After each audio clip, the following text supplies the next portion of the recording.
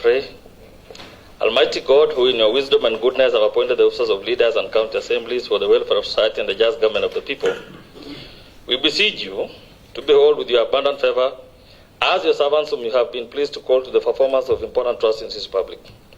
Let your blessings descend upon us here assembled, and grant that we treat and consider all matters that shall come under deliberation in so just and faithful a manner, as to promote your honor and glory, and to advance the peace, prosperity, and welfare of our county and of those whose interests you have committed to our church. Amen.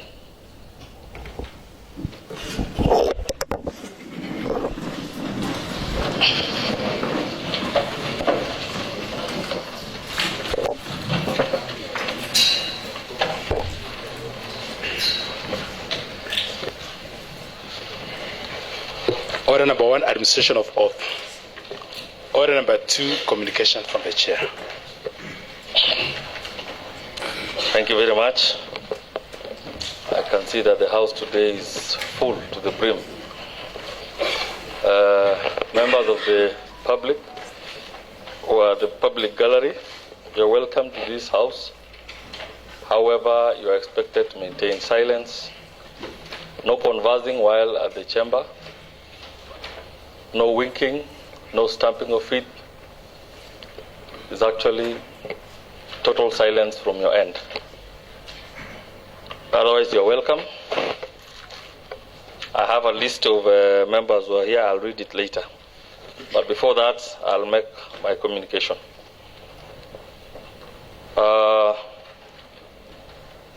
Honorable members, I address you today to provide a procedural guidance related to special motions for the removal of members of the County Executive Committee. Recently, several honorable members have raised concerns, and I have also received communication from His Excellency the Governor concerning these matters. There appears to be some misunderstanding regarding the process, as well as certain inconsistencies in our standing orders. The removal of a County Executive Committee members is governed by Section 40 of the County Governments Act, according to Section 40. Section 40 reads this way: removal of member of Executive Committee. 1. Deleted by Act number 11 of 2020, subsection 14. 2. A member of the County Assembly, supported by at least 1/3 of all the members of the County Assembly, may propose a motion requiring a governor to dismiss a County Executive Committee member on any of the following grounds. 1. Gross violation of the Constitution or any other law. B. Incompetence. C. Abuse of office. D. Gross misconduct. Or E. If convinced of an offense punishable by imprisonment for at least 6 months. 3. If a motion under subsection 2 above is supported by at least 1/3 of the members of the County Assembly, the County Assembly shall appoint a select committee comprising of 5 of its members to investigate the matter, and Part B, the select committee shall report within 10 days to the County Assembly whether it finds the allegations against the County Executive Committee member to be substantiated. 4. The County Executive Committee member has the right to appear and be represented before the Select Committee during its investigations. 5. If the Select Committee reports that it finds the allegations in Part A substantiated, no further proceedings shall be taken. Or B, if it is substantiated, the County Assembly shall vote whether to approve the resolution requiring the County Executive Committee member to be dismissed. 6. If a resolution under subsection 5B is supported by a majority of the members of the County Assembly, the Speaker of the County Assembly shall promptly deliver the resolution to the Governor, and the Governor shall dismiss the County Executive member. Number 4.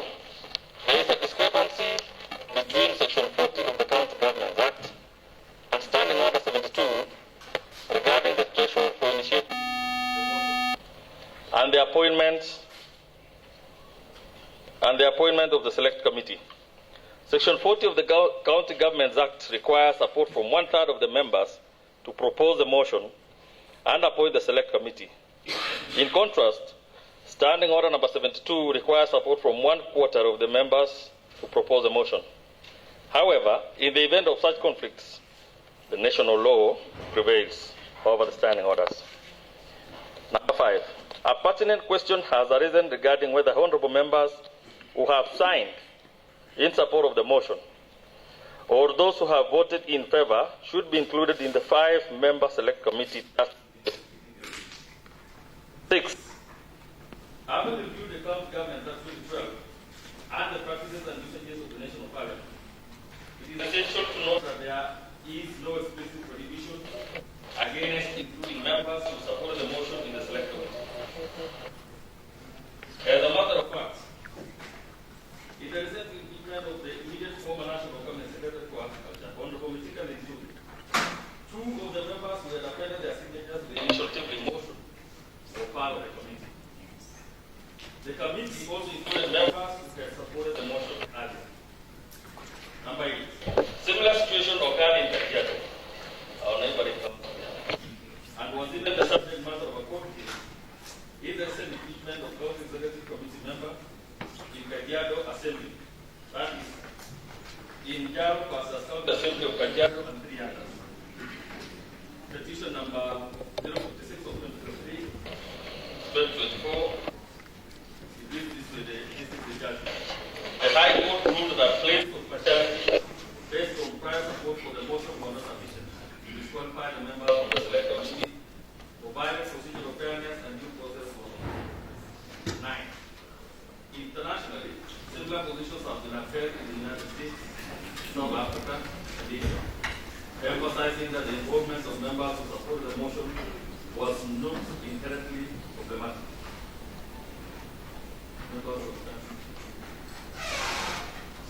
Sorry. 10. It is clear that the legal framework does not prohibit the inclusion of such members who either signed in support of the tabling of the motion or those that will approve the motion. Including these members may lead to practical difficulties in forming a quorum and proceeding with the investigation. For instance, in a motion where 34 out of 38 members supported it, only 4 members remained, who did not yet reach the 5 needed. To allay the concerns that may arise regarding the right to a fair hearing, arguing that including members who supported the motion could compromise these rights as enshrined in impartiality. It is also crucial to distinguish our removal proceedings from judicial proceedings. 12.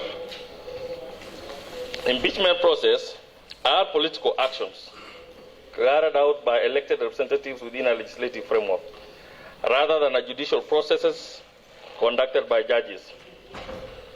Impeachment proceedings are meant to hold public officials accountable to the public trust, focusing on political judgment rather than strictly adjudicating legal rights. The primary purpose of impeachment is to address the accountability of public officials and ensure they uphold public trust, not to resolve legal disputes. 13. To ensure fairness in our process, in the event members of the Assembly who supported the motion tabling or approved the motion are included to serve on the select committee, the 3 select committees should function transparently, providing all parties with an opportunity to be heard and ensuring that the investigation is conducted fairly and impartially. Additionally, as is the tradition of this House, the proceedings will be open to the public and will be streamed live in our digital platforms. The public will also be given an opportunity to provide memoranda. I urge that in the event that the select committees are formed, they should have a clear plan for its proceedings. Should the motion necessitate its formation, they should have its rules of procedure and a clear plan of activities within the prescribed 10 days. And the CC should be invited for a preliminary meeting to discuss and agree to the terms of procedure and timeline. And members, up to that point, this House is guided. Thank you very much. I'll proceed to read the names of the people who are at the public gallery.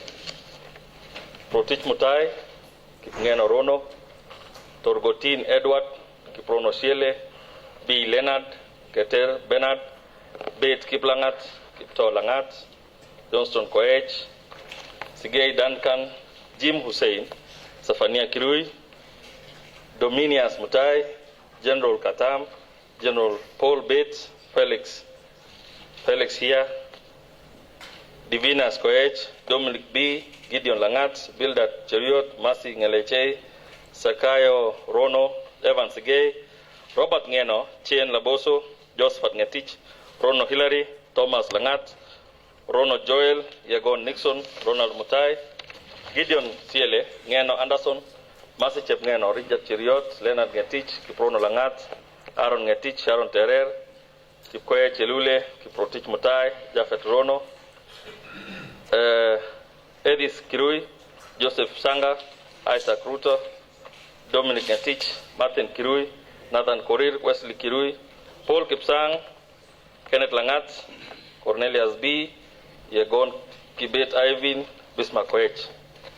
All of you 54. And as I said earlier, maintain silence. Last time, and I believe the Sergeant at Arms has told you, while at the chamber you maintain silence. It is actually the norm that everybody who visits this chamber should be in a tie. However, because it has not been the case, we've allowed you to come because of the public interest in this house today. Again, you are not expected to take photos of the session or even outside, or even give press briefings outside the chamber. I'll caution the members of the press. If anyone of the members of the public who wants to give press briefing will be outside the presence of the parliament. Thank you very much, Clerk.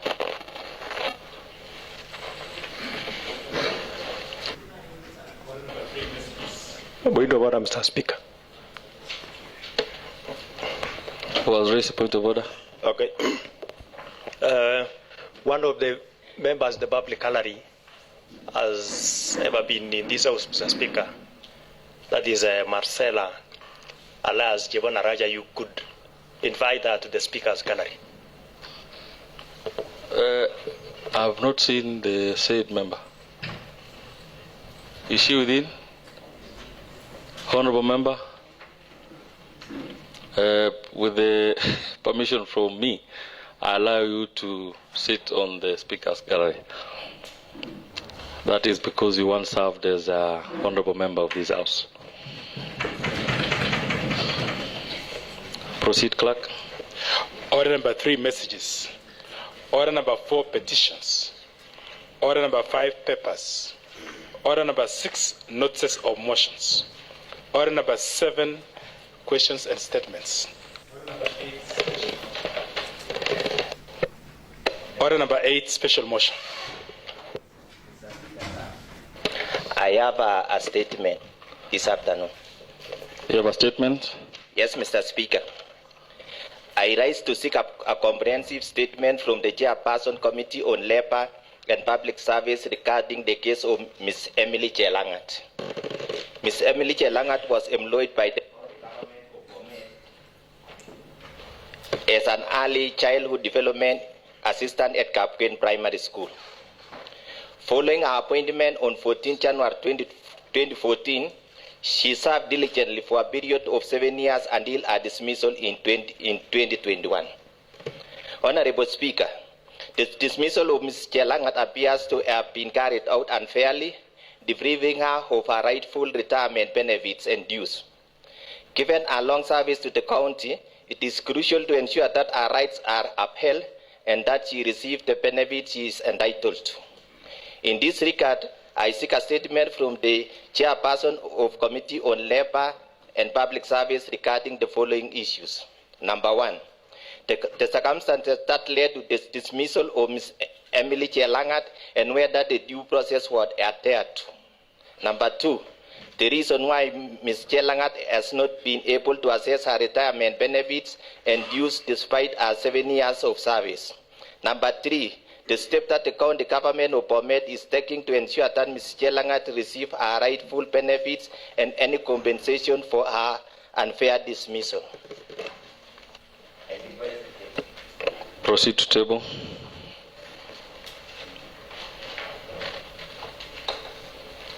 Chair, Public Service. Yes, Mr. Speaker.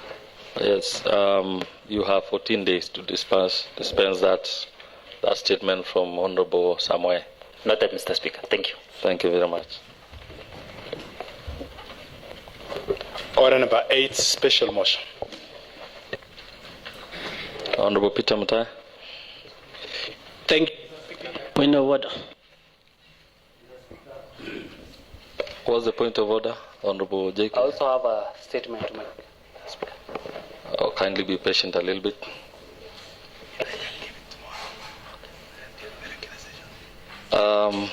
Honorable Josephat, you have a statement to make.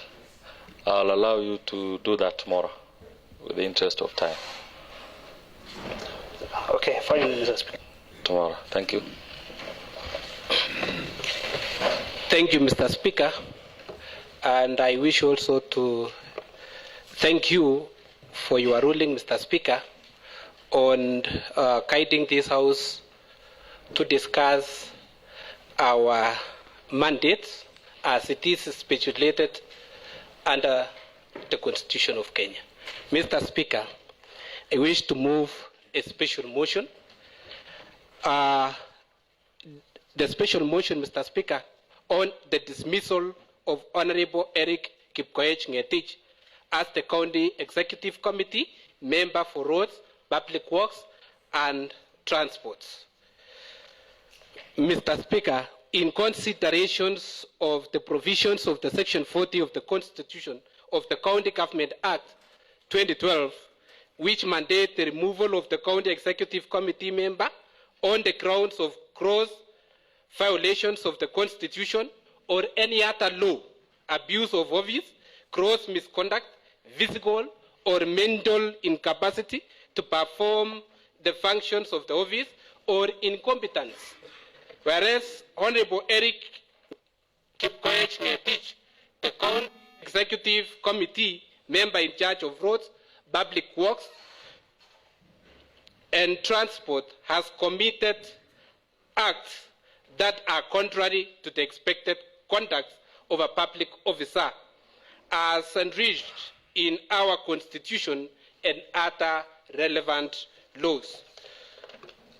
Aware that, Mr. Speaker, a state officer having taken and subscribed to an oath of office pursuant to the provisions of the Constitution is duty bound to uphold the dignity and the respect for the office he holds. Mindful of the County Assembly's oversight mandate as stipulated under the Constitutions of Kenya and the County Government Act 2012. Deeply concerned about the allegations of gross misconduct, abuse of office, and violations of laws which undermine the integrity and principles of public service required from such a very high office, Mr. Speaker. This County Assembly, pursuant to the provisions of Section 42 of the County Government Act 2012 and Standing Order 72 of the County Assembly Standing Orders, resolves that the Governor dismisses the Honorable Erick Ngetich from the office of the County Executive Committee member for Roads, Public Works and Transport on the following grounds, Mr. Speaker: gross violations of the Constitution and other laws. A, failure to implement projects in the budgets and adhering to the Public Finance Management Act, that Honorable Erick Ngetich, in his capacity as the County Executive Committee member responsible for roads, public works and transport, has committed gross violations of the Constitution and other laws by 1. Gross misappropriations of funds, not implementing projects duly approved in the county budget, contrary to the financial management principles enriched in Public Finance Management Act 2012, Mr. Speaker, Honorable Ngetich failed to explain how he utilizes 195 million for county roads and 78 million for cross-cutting roads in the financial year 2023-2024. In light of no projects worth the amount, it can only be concluded that amount has been also misappropriated, violating Articles 201D of the Constitution, which mandate the prudent and responsible use of public funds. Exceeding budgetary allocations, Mr. Speaker, exceeding the amount set out for roads during the tenure, leading to the conclusion that he must be committing funds to projects without ensuring budgetary availability, in violations of the Public Finance Management Act 2012, Section 1961D, which requires adherence to budgetary allocations. Irregular procurement practices, purchasing heavy machineries outside the budget, despite budgetary allocations or approved by the County Assembly for the purchase of heavy machineries in the year 2022, 2023, 2024, the county lacks ownership documents, meaning the purchase was never finalized as per the contract. This contravenes Section 197(1) of the Public Finance Management Act 2012, which requires proper documentations and finalizations of procurement processes. Mr. Speaker, when you see the purchase of heavy machines, the allocated funds, which was actually given in the budget, Mr. Speaker, 2023-2024, it shows in the report of the controller of the budget that almost all the money allocated to this department, in fact, the department was actually the most. Mr. Speaker, I'm sorry, members. I was actually citing out an additional report on the batches of heavy machines, which lacks on logbook. And Mr. Speaker, it shows in the controller report that almost all the money which was allocated to this department was used in purchase of these heavy machines.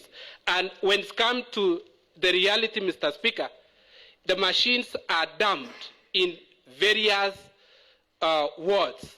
They are not in use, Mr. Speaker. It shows that some of them, there are some reports that they have not been paid. Some of them, it lacks, it is still controlled outside our county.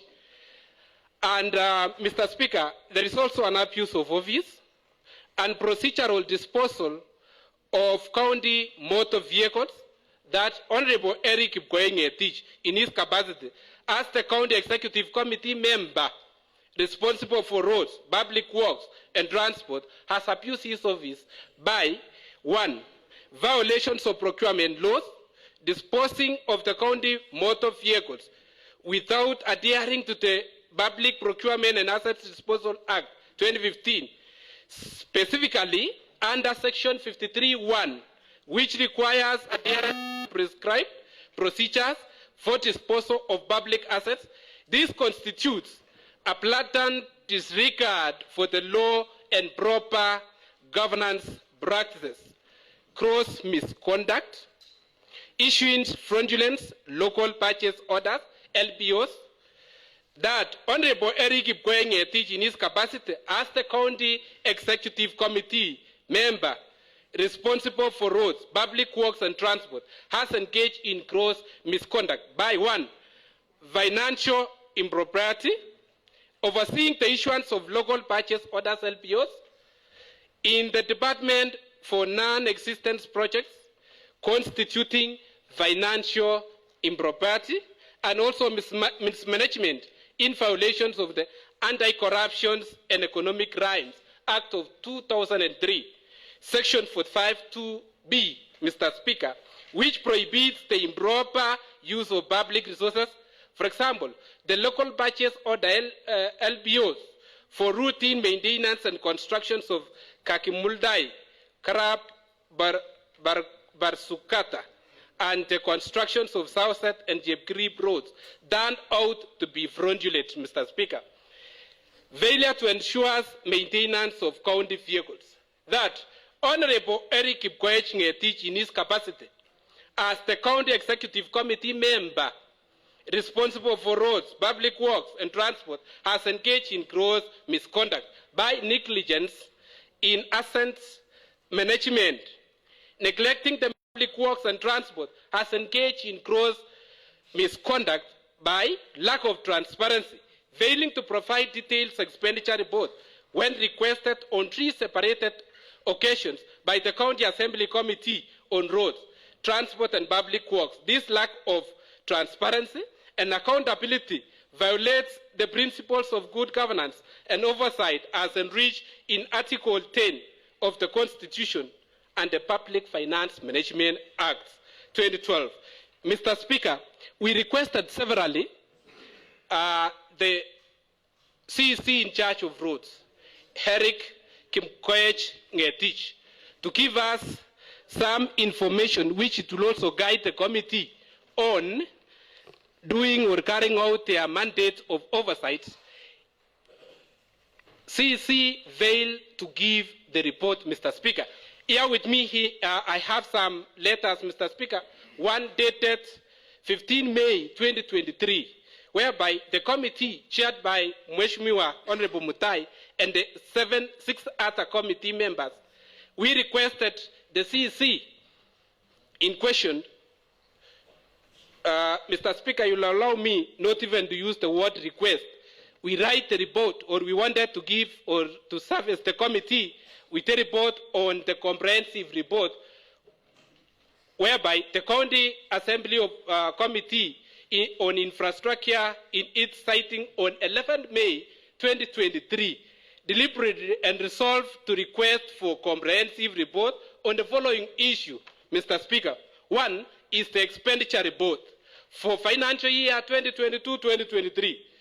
Then we even humbled ourselves, Mr. Speaker, and we wrote, please indicate how much have you spent so far and specify the project as per the word.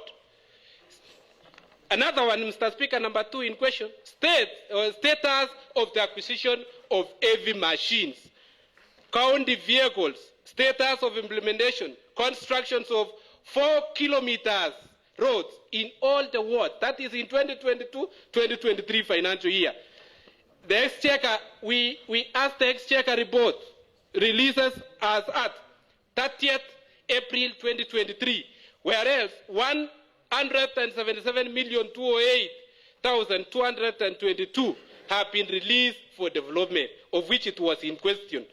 Then we wrote again, please avail the report on or before 23rd May 2022. What were we given? Kindly wait for 2 weeks. Mr. Speaker, another letter, we wrote another letter on 1st December 2023. As the we request for comprehensive report, another comprehensive report. The County Assembly Committee on Roads, Public Works and Transport, during its meeting on November 30, 2023, passed a resolution requiring your department to provide the committee with the information on the following matters. 1, expenditure report for financial year 2022-2023. That is the same question we asked in May.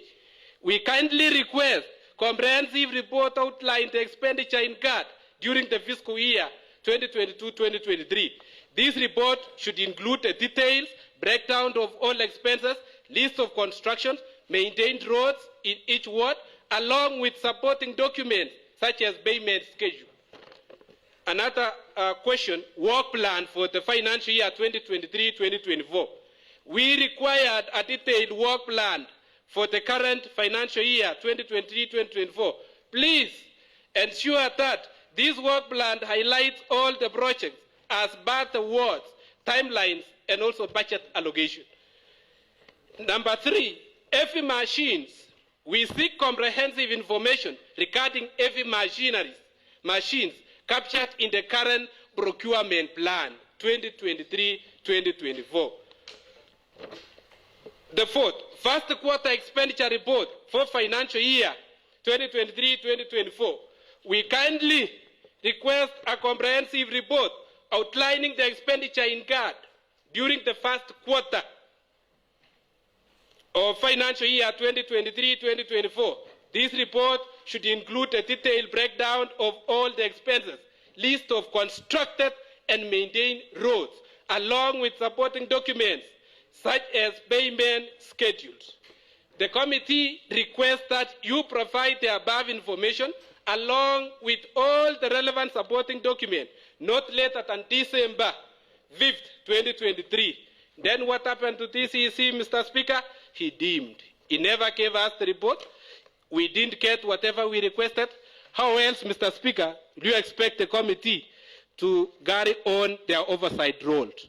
The only thing is to kindly request the governor to dismiss Erick Ngetich. Mr. Speaker, I'll come to another after failing to provide details expenditure report, even having been asked severally by the honorable members. By this House, Mr. Speaker, he failed to submit. And these, Mr. Speaker, letters we wrote, in fact, Mr. Speaker, we pleaded, we requested, we never demanded, as it is also required by this House. Our tradition and the President's is to demand. There are some other statutory documents, Mr. Speaker, that we should be availed or you should be given by the CECs, which it's actually not required us to demand for them, but they should give us as part of the requirement. Mr. Speaker, lack of transparency. Failing to provide detailed expenditure report when requested on three separated occasions by the County Assembly Committee on Road, Transport and Public Works. This lack of transparency and also accountability violates the principles of good governance and oversight as enriched in Article 10 of the Constitution and the Public Finance Management Act 2012. Mr. Speaker, incompetence, underutilizations of heavy machines, that Honorable Erick Ngetich, in his capacity as the County Executive Committee member responsible for roads, public works, and also transport, has demonstrated incompetence by failing to resource management, despite the county spending over, I want to be accurate, Mr. Speaker, 373 million in purchasing the new machines. Mr. Speaker, only 8 wards out of 25, which we can see something which it has been scratched in those wards.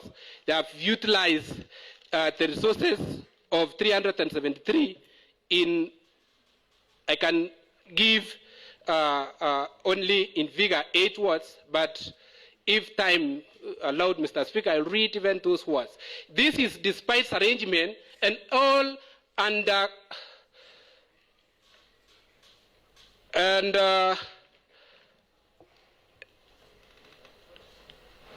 fuel provisions budgets of 40 million, and this also reflects incompetent leaderships and also failure to effectively manage and distribute county resources, as the machinery was intended to serve all the wards equally and also benefits the entire county.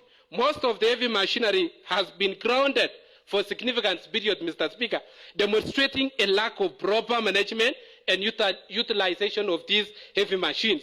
This is also in violations of the principles of public service under the Section 10B of the Leaderships and Integrity Act of 2012.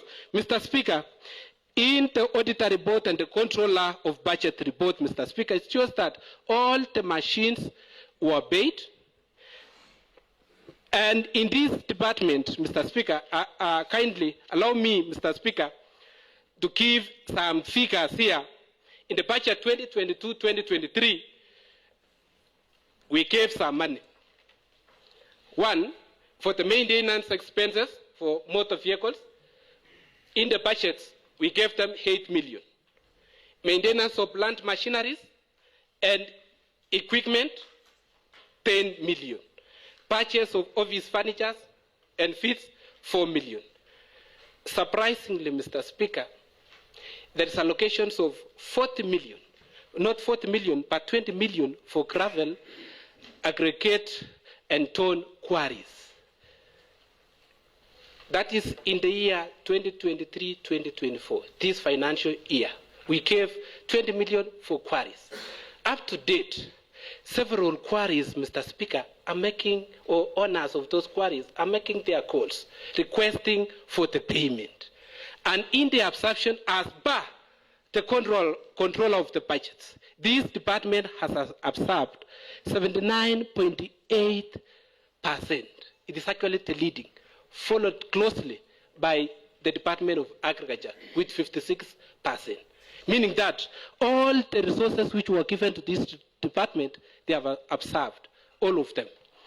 And Mr. Speaker, the money in question, and when we ask Mr. Speaker, constructions of major roads, that is 195 million for major roads.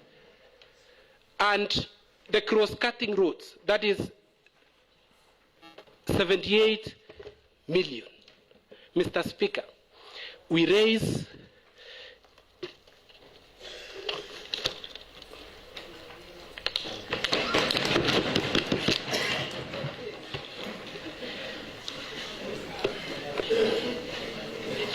Thank you, Mr. Speaker.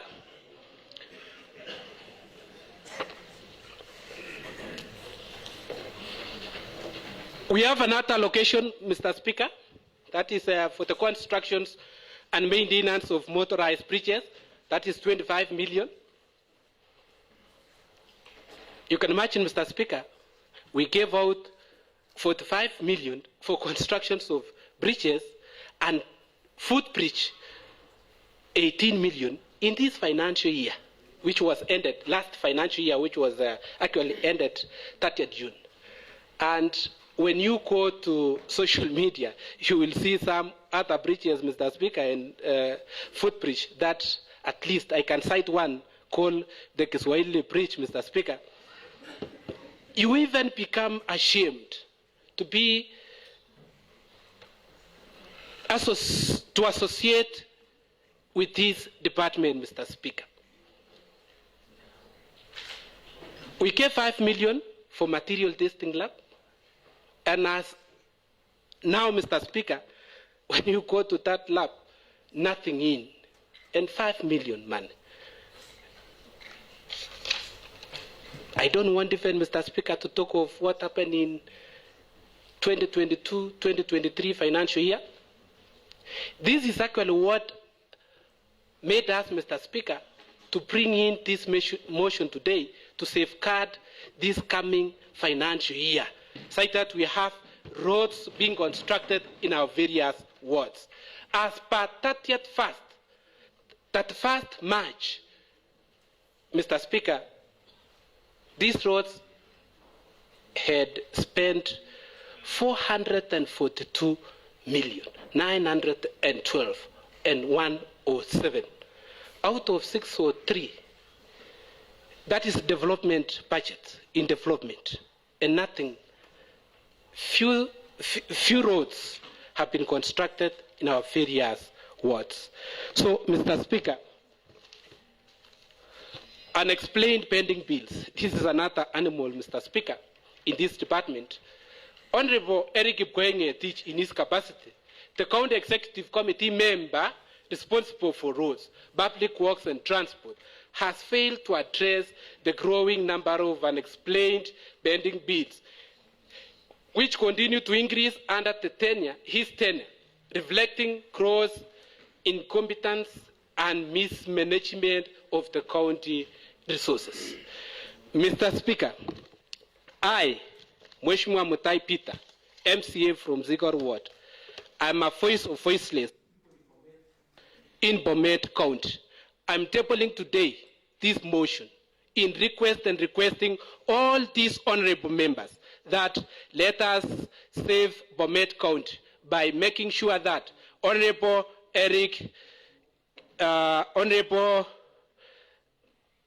Erick Kipkoech Ngetich is dismissed from his office. I'm requesting these honorable members, and I wish actually, Mr. Speaker, to move this motion.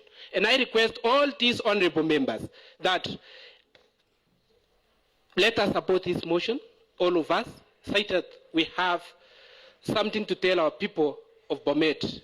Mr. Speaker, I've talked over unexplained bending bills. Most of the contractors, Mr. Speaker, who are assigned to construct roads, they borrow some money from different banks. They have actually, Mr. Speaker, used all the resources. Some of them, you will get some of them in various hospitals because of the stress, Mr. Speaker.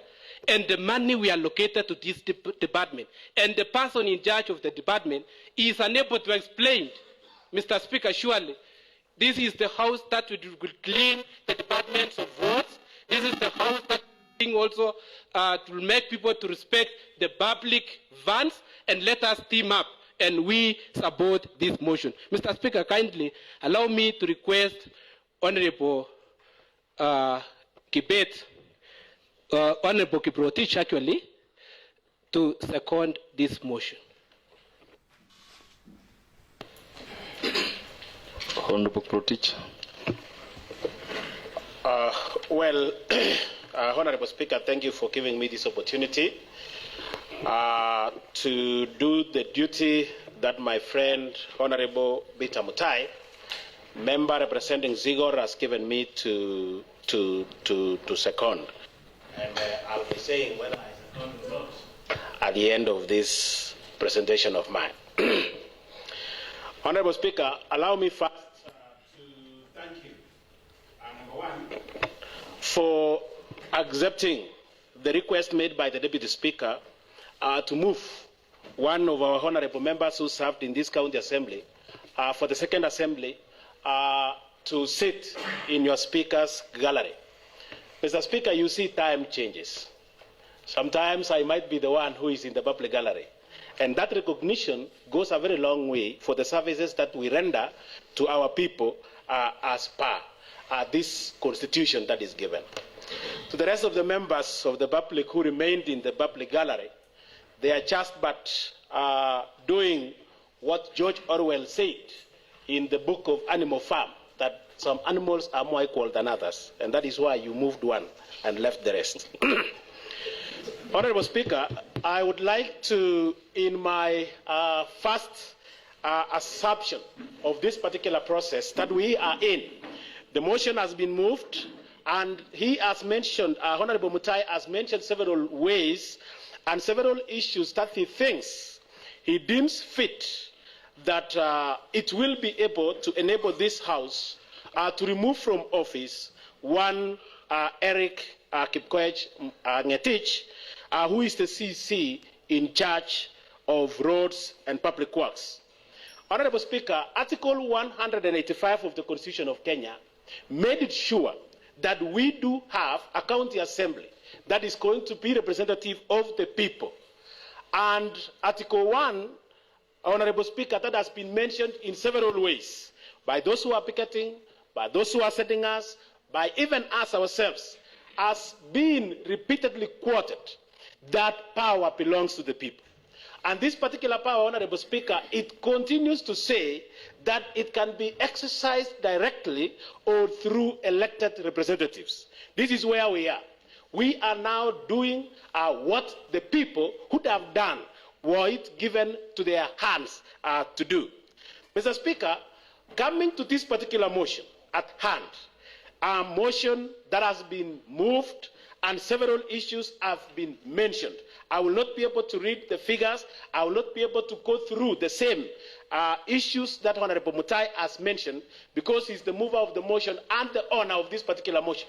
Honorable Speaker, I would want to believe that even as we speak today, first of all, we gave this particular House a notice of motion.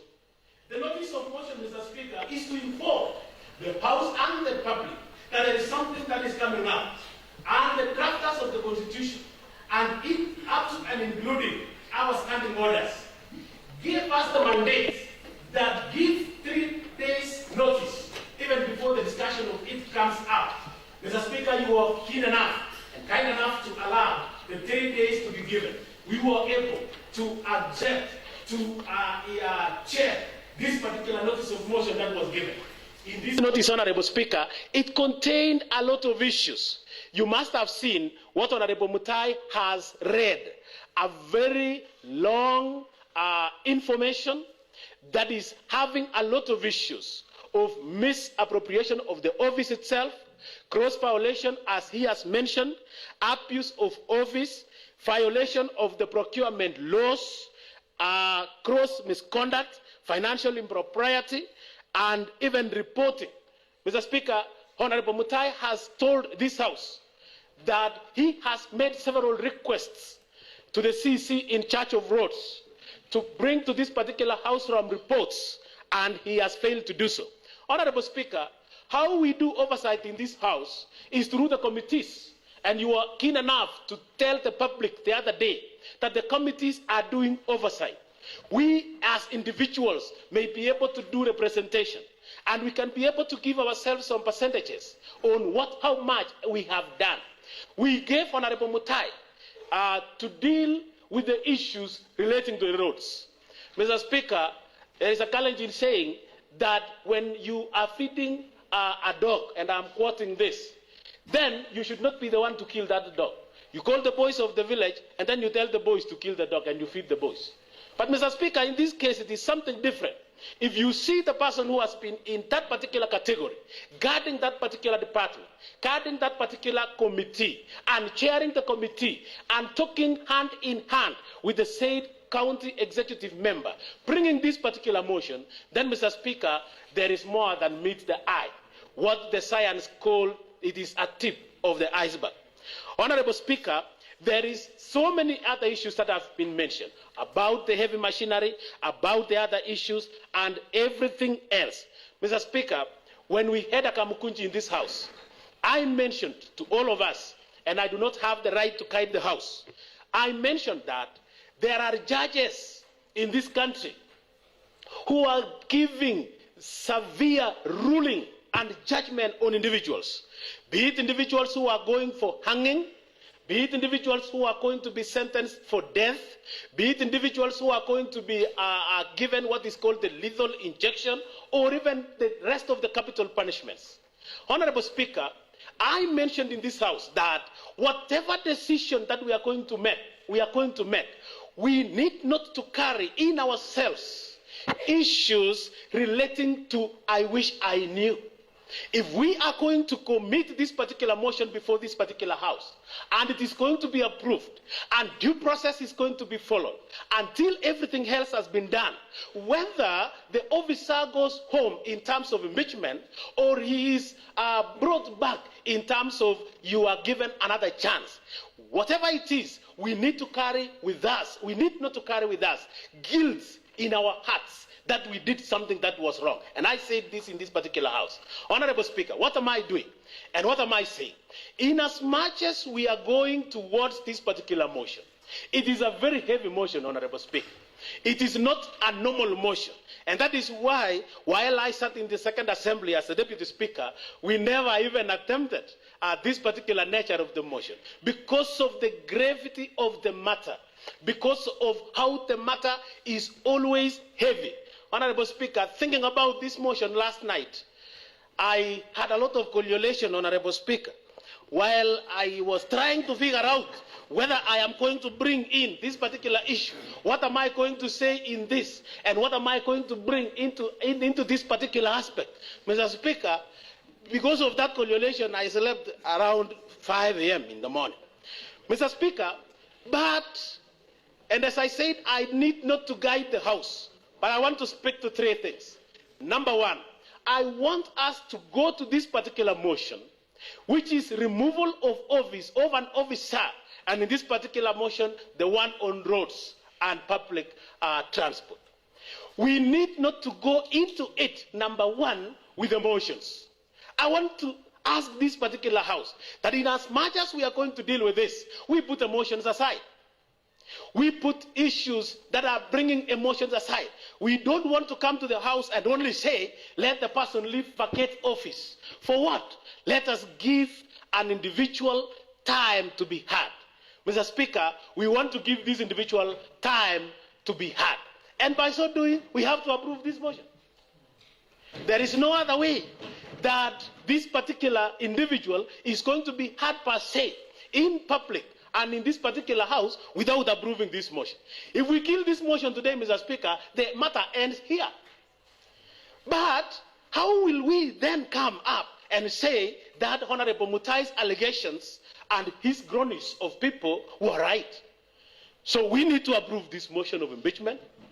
Then it goes towards the next action when we will allow the individual to be heard here. Number two, we want to go into this matter without having what is referred to as political interference. We want this house to exercise what is referred to as independence, as it is envisaged in the Constitution. So we want to be independent and do this particular information and do this particular work devoid of political interference. If we do that, then we will know that we are going to be just and fair and do what is right for the people of BOMET. Number three, we want to go into this particular aspect of impeachment motion devoid of personal vendetta. Mr. Speaker, we walk in this town. We enter into several hotels. We visit ourselves at homes. And Mr. Speaker, I may have come to your home and you do not welcome me well. When I say let us remove personal vendetta, is to mean even if you have your personal issues with the officer, that one aside first so that we go towards what we have in this particular matter. Honorable Speaker, there is something that was referred to as the SWOT analysis that has been mentioned in several cases by several individuals. SWOT analysis had strengths. Our question is, what is the strength the Assembly has? The strength has been given by the Constitution. I have quoted Article 185. We have the mandate given to us by the County Governments Act 2012. We have the standing orders. We have been elected by the people to come here and speak on behalf of them, those who left us at home. So we have that strength. We have the strength to remove individuals from office, and we have the strength to put people into office. And that is what we did before they entered into office. Mr. Speaker, what are the threats into this particular part? When we talk about SWOT analysis, there are threats at the end. There is weaknesses. Do we have any weakness? Yes, we may have any weakness. If at all our research is not going to be done well, if at all our issues, the ones that has been mentioned by Honorable Mutai, has not been implemented well, do we have opportunities? Very well. We are the leaders of the people today. 2022 to 2027, we are seated in this particular house. That is an opportunity for us to give to those particular individuals who gave us the information at home, who gave us the mandate to come. That is our opportunity as an assembly. Do we have the threats? Mr. Speaker, I don't want to mention this, but the president has spoken about it. The governor has spoken about it. You also mentioned it the other day, and it can be whispered. The threats are Gen Zs. Honorable Speaker, the opposite and the reverse is true. There is what is called the commutative law in mathematics. So they say A plus B is the same as B plus A. 3 plus 8, Honorable Speaker, is the same. 3 plus 8 is equals to 11. It's actually the same as saying 8 plus 3 again is equals to 11. The converse is true. Does this particular individual, the CC in charge of roads, have the same SWOT? Yes, he does. Does he have some strengths? Honorable Mutai has read very well that about 8 machines, the machines that have been brought, it has worked in 8 wards. That is a strength for him. But are we able to use that particular 8 wards? And one of them is my ward, Honorable Speaker, from Jebchabat, which was actually the first. Does he have the strength? Yes, he has his own strengths. Will he be able to mention that I sent this information from the reporting side and substantiate? Very well. That is his strength. Does he have weaknesses? Very well. like what Honorable Mutai has said, abuse of office, financial impropriety, those are going to be coined as the weaknesses of this individual. Does he has an opportunity? We want to create it now. We want to create an opportunity for him to appear by moving this motion, seconding this motion, approving this motion, then we let the committee to come and do its own work. Honorable Speaker, maybe he also has the threats, and the threats in this case are not Gen Zs. The threats now are the MCAs that we have here. Honorable Speaker, sometimes I played volleyball before my bell refused me to jump. And Honorable Speaker, there are several warnings in volleyball. One is called a yellow card. And for those who have played volleyball, when a yellow card is issued, it is not a sanction. When a yellow card is issued in volleyball, it is issued to a player in mistake. And that particular yellow card affects all the players in the play. And it also extends to affect the players in the bench. I need not to explain that. Honorable Speaker, these allegations that have been given in this particular motion are grey, are heavy, and requires a lot of information. There is no other forum that we may be able to share with the CEC in charge of roads, just like our people back in the villages. They have nowadays what is called Bunge la Raia. In my place, because that is where I understand so much, there is Bunge la Raia in a village called Jebaibai. There is Bunge la Raia in a village called Emitiot. There is Bunge la Raia in a village called Kaboisha, and several others. In the Bunge la Raia, they discuss several issues. I share a word with Honorable Erick Kirui. When they see a buying center coming up in Kimulot, for example, then they say, where is ours? And the answer is, the MCA has it there. And if I don't go there to explain myself, the answer will remain with them, that there is no buying center because there has been it. Those particular individuals who do not have roads in their places, they take issues to these particular honorable members, and that is why they want to redeem themselves. That it is not me, it is someone else. Please kindly give us an opportunity to come and express these issues. I would want to urge the honorable members in this house that for our image to be redeemed, we have to bring these CECs into account. For our assembly to regain its glory, we have to bring these CECs into account. And if it is going to proceed all the way to that particular part, then may it be so. I second. Thank you very much. Proposer and the seconder of the motion, although you've taken a very, very long time, nonetheless, I believe, and I've given you time because I believe what you have was very, very vital. Therefore,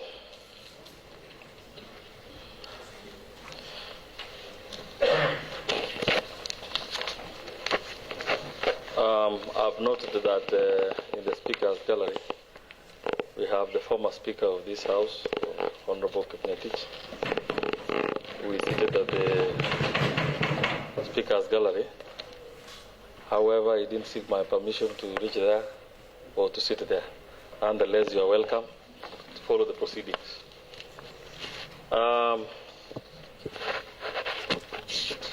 therefore propose that in consideration of the provisions of Section 40 of the County Governments Act 2012, which mandates the removal of county executive committee member on the grounds of gross violation of the Constitution or any other law, abuse of office, gross misconduct, physical or mental incapacity to perform the functions of the office, or incompetence.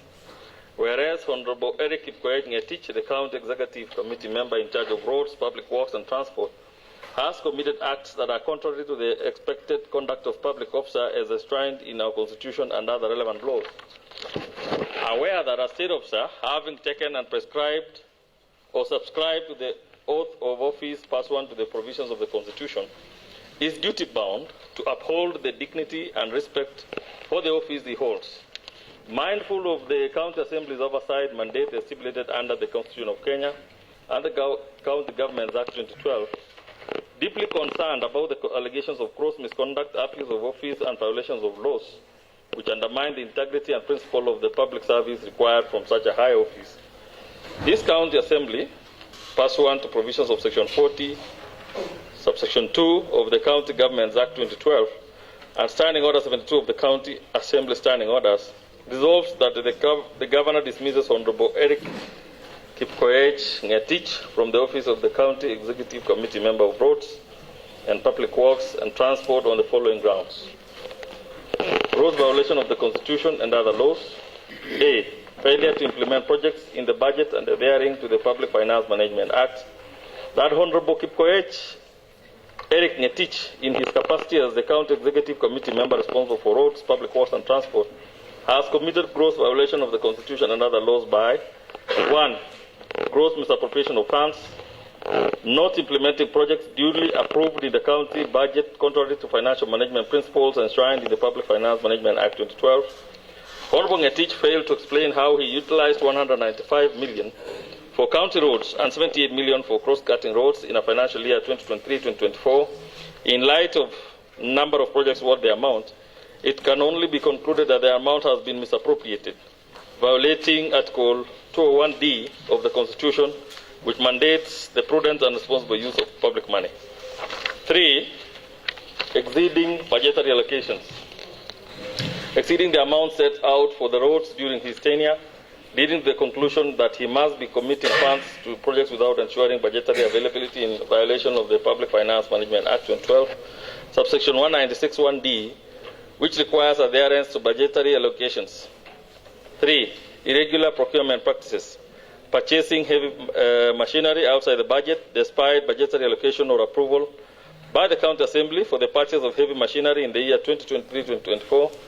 The county lacks ownership documents, meaning the purchase was never finalized as per the contract. This contravenes section 197(1) of the Public Finance Management Act 2012, which requires proper documentation and finalization of procurement processes. Abuse of office and procedural disposal of county motor vehicles.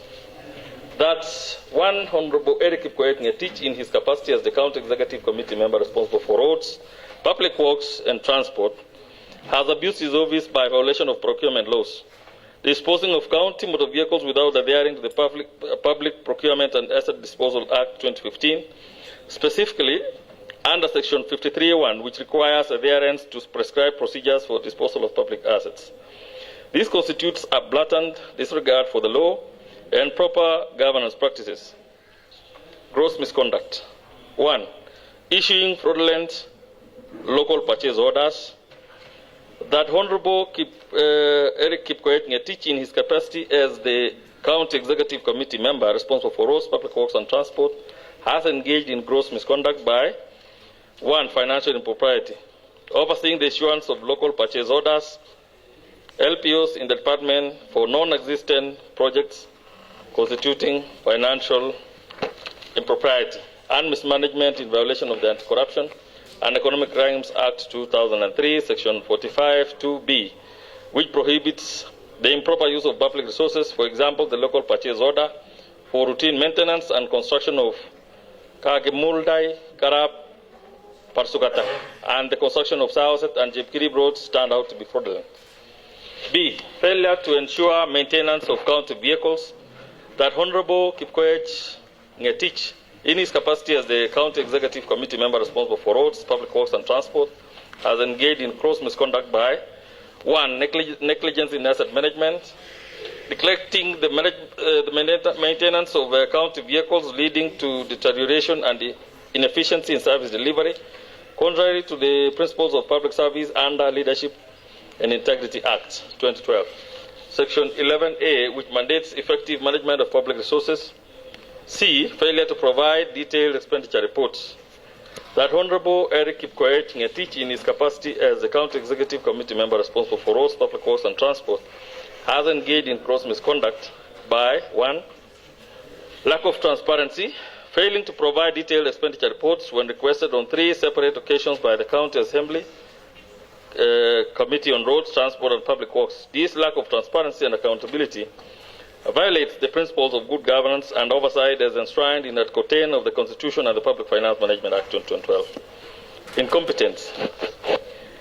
A. Underutilization of heavy machinery.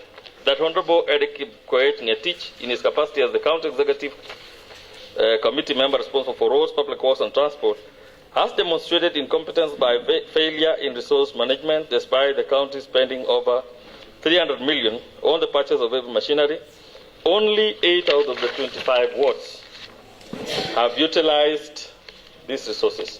This is despite arrangements and an adequate fuel provision budget of 40 million. This reflects incompetent leadership and a failure to effectively manage and distribute all the resources, as the machinery was intended to serve all wards equally and benefit the entire county. Most of the heavy machinery has been grounded for significant periods, demonstrating a lack of proper management and utilization. This is in violation of the principles of public service under Section 10B of the Leadership and Integrity Act 2012. B. Unexplained pending bills.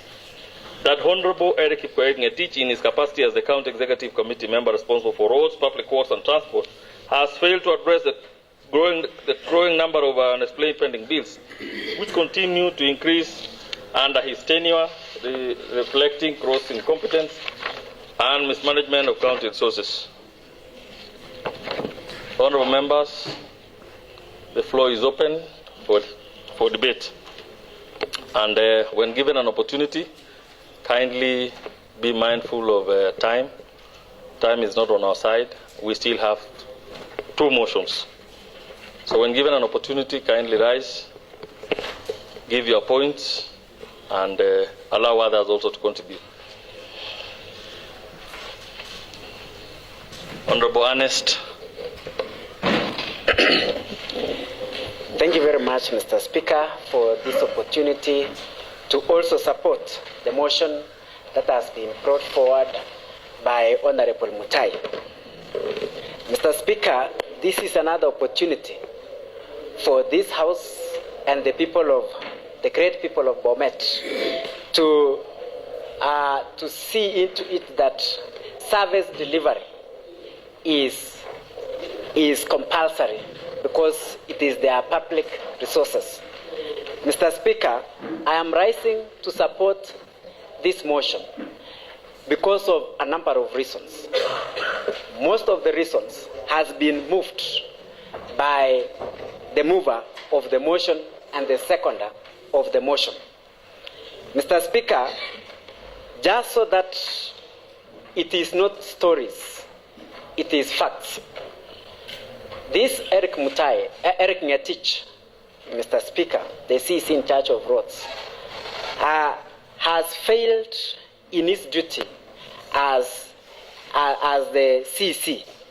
One, Mr. Speaker, I would wish to report to this House that where I represent as a member of County Assembly, in the figures that has been quoted by the mover of the motion, to a tune of 195 million for county roads, to a tune of 78 million for cross-cutting, even for the 20 million for the quarries. I wish to report to this House and in this motion that in Mogoshek Ward, where I represent, with all the figures that has been quoted, is a 0 kilometer of road. Mr. Speaker, this one Erick Ngetich, Mr. Speaker, doesn't implement what is in the budget. And when I talk about the budget, Mr. Speaker, I mean the budget begins at the CIDP, then we come to the ADP, and then now to the real budget, Mr. Speaker. I want to note, to point out that it is indeed true what the mover of the motion has said, as I support him, in that looking at the ADP for my ward specifically, Mr. Speaker, so that I don't represent others, I represent my ward. In that ADP, if you go back to that ADP today, Mr. Speaker, with all the figure that has been quoted, there were the following roads that was appearing in the ADP. 1, Kapsabulon Maram Road, Metubet Road, Manjili Road, Milimani Baragunin Road, Chorwet Kapinara Road, Ndabibit Road, and Chesolot, Kiptemina Road, Sianin Cheptingting Road. All those were appearing in the ADP. And Mr. Speaker, for your information, none was delivered. 0 kilometer. Mr. Speaker, I would also want to mention that the same CEC who is in charge of roads, Mr. Speaker, and quoting from the bending bill report that was passed in this House, Mr. Speaker, he has failed to adhere to due diligence in doing his work. If you look at that report, Mr. Speaker, today, I just want to point out two conspicuous roads that are appearing in that bending bill, and he allowed the documentation to the level of being referred to as a legible bending bill. One, Mr. Speaker, when we went round as the budget committee to look at whether really these bending bills exist, the projects that are done under roads, Mr. Speaker, I just want to point out one. Mr. Speaker, you know I schooled in a school called Kaplong Boys. So what I say, I know that place. There is a place called Alebo in Kaplong. That is somewhere around Kaplong Primary. And a place called Kaplong Girls Secondary School. If you use that road every day, Mr. Speaker, that road is a tarmac road. That was built even way back before I was born. Mr. Speaker, in that bending bill report, Mr. Speaker, which is eligible, a contractor is asking for 4.8 million on that road, and yet it is an highway, Mr. Speaker, and it is barely 175 meters. Mr. Speaker, from where I represent, that is Mogogo Shekwat, there is a road called, in the papers, in the documentation, in that bending bill, called Tokomin Kabroret Road. Mr. Speaker, I come in the village called Kabroret, a smaller village called Kablet, Mr. Speaker. There is no such road. But if you go to the bending bill, written eligible bending bill, the contractor is asking for 3.8 million, Mr. Speaker. And the said Erick Ngetich allowed that to be done. Mr. Speaker, I also want to support the move of the motion. If you look at the 40 million, and I was so happy when Honorable Kiprotich was moving and saying, this EC could be having a strength only in the 8 wards, Mr. Speaker. That could be the strength for him. But I want to report, I was trying to do my maths, and I was trying to think around, and looking at the 40 million that we budgeted for fuel, Mr. Speaker. I did my small maths, and I found out that if 40 million was purchased or supplied by one of the petrol stations within BOMET, then the CEC is telling us, because that account has been depleted and that has been read by the mover of the motion, that they already utilize about 79% of his budget. Mr. Speaker, if indeed he supplied, or someone supplied, or there was purchase of this, Mr. Speaker, then he is telling us that he was able to purchase around 229,888 liters of diesel, Mr. Speaker, using the current price. Mr. Speaker, I went down to calculate so that what we present before this House, before the people of BOMET, doesn't look like stories. It should look factual, Mr. Speaker. Mr. Speaker, if these 229,888,000 of liters of diesel, Mr. Speaker, I just decided to use the heavy machines that are mostly utilized in under-road construction. One, Mr. Speaker, he should have been able, if indeed he did that, because I was trying to do 8 kilometers times 6 kilometers times 8 watts. That brings us to around, is it 42? Yes? 48 kilometers. Mr. Speaker, the actual, or what the people of BOMET expected in this, is that the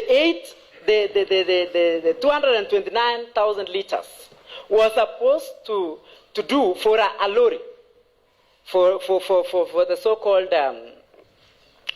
the tippers, Mr. Speaker. It was supposed to purchase around around 220 for the 229 liters, which was supposed to translate to a tipper, Mr. Speaker, would take half a kilo. We will do a half a kilo using 200 liters. That is 200 liters per day, going for 15 trips to do or to yeah, kindly summarize. Yes. Oh, sorry. My microphone was already off. Okay. Mr. Speaker. Yes. That should.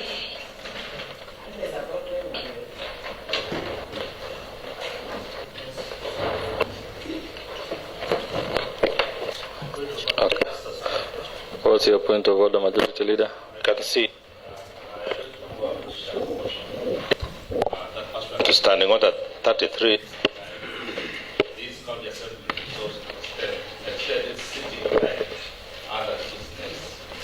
I think the business appearing in the order paper is spent. Like we still have a lot of business spent. And I think time is spent with us.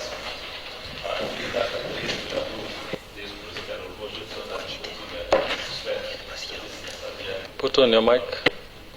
Until we dispense the business appearing in the order paper. Okay. I beg, Honorable. Thank you, Mr. Speaker. I second the motion, the procedural motion by the Leader of Majority. Thank you very much. Clerk, may I have that?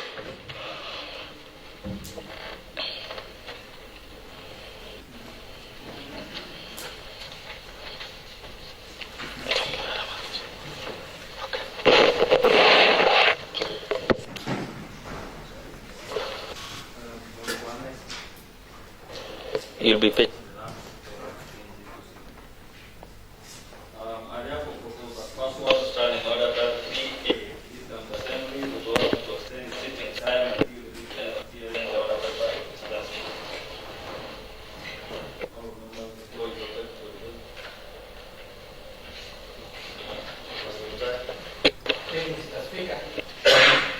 Thank you, Mr. Speaker. I wish also to support the procedural motion moved by majority. And Mr. Speaker, this is our prayer that we discuss all or we transact the businesses we have for today, even if it will go up to midnight, Mr. Speaker.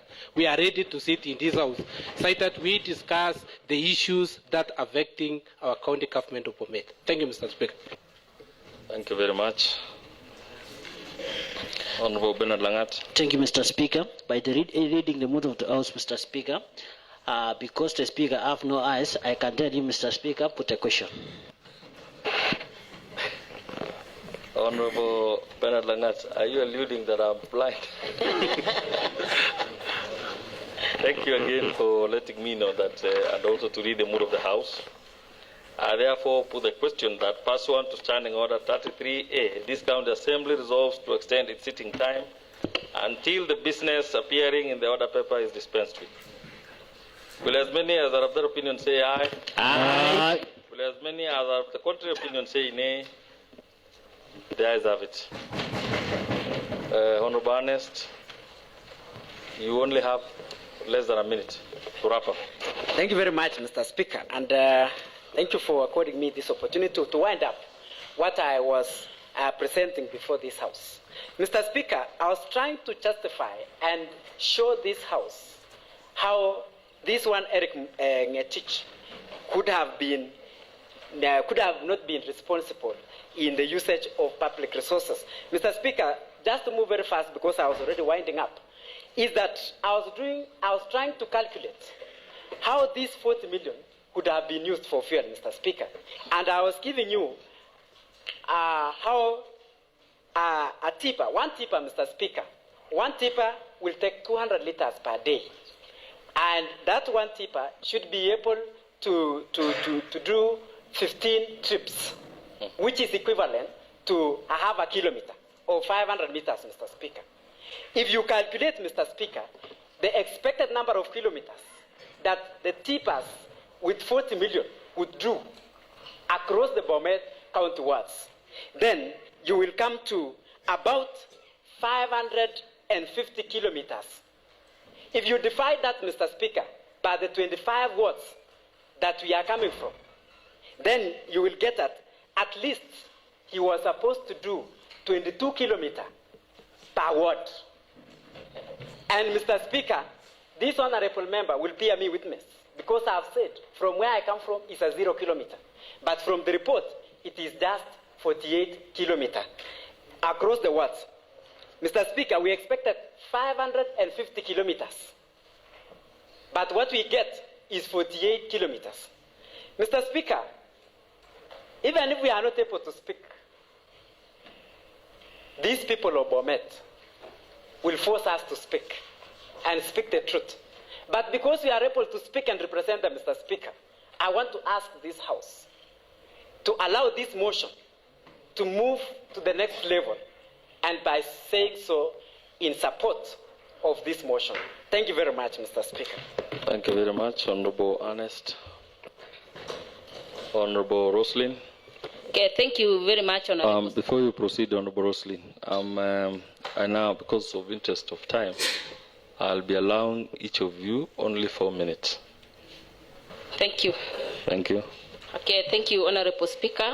I also rise to support in the dismissal of one Honorable Erick Ngetich as the County Executive Committee member for Road, Public Works and Transport. Honorable Speaker, as you are aware, the CECM for Transport and Roads is one of the advisors of the governor. And I believe you are aware that we were able to sit as a committee on budget, and we were given that we are supposed to purchase the heavy machinery. As a budget committee, we sat down and see that it was not relevant at that time. But because of the influence from the CC, influencing the governor that the machine should be bought, we later agree. But I want to say that we have experienced that there is incompetency and mismanagement of these machines. As you are aware, in my ward, we have not received the machines, and there is no even 1 kilometer of road which has been done. And I must say that the CCM has been pious. As you are aware, the machine started at Kipsonoi ward. After Kipsonoi ward, they came to Ndanai ward. And I don't know the reason why they jumped from Brongena ward to Kiptemagel ward, and later to Kapletunda ward. My people had a lot of expectation, and I was not able to explain. I've been waiting for this day so that I can tell them that I'm not responsible. The person who is responsible is this one. That is Ngetich. And because of those reasons, there are so many roads which were supposed to be done in last financial year. As you are aware, the budget which we made for major road was about 195 million, but not even a shilling has been used in Rongana Manaret ward. So I also feel that the people of Rongana Manaret ward should see this and know that I am not the one who refused to do the work in the Rongana Manaret, but the responsible person who is the CCM. Another issue is the issue of fuel. As you are aware, we have the different people who are responsible. That is, we have the drivers. Our drivers who has been doing this, most of them have not been employed, and they are not even in contract. How do we expect people who are not paid to manage and to work promptly without even being paid even a shilling? So that means that shows that he's not even concerned with the drivers who are managing or who are driving these machines. Another issue is the issue of the bending bills. I think that the Department of Road is leading with the pending bills since 2018 up to now. And we have realized most of the contractors have gone through a lot. Some of them, they have lost even their lives. And we are really sorry for them. So for them to get justice, we are going to release Erick Ngetich for our contractors to get justice. I support the mover of the motion for the dismissal of one Honorable Erick Ngetich. Thank you. Thank you very much, Honorable Roslyn. You've kept time. Honorable Dancel. Kirui. Thank you very much, Mr. Speaker, for giving me this opportunity to contribute on this motion that was brought by the Chair Rhodes. Mr. Speaker, when the Chairman Rhodes was reading this motion, I became so emotional and disturbed, Mr. Speaker. There are so many things, Mr. Speaker, that have been going on in this county, and I think this is the only time to redeem ourselves and make it clear that MCAs are only doing oversight, legislation, and representation. Mr. Speaker, on 26th October 2023, together with the CEC, Mr. Erick, Ngetich, the Governor, and I, and some honorable members here, visited Ndarawet Award and launched Mogoiwet Ngainet Road, 02 Sorioni Kipchoek Road, Kipchoek Bongo Primary School Road, Kapatrick Kapkikerwet Primary School Road, Mr. Speaker. I have read the report that was tabled in this House by the Chair in charge of roads. Mr. Speaker, I want to go on record and assure these honorable members, from 26th October 2023, only 1.4 kilometers has been done in Ndarawet Award, contrary to the 6 kilometers that has been going around. Mr. Speaker, I feel so bad because everybody thinks that I pocketed money meant for roads. The amount that was allocated for the 6 kilometers that was supposed to be done in Ndaraweta from last year, 26th October, is the total amount that amounts to 40 million. Mr. Speaker, rough estimate of what I can say I got out of 40 million cannot go beyond 300,000, Mr. Speaker. So, Mr. Speaker, I think the residents of Ndaraweta are going to understand and get to know that the CEC in charge, who is Mr. Erick Ngetich, should be sent home, Mr. Speaker, so that we get somebody who is organized and has a plan and purpose for this county, Mr. Speaker. Secondly, Mr. Speaker, in the budget 2022-2023, we did a budget of equipping the mechanical workshop. Up to date, Mr. Speaker, nothing has been done, and we are done about 5 million. In the same budget, Mr. Speaker, 2022-2023, we did 5 million shillings allocation for construction of a service bay that is opposite the county assembly. Mr. Speaker, I'm not an engineer by profession, but honestly, Mr. Speaker, the building that is opposite the assembly cannot be quantified to be more than even 2 million, Mr. Speaker. And the same CEC is in charge of that department. Another reason, he should go home. Mr. Speaker, in 2022-2023 budget, we did a budget of 10 million for fuel allocation for the new machinery that we did in the supplementary budget. The machines were not utilized in that financial year because they were lying at the assembly grounds and they were later taken to Green Stadium. But we had done a budget of 10 million. But Mr. Speaker, again, it got lost. The only person who knows, CC Erick Ngetich. Mr. Speaker, we allocated 20 million shillings for quarry. When I approached the CEC personally to ask about the quarry for BOMET Central, I was told the quarry was leased. But the budget line, Mr. Speaker, was acquisition of land for purchase of a quarry. But instead, they went ahead and leased the quarry. So, Mr. Speaker, I don't know if it's me who doesn't know English or the CEC in charge who doesn't understand the difference between buying and leasing. That's another reason he should go home, Mr. Speaker. So, Mr. Speaker, we don't want to beat around the bush. This Erick Ngetich is my personal friend. But when friendship becomes a joke, development in Daraweta and BOMET supersedes friendship. So I want to request these honorable members, let's not beat about the bush. Going forward, Mr. Speaker, I want to ask these honorable members, let us all send this CEC home. We have so many people with brains, so many people who are organized in BOMET who are going to help us do the roads. So, Mr. Speaker, I support the motion. Thank you. Thank you very much, Honorable Dancel. Honorable Nathan. Thank you, Honorable Speaker. I also rise to support the motion.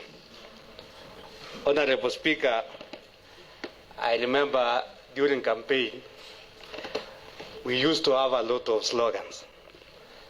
Like personally, I used to have another one called NATO Nawaks. Governor Parchuk also had another one called Kasi Pila Kelele. But up to now, Honorable Speaker, there is nothing to show what we meant in our slogans. Honorable Speaker, I am one of the people who are lucky because I'm among the 8 that were mentioned. Kable Tunda is one of the wards that the machines, currently they are still in my ward, but according to the experience I've seen, maybe for the last 3 months, there is something called a plan. I think the department lacked what is called plan. And there is a thing that failing to plan is planning to fail. This department has failed a lot.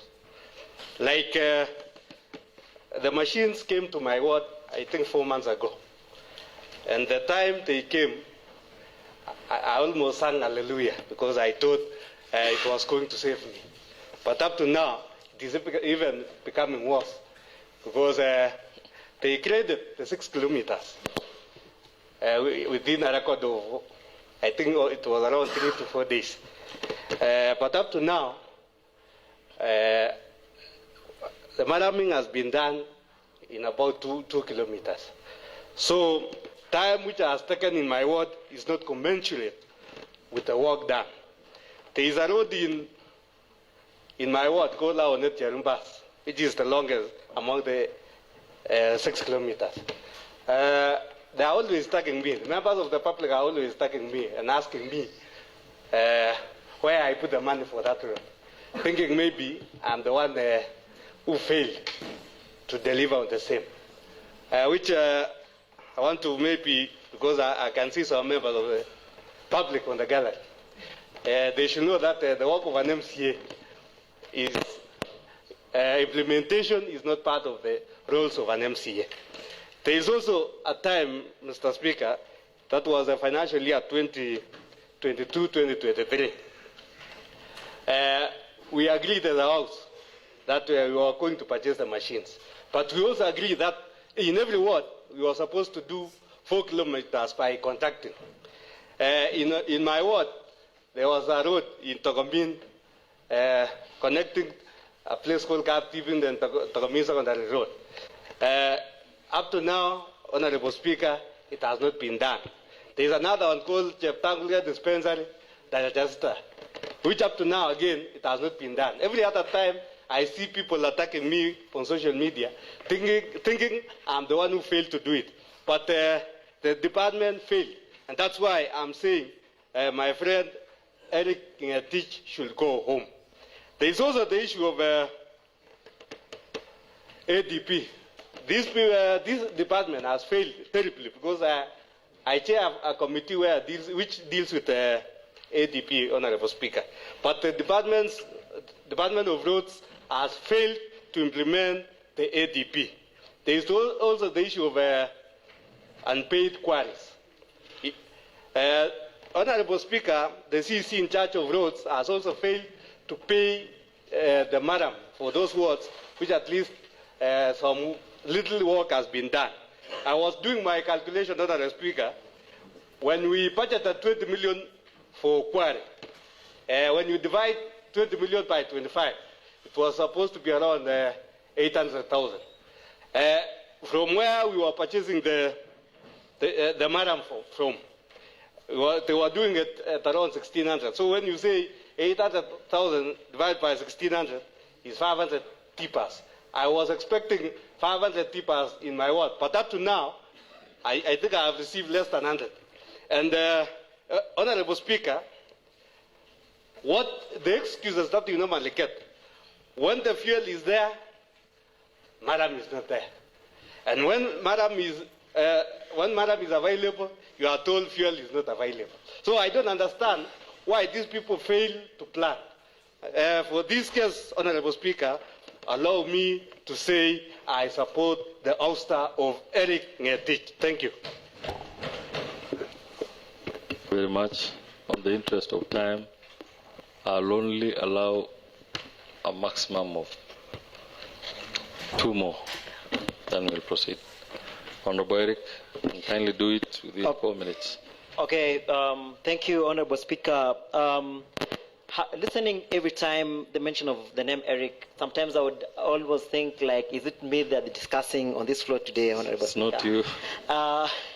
And I want to thank the mover of the motion, because it is indeed very disheartening that we're discussing a selfish individual, a person who has failed the county totally.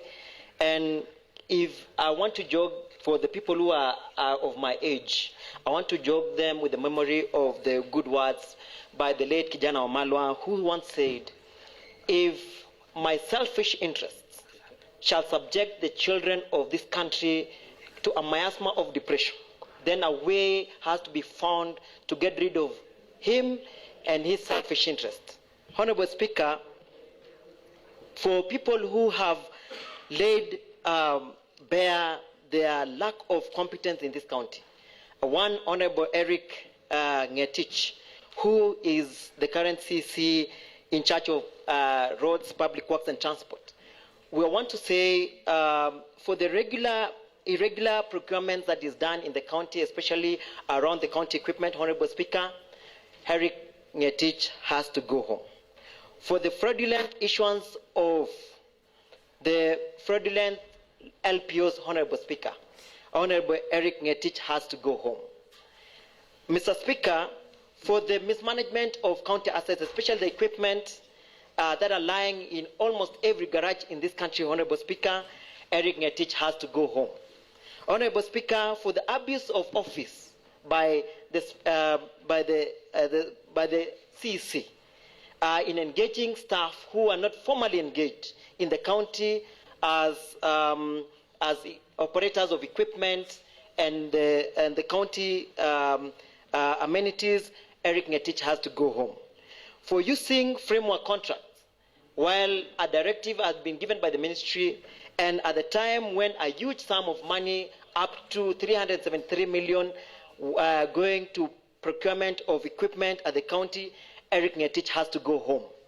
Honorable Speaker, analyzing the pending bills reports of that we gave last year, in November last year, we looked through the analysis of the department allocation between the year 2019 and 2021. Honorable Speaker, the department had gotten an allocation of 2,871,160,000, and the same department had spent 2,593,900,000, leaving out a balance of 275,260,000. Honorable Speaker, the same department had a pending bill at that time of 676,340,000. For those of us who may not be mathematicians in this room or accountants like myself, you ask yourself, how did a department that left out a balance of 275,160,000 generate a pending bill of 676 million? It can only be concluded that this department engaged fraudulently in procurement that did not have a budget allocation, and for that reason, Erick Ngetich has to go home. Honorable Speaker, mishandling of construction in the governor's residence. Honorable Speaker, the contractor had been terminated in the year 2021 June. However, due to whatever reason, the same contractor was reinstated in the year 2023 May. An amount of Kenya shillings 7.5 million was paid to the contractor, and the contractor disappeared into thin air. Honorable Speaker, someone has to go home. Honorable Speaker, I stand here today, and the roads that have been earmarked to be done by the county equipment, namely in my ward, Cap Wesley, Cap Sengeri Road, was done, is a 2-kilometer road, and the dumping was done for 800 meters, and the equipment disappeared. Honorable Speaker, someone has to go home. Honorable Speaker, for the top plan, Kipchobos, KT28 to Mbala Road, that was just graded and no dumping has been done, someone has to go home. Honorable Speaker, for Kimulot Primary School, Kolongate and Busait Road, and grading has been done, no dumping has been done, and the children going to that school, Honorable Speaker, are going through mud, someone has to go home. Honorable Speaker, I want to mention, and quickly as I finish, I want to mention a few engagements that have been done in this department that will shock everyone. One of them is the NAC Bridge. Contractor commenced works in 2021 and got stalled immediately because of the fraudulent procurement process. Number two, Kinyanga Bridge, done in 2021 and saved by water in 2023 because of poor and supervised workmanship. Honorable Speaker, someone has to go home. Kiswahili Bridge commenced in 2022 and stalled amid the river up to date because of fraudulent procurement. Someone has to go. Mugeni Cultural Center. And I want to say why we are bringing this liability to Honorable Erick is because he is in charge of public works. The people who are supposed to supervise the works being done in the county are under his watch. And for Mugeni Cultural Center, given to two different contractors, one contractor paid for the works not done. Someone has to go home. Chebunya Milk Processing Plant, same works has been issued and paid to various contractors. Someone has to go home. For Mechanical Service Bay, that has been mentioned by Honorable Dancel, and contract issued and fully paid, and the works are incomplete. Someone has to just go home. Washrooms for the mechanical workshops just across the county assembly, Honorable Speaker, they are fully paid and the works are incomplete. Erick Ngetich has to go home. Honorable Speaker, the materials lab work fully paid at the county works department, and the contract is fully paid and it is not functional since 2020. Someone has just to go home. Finally, Mr. Speaker, for using staff who have expired contracts for inspection and acceptance during key procurement processes, someone has to go home. For retaining staff whose contracts have expired and not formally engaging them or even following them to be engaged formally in the county, Erick Ngetich is responsible and he has to go home. For this case, Honorable Speaker, I want to say and conclude by just mentioning one thing. That while listening to you, Honorable Speaker, with the letter and your opening remark on your analysis or on the request of from the executive, I want to say I liken that to the mocking done to the children of Israel. Well, they constructed the walls of Jerusalem, and you know when Tobiah and Sanballat had to mock them and told them, you're building a wall that if a fox walk on top of it, it would fall. I want to tell honorable members, no one can mock this assembly and tell them whatever we're doing will fail. We will not fail, honorable members. We want to take this thing to logical conclusion and ensure that justice is delivered to the people of BOMET County. Honorable Speaker, I support the motion. Thank you so much. Thank you very much, Honorable Erick Kirui. Honorable Richard Ruto. Okay, thank you very much, Mr. Speaker, for giving me this opportunity. I stand, Mr. Speaker, on behalf of the people of Chemaner, just to hear their grievances. And, Mr. Speaker, I want to say that what my able Vice Chair, Mr. Speaker, has moved, Mr. Speaker, I want to say that it is really very embarrassing for the whole county, Mr. Speaker, to watch while it is running in a very pathetic condition, Mr. Speaker, and we have very serious people here, Mr. Speaker. One, Mr. Speaker, I stand on behalf of those who are working in the Department of Road, Mr. Speaker. One of those who have received these heavy machineries, Mr. Speaker, I want to attest to this house that I am one of them, Mr. Speaker, and it came to my ward on 22nd of May, Mr. Speaker, up to date, Mr. Speaker. It has never done anything, Mr. Speaker. It is only some few kilometers which have only been created. And I want to assure this house that we are really suffering in our ward, Mr. Speaker. And though we are suffering as members of County Assembly representing different wards, Mr. Speaker, I want to say that those who are running or those who are operating this machine, Mr. Speaker, are really crying. All those members who have said that they have received the machine in their ward, Mr. Speaker, most of them have been supporting the operators who are running this machine in various wards, Mr. Speaker, because one, the staffs who are running this machine, Mr. Speaker, are not in payroll. Two, Mr. Speaker, they don't have allowances. They are just there, Mr. Speaker, under the masses of God, Mr. Speaker. I stand on behalf of them. Most of them, Mr. Speaker, when I stand as we speak, Mr. Speaker, some of them have been representing this county in different seminars and training, Mr. Speaker, but they are pocketing their pocket, Mr. Speaker, because there isn't any allowance given by the department, Mr. Speaker, when they are representing their county. Mr. Speaker, I stand in support of the motion in removal of the none other than Erick Ngetich, Mr. Speaker, in order for this county to be run smoothly by those people who are very sober. Thank you very much, Mr. Speaker, and I support. Point of order, Honorable Speaker. What's your point of order, Honorable Chichi? Mr. Speaker, I want to revert to standing order number 59. Yes. When you made a statement that we should be mindful of time, Mr. Speaker, I'm a bit worried. The dossier that has been read by my good friend and namesake, the Honorable Peter Mutai from Sigor, is waiting. And I would seek your indulgence, Mr. Speaker, because the standing order number 59, section number 2 says that at the conclusion of the debate, the Speaker shall put the question. Mr. Speaker, I want to ask, in your wisdom, to allow these members to debate conclusively. Some of us, some information are coming to us as news. There was a time I quarreled Mutai. I was asking some pertinent information regarding the Department of Roads because I don't sit in that committee. At times I thought he was being mischievous because he was not able to disclose it to me. It's very interesting, Mr. Speaker. When members speak, this is vindicative. Kindly allow members to debate. We have already passed the procedural motion. We can order supper and take it here and continue. We want to prosecute every item.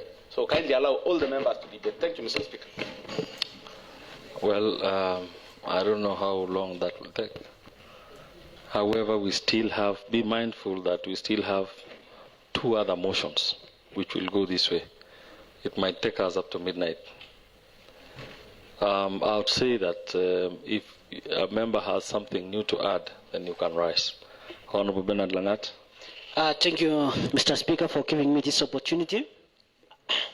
Allow me, Mr. Speaker, to support a motion moved by Honorable Mutai from Sikor.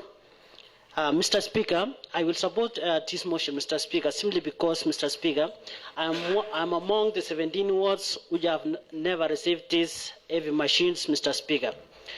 So for the people of Kimbu who I represent, Mr. Speaker, I want them to vindicate me because of this, Mr. Speaker.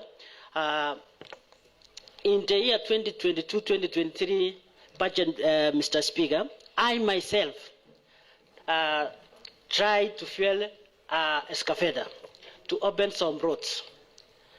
I used around 500,000 to open around 30 kilometers. These roads, Mr. Speaker, it was new, just opening and creating.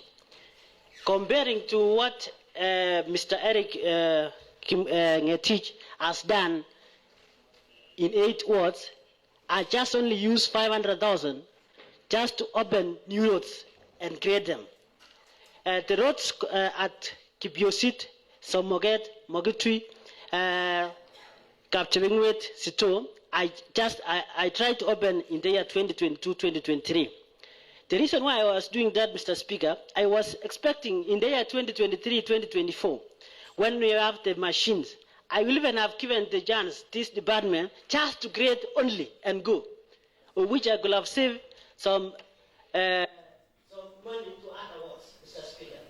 But given that the year has ended and nothing has been done, meaning even the 40 million I was waiting for the fuel to come and cover those roads, it is not that before, Mr. Speaker, and the year has just ended. So for this reason, Mr. Speaker, I just say I support the ouster of Mr. Erick Ngetich. Thank you, Mr. Speaker. Thank you very much. Bernard Langat. Honorable Changmori. Thank you very much, Honorable Speaker. I stand to support the motion. Honorable Speaker, having listened to our chair of roads of the pertinent issue that have been raised, I stand here, Honorable Speaker, to support reason being, Honorable Speaker, the first, when we were in the budget committee, we agreed for 10 kilometers in every ward. Later on, we reduced to 6 so that we make this process move very fast. Honorable Speaker, when we came to the committee and asked why these things are going very slow, they told us there is a problem in fuel. And I went personally and asked for this machine, and they say there is no fuel. I really wonder, Honorable Speaker, to hear that the fuel that we budget in this house is not there, and we need to know this allegation, if it is true. Honorable Speaker, we also put in our budget all the total money for purchasing the heavy machines, and we are being told that there is no logbooks. Honorable Speaker, I want to urge this House that we move to the next stage of forming a committee, another committee, to do more investigation, because these are serious issues. We need not to listen as our people down there are waiting. When you go to any functions, we are being asked, where is these machines? And we were giving them that it is raining. I know most of the members were complaining of rain, and God has given us a lot of rain, and then we use the rain everywhere, trying to make our people to be happy. Finally, Honorable Speaker, there is no rain. So there was nothing that we can say, but also to follow the right thing. So the Honorable Speaker, I want to mention something on culverts. Honorable Speaker, I tried to ask my colleagues the 8 wards that the machines have gone to, and there is no any culverts that was made. And in our budget, we have 5 million. I try also to investigate the footbridge and the bridges in the county. There is anyone constructed. And we have 18 million for footbridge. We have 25 million for bridges. Honorable Speaker, I stand to support this motion to move to the next stage of forming a committee. And this committee, I want to say, honorable members, let us move to the next step so that we get clarification, more clarification on these issues. Because we have so many people complaining outside. The contractors, all the people who are here in this county are complaining of pending bills. So we need to do more investigation so that we know who have been paid and who are, and the balance that are there. Because if there is nothing has been done, which means there is money in this county, which has been put somewhere. So we need to know by forming a committee, moving to the next step. That is why I urge members that we move to the next step. The next step is approving this motion so that we go to the committee of the other committee that will do investigation. Thank you, Honourable Speaker. I support on behalf of the people of Longisa. Thank you very much, Honourable Changmori. Honourable Felody. Thank you very much, Honourable Speaker, for this opportunity. Honourable, I've given to Honourable Felody, then it will be you, after you. Honourable Philip, just be patient. We allow her and you understand the way she is. Okay, thank you, Mr. Speaker, for giving me this opportunity. I also rise to contribute to the motion at hand. And Mr. Speaker, if my memory serves me well, I remember this county assembly passing an amendment to one of the standing orders to allow the county executive committee members to attend sessions and be able to represent themselves whenever there is an issue of concern. To my shock, Mr. Speaker, the motion mover is also the chair of the same committee. And to me, I was expecting the motion mover to call the executive committee member in question to represent himself before the House before we proceed with this process. Mr. Speaker, I'm also a member of the GNC community, and I refuse to bow to the increasing pressure, and I will not fear anything to be the only one to oppose this motion. That point of order, Mr. Speaker. What's your point of order? I wish to inform the honourable member, Mr. Speaker. Do you wish to be informed, Honourable? I do not wish to be informed, Mr. Speaker. All right. Okay, Mr. Speaker, I want to inform the House, Mr. Speaker. Sorry. We will allow her to finish, then you will contribute also. I wish to inform the House, Mr. Speaker. You can only Speaker, I'm direct on the my way chair. finishing my point, and I do not. I am protect me. I do not need any confusions at this minute.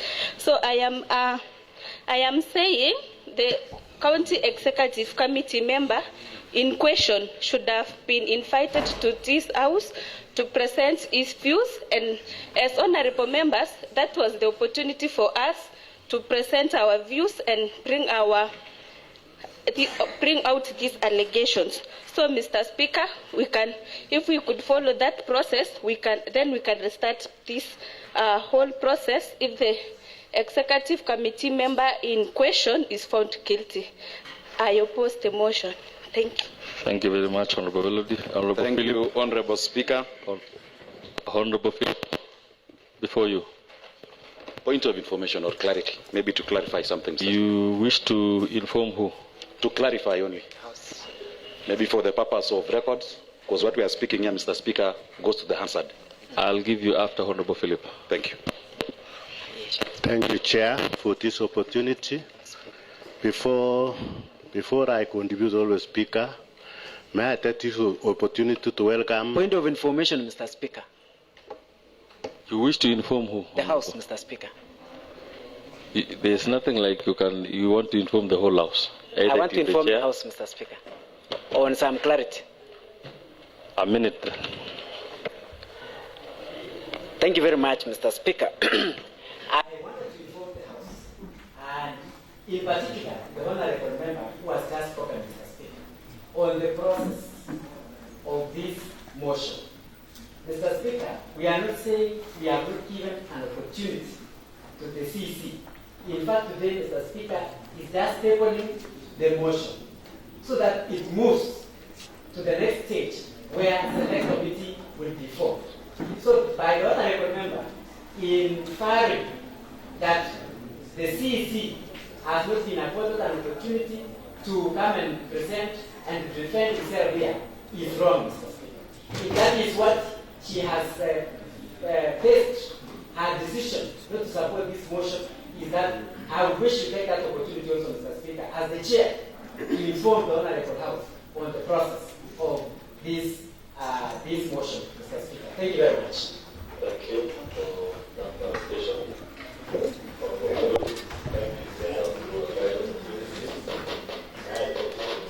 Welcome, former Speaker of this county, his chairman today. Welcome, former Speaker. Honourable Speaker, may I beg to support the impeachment of CEC in charge of roads and transport, Honourable Speaker.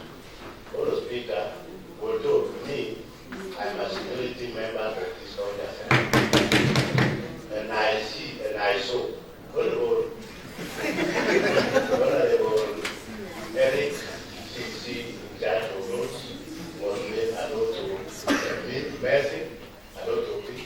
You notice creating of many fish when he was a CEO of roads was made a very easy. This department of roads is a road department in this county. If you don't change this CEC for the speaker, this county is closing currently. Honorable Speaker, as our expectation in our work for the speaker, because we are oversight representation, the people in the ground ask this development, but no development, especially road development. Other development is so bad, it is fair, but road development, Erick has to go.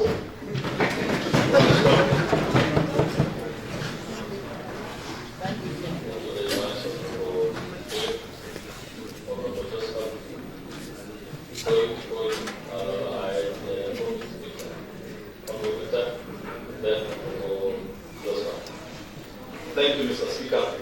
I also rise in support of the motion of dismissal from office. There is one Erick Ngetich, who acts up to now the CECM in charge of roads, public works, and transport. Before I prosecute my case, Mr. Speaker, I would like to make some information clear to Honorable Kirui, who is our youth representative in this honorable house.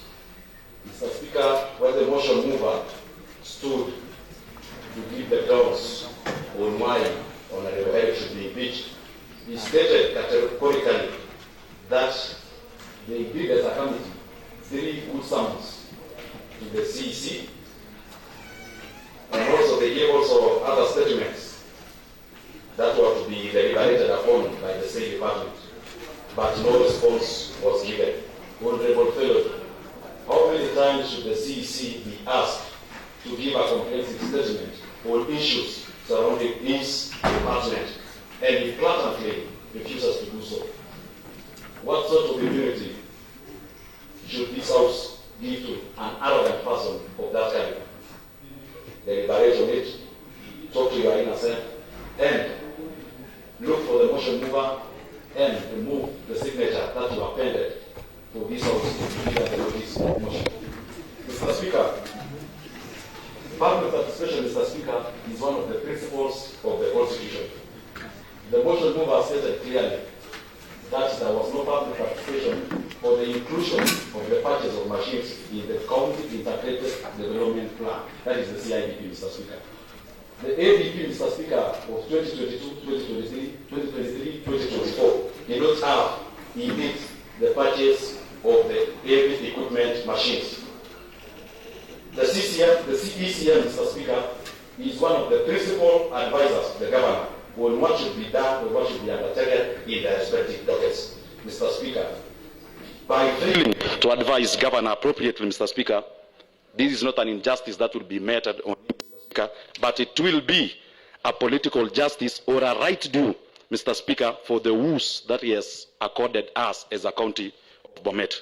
Mr. Speaker, ranging from what has been said by the motion mover, that is the financial impropriety, Mr. Speaker, abuse of office, the gross misconduct, the negligence, the lack of transparency, Mr. Speaker, those amounts or those allegations, Mr. Speaker, that are yet to be proven on a later date, Mr. Speaker, warrants this House to initiate a dismissal of the CECM, Mr. Speaker. Our honorable member here, Mr. Speaker, Honorable Kipchirchir, Mr. Speaker, the machines stayed at his place for 6 good months, Mr. Speaker. And in return, what did these machines do, Mr. Speaker? It's only 1.1 kilometers that were done in a record of 6 months, Mr. Speaker. Mr. Speaker, I do also come from this town, Mr. Speaker, and I've always had an opportunity to engage with the business status of BOMET County, Mr. Speaker. We only have 4 petrol stations here, Mr. Speaker, in BOMET County or in BOMET Town. There is no single petrol station, Mr. Speaker, that has made over 20 million sales, Mr. Speaker, in this financial year of 2023-2024, Mr. Speaker. Where did the 40 million, Mr. Speaker, go to? That is a big question tonight, Mr. Speaker. Mr. Speaker, this House will go on record having vindicated itself, Mr. Speaker, by refusing to dine and wine with people, Mr. Speaker, who cannot or who can't walk to the officers that they took an oath to, that they will always do the right thing there, Mr. Speaker, and give the respect to the Constitution of Kenya, Mr. Speaker. Mr. Speaker, we're bringing forth Honorable Erick to the Axeman, Mr. Speaker. This is not, Mr. Speaker, witch hunt. We're not out for political witch hunt, Mr. Speaker. We are doing what the people of BOMET gave us to do. The mandate, Mr. Speaker, and our Supreme Constitution always gives us in Article 1 that power belongs to the people, Mr. Speaker. The powers may, Mr. Speaker, underline not mandatory. May, Mr. Speaker, as has been said always. But it gives the people its sovereign powers over it, Mr. Speaker, and we are just the representatives of those people. This is an emotive issue, Mr. Speaker. As you can see, the members of public in the gallery, they are agitated, Mr. Speaker. I'm not trying to cast aspersions, Mr. Speaker, but if we are not going to do the right thing, Mr. Speaker, I think we will need the GSU to whisk us out here, Mr. Speaker, later when we shall finish this debate. I'm not trying to cast aspersion, Mr. Speaker, and if this will be done, Mr. Speaker, I won't take any responsibility over it. Mr. Speaker, I support the motion at hand. Thank you. Thank you, Honorable Victor, Honorable Josephat, and that will mark the end of the debate, and we proceed to the question. Well, thank you, Honorable Speaker, for this opportunity. I stand to contribute to this weighty matter, Mr. Speaker. But before, allow me to first of all welcome the members at the gallery, the Speaker, and secondly, earlier in the week, Mr. Speaker, or earlier in the last week, we had a very unfortunate incident in my ward. And allow me at this moment, Mr. Speaker, to extend a message of condolence to the family of the boy who was shot by one of the brutal police officers, Mr. Speaker, at a small shopping center known as Masese, Mr. Speaker, in very, very unclear circumstances. Mr. Speaker, I want to use this opportunity to condemn the brutal murder of the boy and call for justice in that due process, Mr. Speaker. And Mr. Speaker, I'm rising at this point in time to support the dismissal of one Honorable Erick Ngetich as the CCM in charge of roads, public works and transport, Mr. Speaker. Mr. Speaker, I want to begin by saying this is a process that was long overdue, considering the weighty issues that have been arising within the Department of Roads, Public Service and Infrastructure. Mr. Speaker, I happen to be a member of the Roads Committee, chaired by good friend Honorable Peter from Sigei Ward. Mr. Speaker, and I'll begin by saying this Honorable Erick Ngetich, alias Sultan, Mr. Speaker, has always failed to give responses to the very many correspondences that have been sent by the committee in questions, various questions and statements that have been asked by the various members representing different wards, Mr. Speaker. Mr. Speaker, this is a vindicative moment, Mr. Speaker, that the committee will be shouldered the burden of explaining the various misinformation that has been out there, and Mr. Speaker, the failure of the CC to perform in his docket duly or the way we have always expected. Mr. Speaker, I must laud the members who have risen to the occasion and supported this motion so that we ouster this CC in charge of roads, Mr. Speaker. Mr. Speaker, our oversight role has always been very difficult for us to operate. For this reason, Mr. Speaker, if we must oversight, we need works to have been done. And Mr. Speaker, various members here have mentioned that in their wards nothing has really been done. Sigei ward inclusive. And Mr. Speaker, how else shall we exercise oversight if in the first place nothing has been done? Mr. Speaker, we after a very long deliberation, we gave a leeway for the governor and the CC to proceed and procure and acquire this heavy equipment, Mr. Speaker. Mr. Speaker, it has to be known that even by so doing, we went against the rules and the existing regulations that whatever has to be done must be within the CIDP, must be within the annual development plan, Mr. Speaker. Mr. Speaker, even having going out of our way, Mr. Speaker, at what point did the CEC change the plan that was supposed to be done? Because initially, Mr. Speaker, we had agreed that let us acquire a set of equipment, that is a grader, a roller, some set of tippers for a particular sub-county, Mr. Speaker. But upon acquiring this heavy equipment and machinery, Mr. Speaker, it is clear that this equipment were only directed to 2 sub-counties, that is Sotik and Konoin, Mr. Speaker. And later on, there is a sudden change of plan. And Mr. Speaker, I'm also aware that some of the members within those sub-counties, they were not allowed to have access to those equipment just because maybe of political differences, just because of differences between the CEC and the member. Mr. Speaker, even those people who are represented by those members, they belong to this county government of BOMET, and they equally deserve development like any other.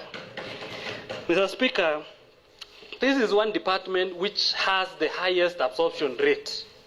Mr. Speaker, even as we budget and do a lot of appropriation here, Mr. Speaker, we allocate huge resources to the Department of Roads for maintenance of roads and all that, Mr. Speaker. But it is very surprising that the works at our various wards are at questionable state, Mr. Speaker. And for us to have development, this Erick Ngetich must go.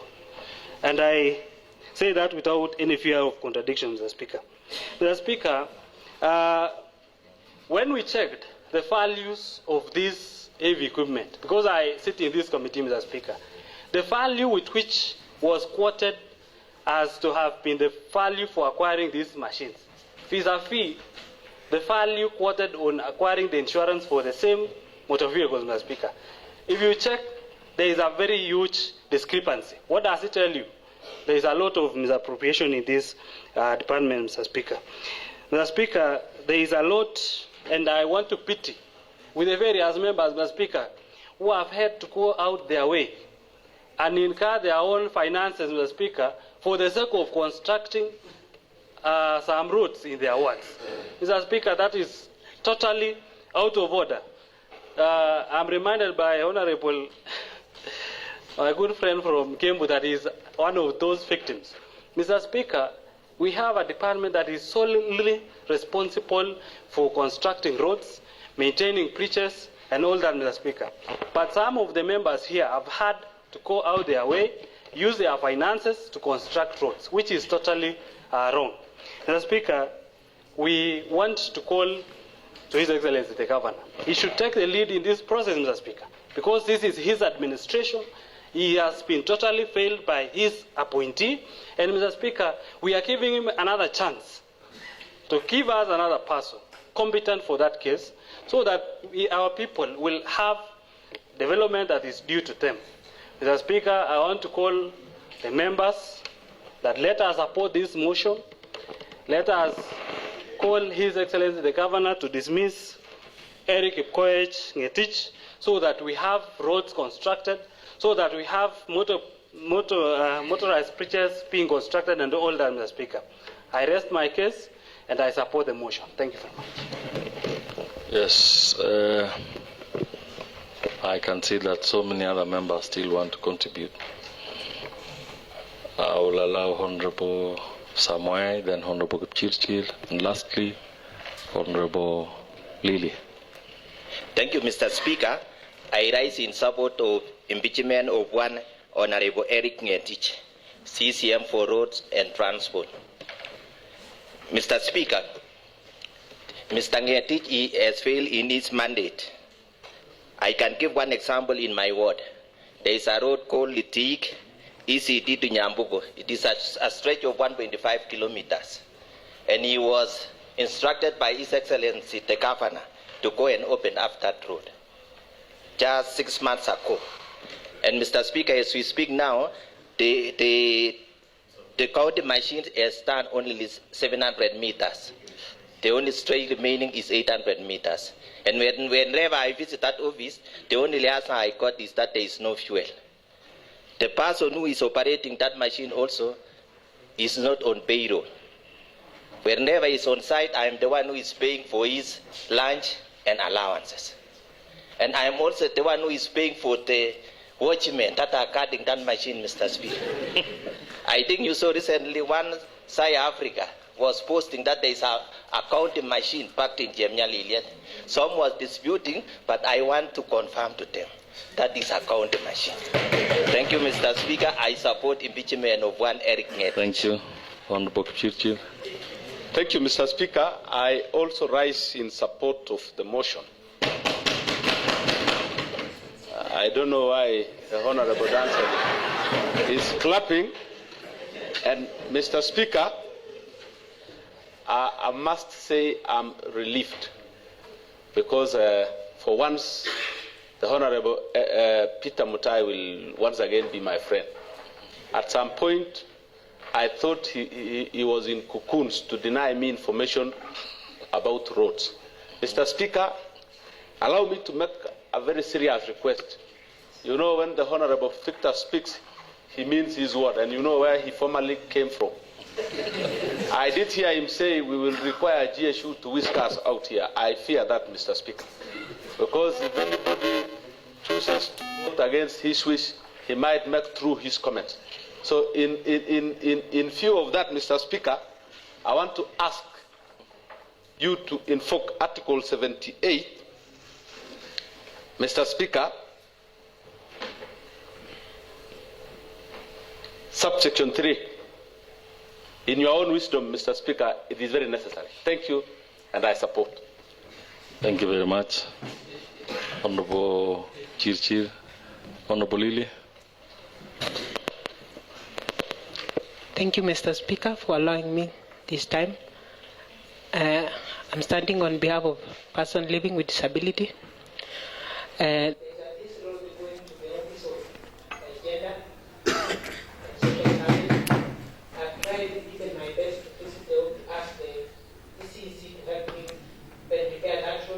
Person with disability, they can't even access the office.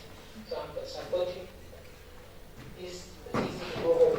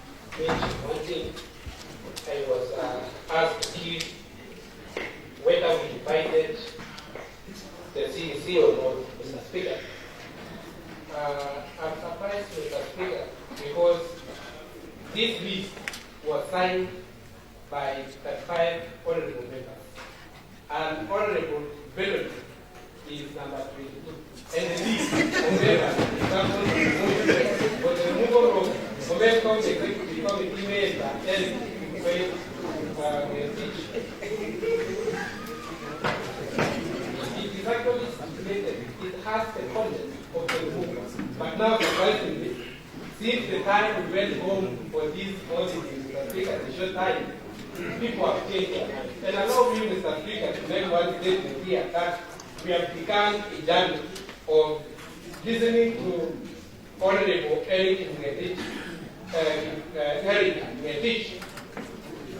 Honorable Fellow, we shall give him a chance. We shall listen to him. But it is now the beginning of his removal.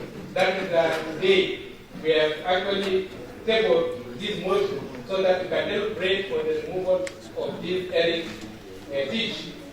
And Mr. Speaker, in starting order number 71 for Mr. Speaker, that any signature amended to the list and provided under shall not be withdrawn. So, Mr. Speaker, allow me to urge honorable members that let us start together this journey, let us end together, and don't allow money to take actually what is right for the people of BOMET County. Please let us all move together up to the end. Thank you, Mr. Speaker. Okay. Thank you very much. Thank you very much, Honorable Mutai.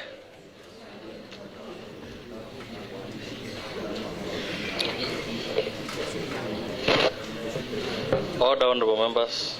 Let's hear this.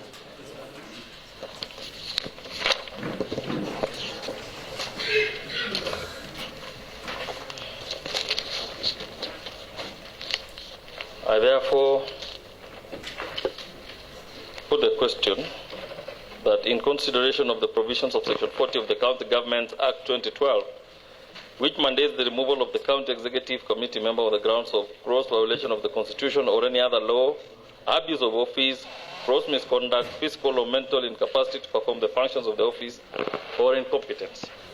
Whereas Honorable Erick Ngetich, the County Executive Committee member in charge of roads, public works, and transport, has committed acts that are contrary to the expected conduct of a public officer, as enshrined in our Constitution and other relevant laws, aware that a state officer, having taken and subscribed to the oath of office pursuant to provisions of the Constitution, is duty-bound to uphold the dignity and respect for the office he holds.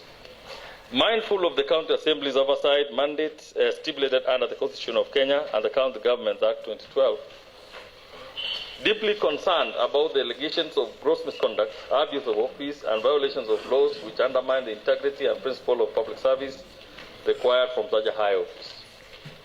This County Assembly, pursuant to the provisions of Section 40, Part 2 of the County Government Act 2012, and Standing Order 72 of the County Assembly Standing Orders, resolves that the Governor dismisses Honorable Erick Ngetich from the office of the County Executive Committee member of Roads, Public Works, and Transport on the following grounds.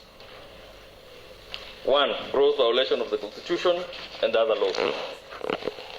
A. Failure to implement projects in the budget and adhering to the Public Finance Management Act.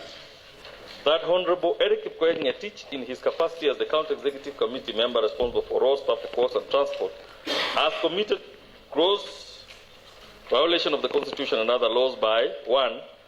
Gross misappropriation of funds, not implementing projects duly approved in the county budget contrary to the financial management principles enshrined in the Public Finance Management Act 2012. Honorable Ngetich failed to explain how he utilized 195 million for county roads and 78 million for county cross-cutting roads in the financial year 2023-2024. In light of the project's worth the amount, it can only be concluded that the amount has been misappropriated, violating Article 201D of the Constitution, which mandates the prudent and responsible use of public money. 2. Exceeding budgetary allocations. Exceeding the amount set out for roads during his tenure, leading to the conclusion that he must be committing funds to projects without ensuring budgetary availability, in violation of the Public Finance Management Act 2012, Section 196(1)D, which requires adherence to budgetary allocations. 3. Irregular procurement practices.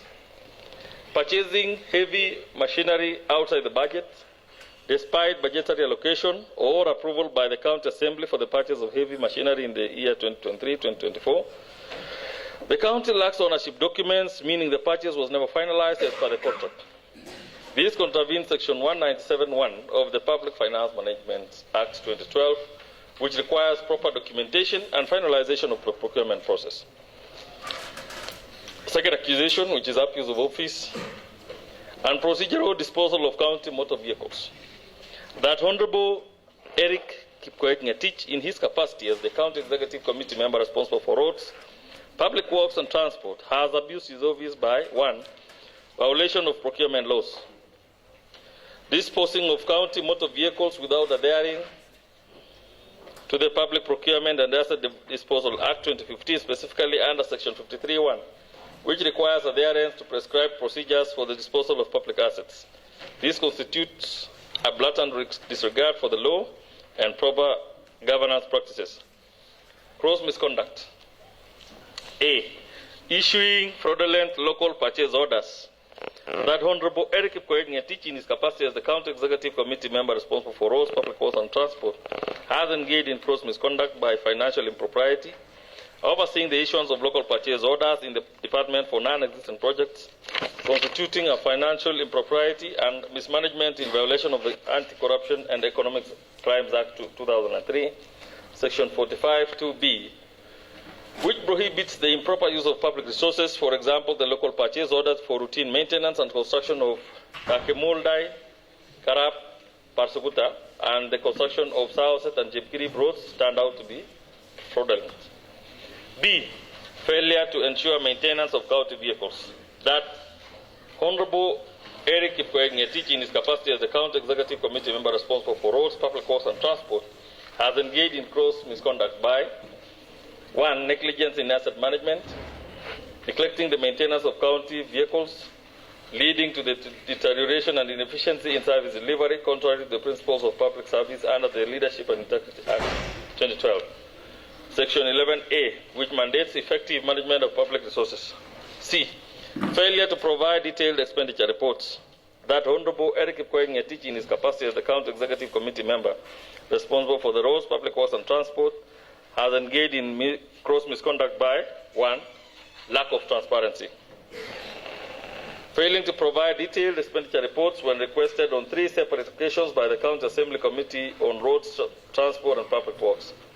This lack of transparency and accountability violates the principles of good governance and oversight as enshrined in Article 10 of the Constitution and the Public Finance Management Act of 2012. Incompetence. A. Underutilization of heavy machinery. That Honorable Erick Ngetich, in his capacity as the County Executive Committee member responsible for roads, public works and transport, has demonstrated incompetence by failure in resource management. Despite the county spending over 300 million on the purchase of heavy machinery, only 8 out of 25 wards have utilized these resources. This is despite arrangements and an adequate fuel provision budget of 40 million. This reflects incompetent leadership and a failure to effectively manage and distribute county resources, as the machinery was intended to serve all wards equally and benefit the entire county. Most of the heavy machinery has been grounded for significant periods, demonstrating a lack of proper management and utilization. This is in violation of the principles of public sector, public service under Section 10B of the Leadership and Integrity Act 2012. B. Unexplained pending bills. That Honorable Ngetich, in his capacity as the County Executive Committee member responsible for roads, public works and transport, has failed to address the growing number of unexplained pending bills, which continue to increase under his tenure, reflecting gross incompetence and mismanagement of county resources.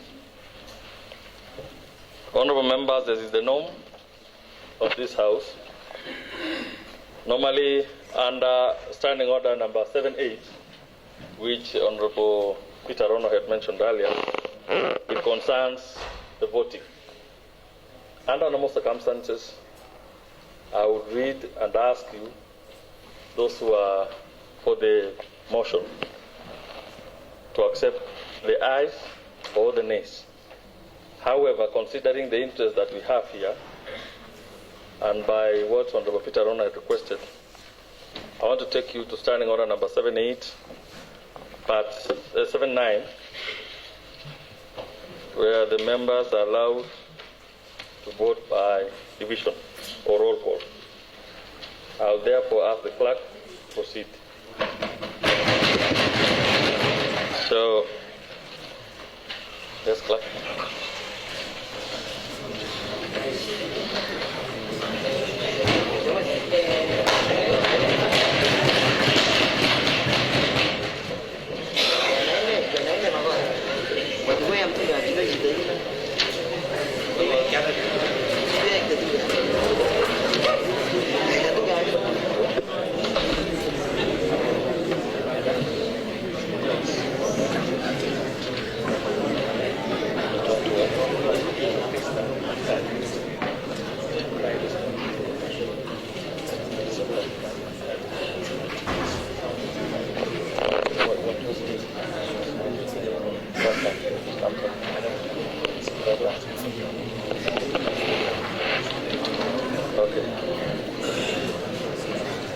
So thank you very much.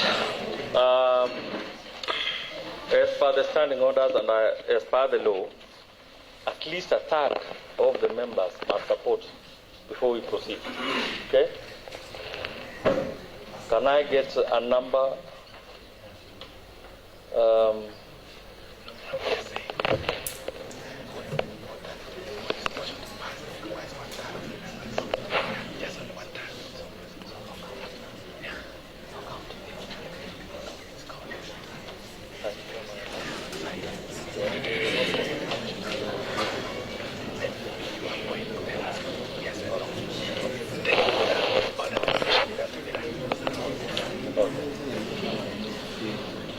So thank you very much. This is very technical. It's not easy. I must accept that this one is one of its kind. Now, I take you to standing order 81, part B. That is where all these will be given. Now, I'll need, because we are going to for roll call, I'll need the person representing the nays and the ayes. Who will represent the ayes? One of you to raise up. Honorable Victor for the ayes. Nays? Melody? Okay. So I'll proceed to the question. Mind that, order, honorable members. Mind that after I give the question, we will have to give first the bell. The bell for division will be rung. Then we'll proceed from there. So now that you have your pen ready, Honorable Felody, Honorable Victor. The good part is you are both youth representatives. So I think it's balanced. Okay? The Gen Zs. Yeah, so because I'm not going to call out, first of all, we'll have to call for 5 minutes. Is it necessary? Is the full house? Okay. Sanjina Tams, kindly ring the division bell for 2 minutes. Put the question. I'll put the question.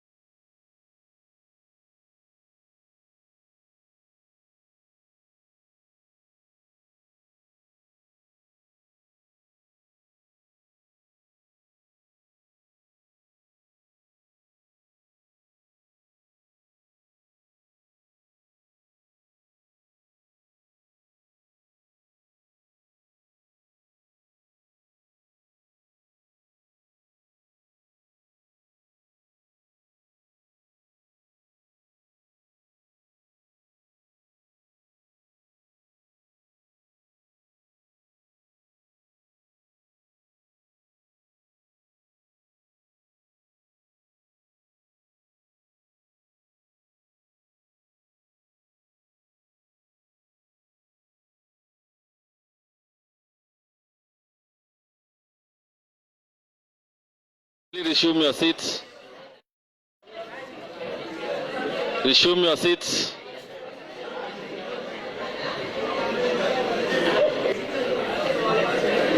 Kindly resume your seats.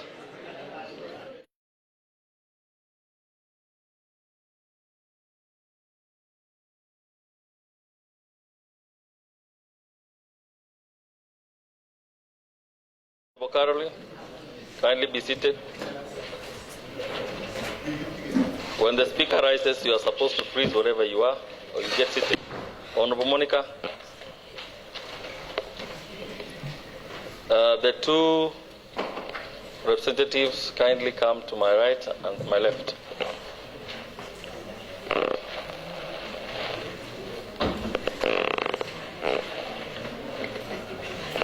Be given a seat.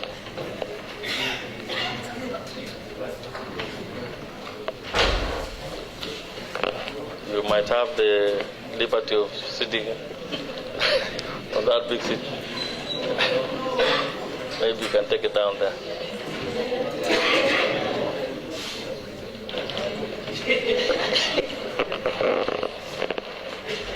Sergeant at times, kindly stand that chair.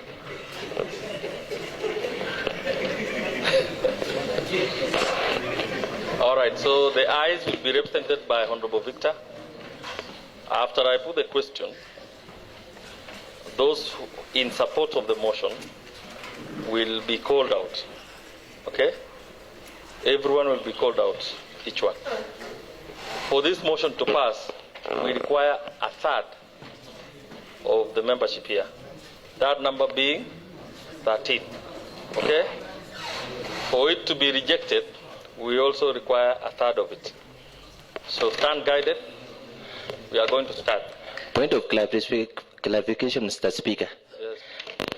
I think it is more than half, not a third. It's actually a third. For the motion to pass, a third. Consult your standing orders. Honorable Samuel. Ready? Yes.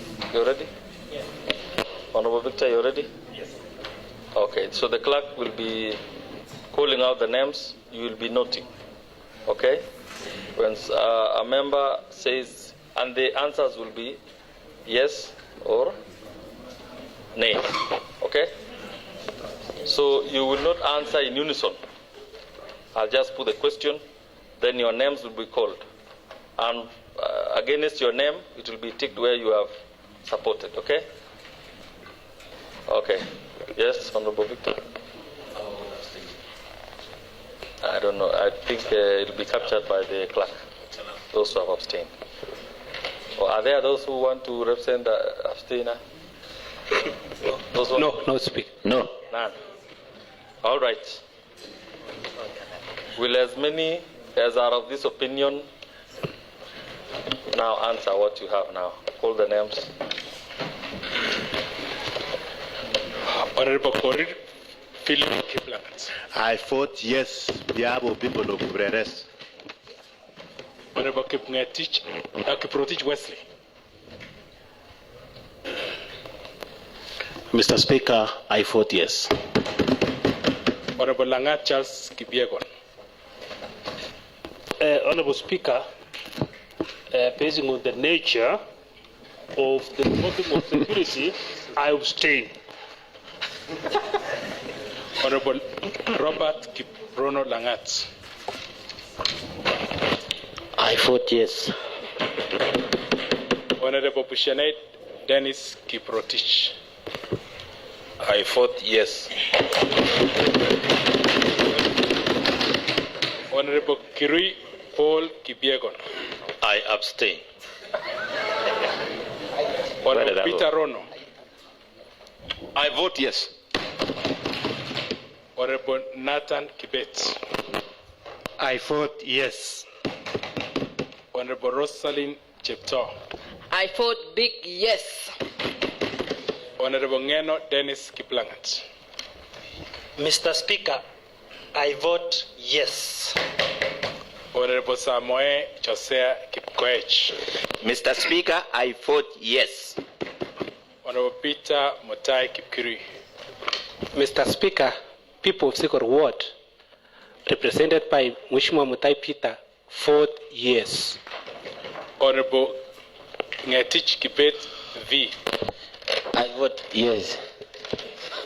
Honorable Bernard Kimutai Rotich. I vote yes. Honorable Langat Peter Kipkorir. Mr. Speaker, I vote yes in capital. Honorable Langat Bernard Kipkorir. On behalf of people of Kembu, I vote yes. Honorable Koech Stephen Chagmari Kipngetich. On behalf of Longisa, I vote yes. Honorable Ruto Richard Cheriot. I, Richard Cheriot Ruto, on behalf of Chairman Ward, I vote yes. Honorable Chepkemoi Ann. I vote yes. Honorable Kirui Dancel Kipngeno.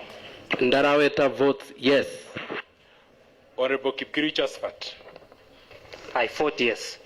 Honorable Rotich Leonard Kipkoech. Yes.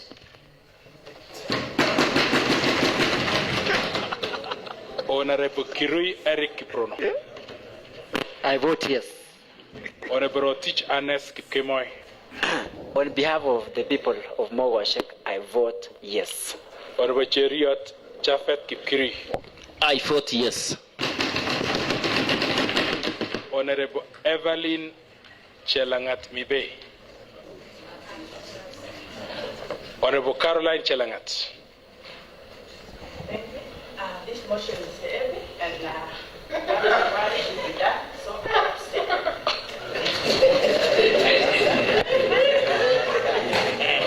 Honorable Monica Chemngetich Manyei. I abstain. Honorable Emily Cheriot. On behalf of all the wards in BOMET, I vote yes. Honorable Evelyn Sang. On behalf of all the women in BOMET, I vote yes. Honorable Cherono Karen. Mr. Speaker, I vote yes. Honorable Chemutai Naomi. Honorable Speaker, I vote yes. Honorable Olivia C. Koske. Honorable Vincent K. Mutai. Point of order, Mr. Speaker. Yes. I was called by Honorable Vincent Mutai to vote for you. Point of order, Mr. Speaker. It can only be done by the member himself. Yes. You don't vote by proxies. Honorable Victor. I vote yes. Honorable Chief Kirui Felody. I vote no. Honorable Catherine Chemngetich. I abstain, Honorable Speaker. Honorable Catherine Chemngetich. Yes, you called her.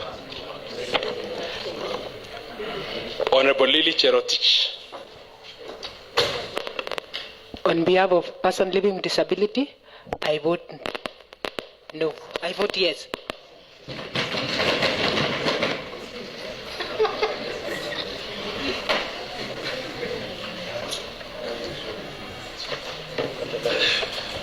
So, thank you very much for the voting that has happened. I will ask the nays. How many do we have? 1. Abstain? Clerk? How many abstain?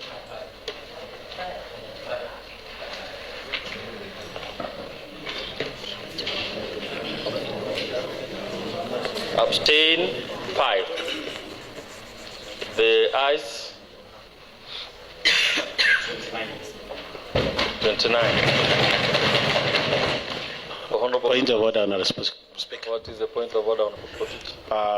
Owing to this fact, and every process must be followed duly, I bet you are supposed to give the opportunity to the tellers to go to the bar and present the results as it is. I've asked them. They have not gone to the bar. They needed to go. I think as it is, and because of the cameras, moving from this end to that end, they've done their best, and they've given. Or you want us to follow the real procedure? Yeah. Okay, proceed then. The two counters to the bar. And announce what you have. Point of order, Mr. Speaker. And those who abstain, Mr. Speaker, will represent them, because we also want to know. Maybe the clerk will represent them. Or one, well, actually, one who, amongst those who abstained, one of you to mention there.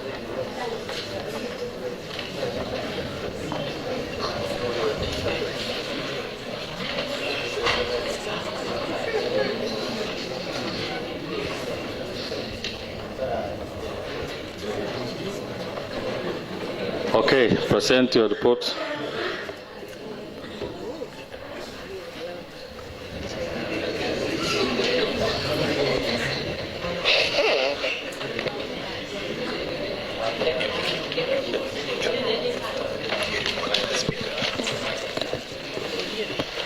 Honorable Speaker, after the voting, these are the results.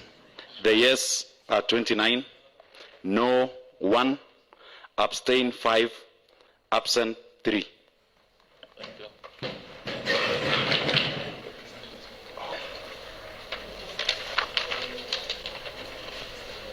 Thank you very much.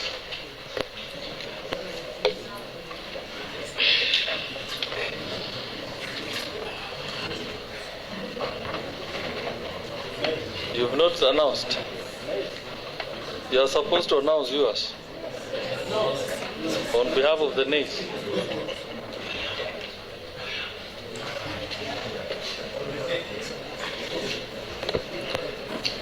Thank you, Mr. Speaker. After the voting, the nays are 1. Please, when you present to me.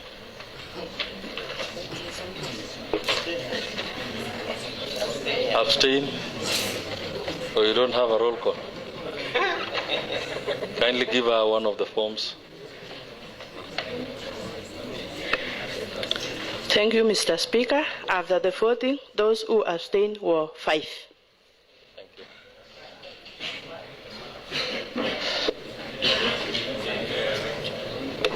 Up to that point, we are done with motion number 8. Therefore, the other process will proceed after this. We are going to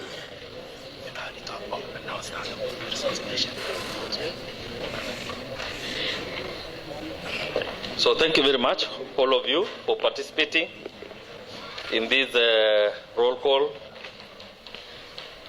I'm now going to announce the results that the nays were 1, only 1 vote. Those who abstained are 5. Absent were 3. Those who voted yes or aye are 29. And therefore, the ayes have it. We will now proceed to the next stage. Clerk. Order number 9, special motion.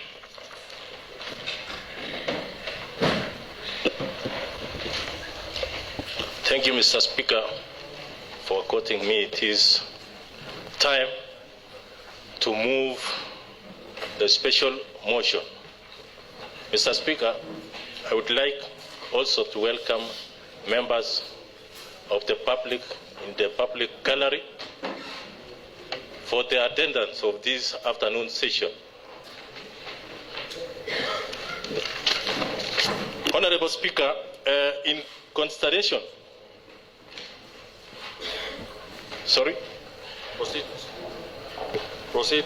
Special motion, dismissal of Honorable Joseph Ngetich-Kirui as the County Executive Committee member for Administration, Public Service and Special Program. Mr. Speaker, in consideration of the provision of Section 40 of the County Government Act 2012, which mandates the removal of a County Executive Committee member on the grounds of gross violation of the Constitution or any other law, abuse of office, gross misconduct, physical or mental incapacity to perform the functions of the office, or incompetence. Whereas, Mr. Speaker, Honorable Joseph Ngetich-Kirui, the County Executive Committee member in charge of administration, public service and special programs, has committed acts that are contrary to the expected conduct of a public officer as enshrined in our Constitution and other relevant laws. Mr. Speaker, aware that a state officer, having taken and subscribed to the oath of office pursuant to the positions of the Constitution, are duty bound to uphold the dignity and respect for the office he holds. Mindful of the County Assembly's oversight mandate as stipulated under the Constitution of Kenya and the County Government Act 2012, deeply concerned about the allegations of gross conduct, abuse of office, and violation of laws which undermine the integrity and principle of public service required from such high office.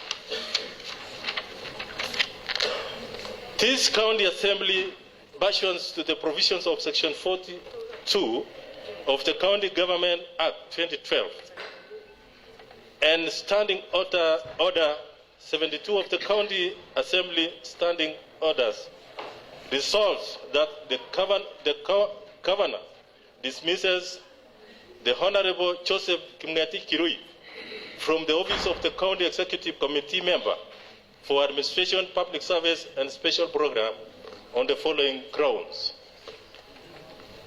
A, gross violation of the Constitution of any other law. And number one, under A, is failure to ensure payments of casual workers.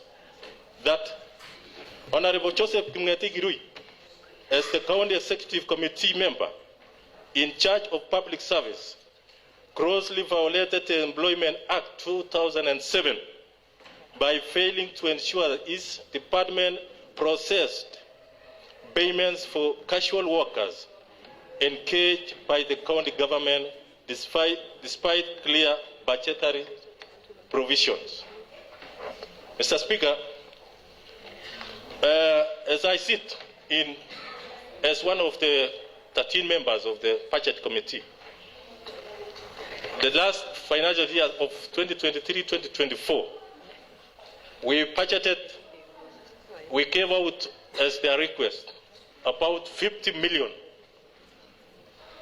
for casual workers and also 34 million under administration to make a total of 84 million. And up to now, the casual are still, they have never been paid for 8 months. Mr. Speaker, number two is that non-payment of village managers. That Honorable Joseph Ngetich-Kirui, in his administrative capacity as head of county administration, violated the principle of financial accountability and the Employment Act 2007 by neglecting to process payments for village managers for several months. Number three, failure to remit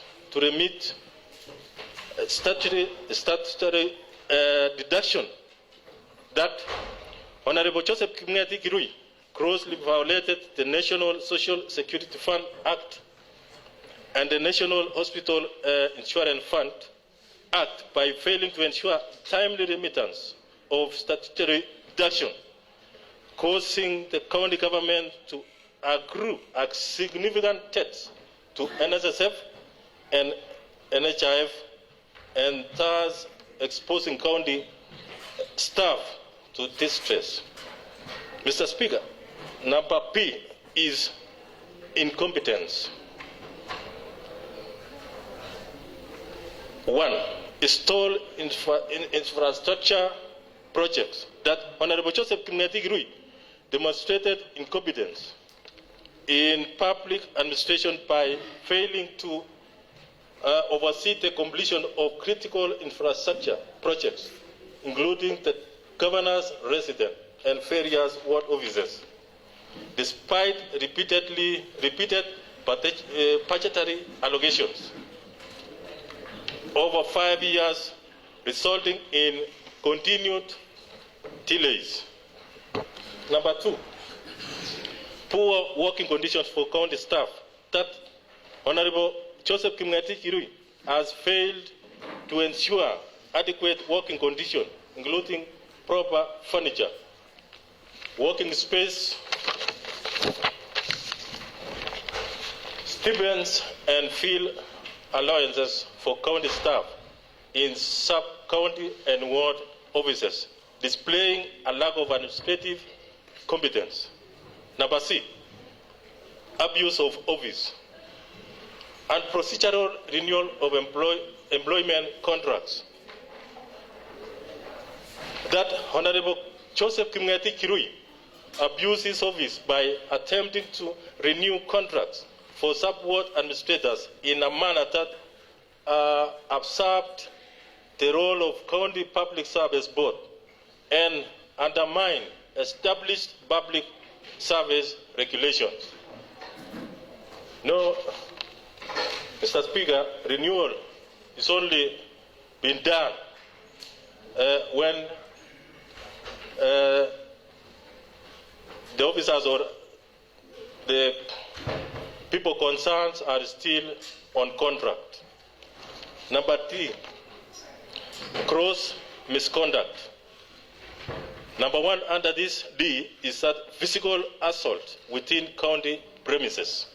That Honorable Joseph Kirui engaged in gross misconduct and violated the Penal Code Cap 63 and the Leadership and Integrity Act 2012 by attempting to cause physical harm to one Bernard Langat within the principle of the county offices. Number 2, failure to respond to assembly inquiries. That Honorable Joseph Kirui, by repeatedly failing to respond to questions posed by the County Assembly Committee, contravenes Section 39(2)A and B of the County Government Act 2012, showing a blatant disregard for legislative oversight. E.g., or for example, the one that was asked by Honorable Katam.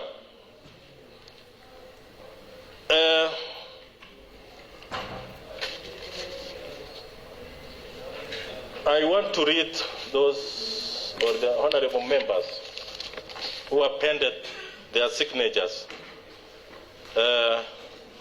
in support of the notice of motion. Before going to this, actually, the moving of the motion. One was Honorable Peter Langat, Honorable Paul Kirui, Honorable Richard Rudo, Honorable Joseph Samoe, Honorable Dennis Ngeno, Honorable Kibet Ngetich, Honorable Mutai Peter, Honorable Jospat Kipkirui, Honorable Daniel Dancel Kimngeno Kirui, Honorable Chafet Cheruyot, Honorable Chepto Roslin, Honorable Nathan Kibet, Honorable Pena Langat, Honorable Leonard Rotich, Honorable Lily Cherotich, Honorable Caroline Chelangat, Honorable Stephen Chang Morik, Honorable Erick Kirui, Honorable Victor Rob, Honorable Mutai Vincent, Honorable Emily Cheruyot, Honorable Ngetich, Wesley, Honorable Naomi Chemutai, Honorable Evelyn Sang, Honorable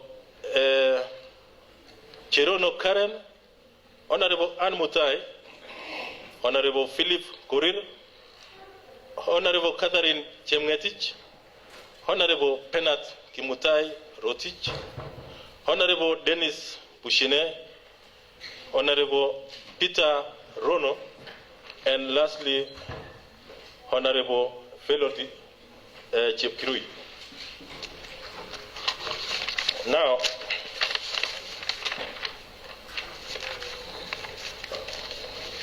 Mr. Speaker, I want to call upon the honorable members to support this motion, and I would like to give this chance or to urge Honorable Ernest Kipkemo to second this motion. Thank you.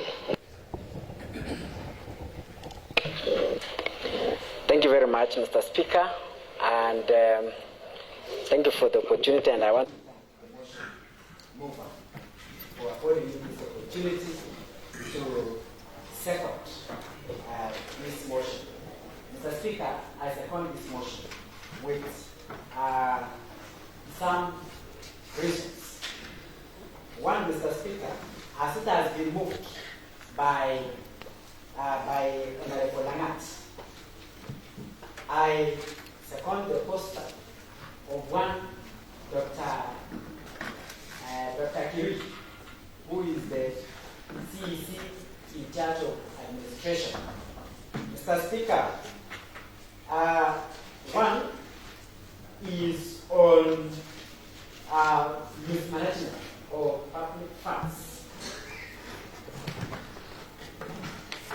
When we were making the budget, Mr. Speaker, where I'm a member of the budget committee, we had committed money to his department because he's in charge of workers as a CC in charge of administration. So we had given him a budget of 50 million to take care of all the cash in different departments.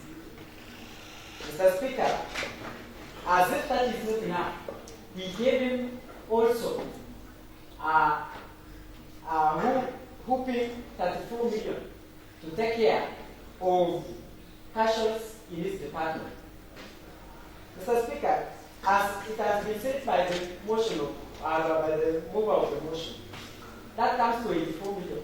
But today, so many cash were left unpaid. The cries and the woes of these cash, Mr. Speaker, will only be addressed by us housing out one Dr. Kirui.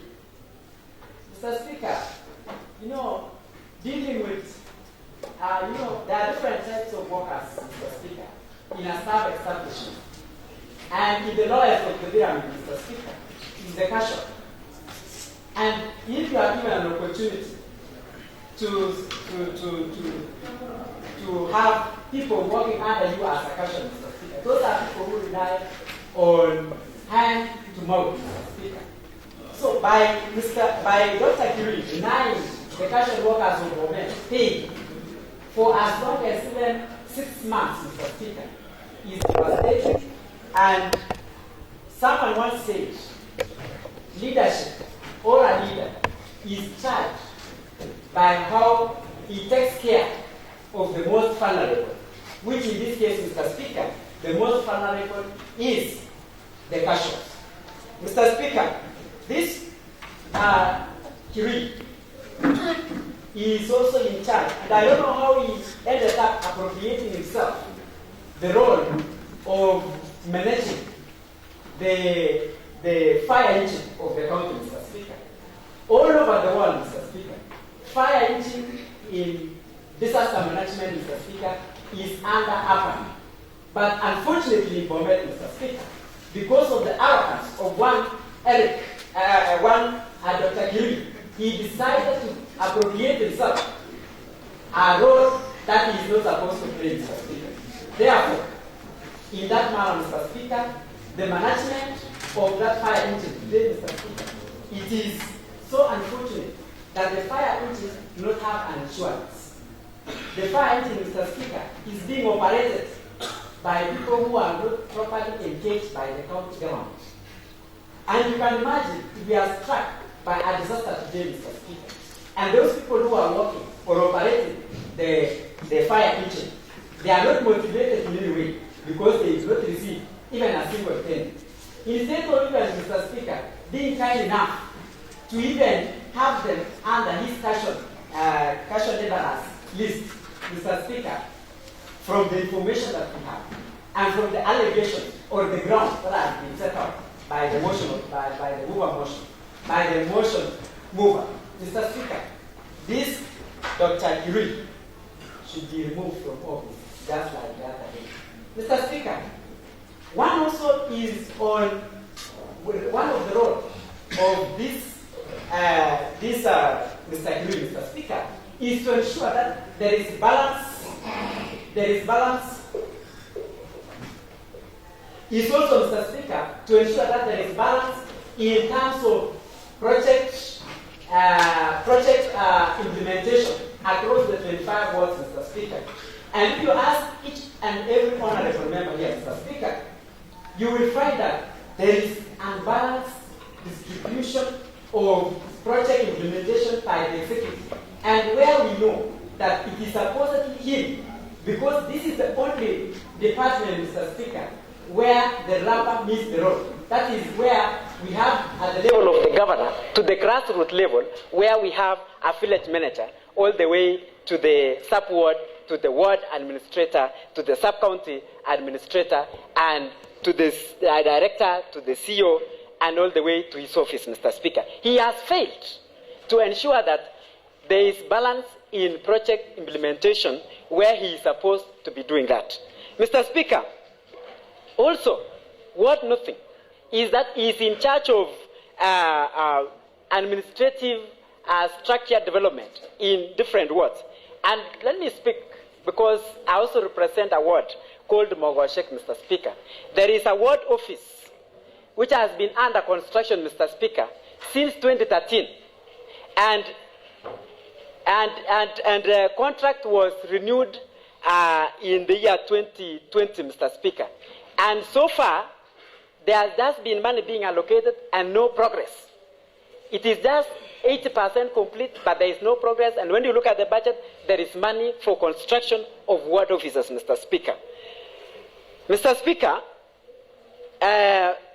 last but not least, Dr. Kirui, Mr. Speaker, as you've heard from the mover of the motion, I was trying to look at the penalty of assault, Mr. Speaker. If you look at a public servant, a civil servant, who in a state of communicating, you know, at times, Mr. Speaker, we all have different level of temperament. But if you look at this Kirui, Mr. Speaker, who in a state of giving instruction, and in this case, Mr. Speaker, moving from a position of a CEC to the level of administering or supervising casuals in the name of Bernard, who has been mentioned here, Mr. Speaker. He has moved and he is not doing his duty, Mr. Speaker. And even the wielding of the machete, Mr. Speaker, again as a staff in an office, Mr. Speaker, is dangerous. One, Dr. Kirui should be in jail. is dangerous to the people of BOMET, because if you carry a machete, Mr. Speaker, and you are in charge of an office like that of Dr. Kirui, then you should be labeled, you should be called out as a dangerous person in BOMET. Mr. Speaker, so that we ensure that there is safety for the people of BOMET, let us remove this machete-wielding CC1 Dr. Kirui, Mr. Speaker. Thank you very much. And I second the motion, Mr. Speaker.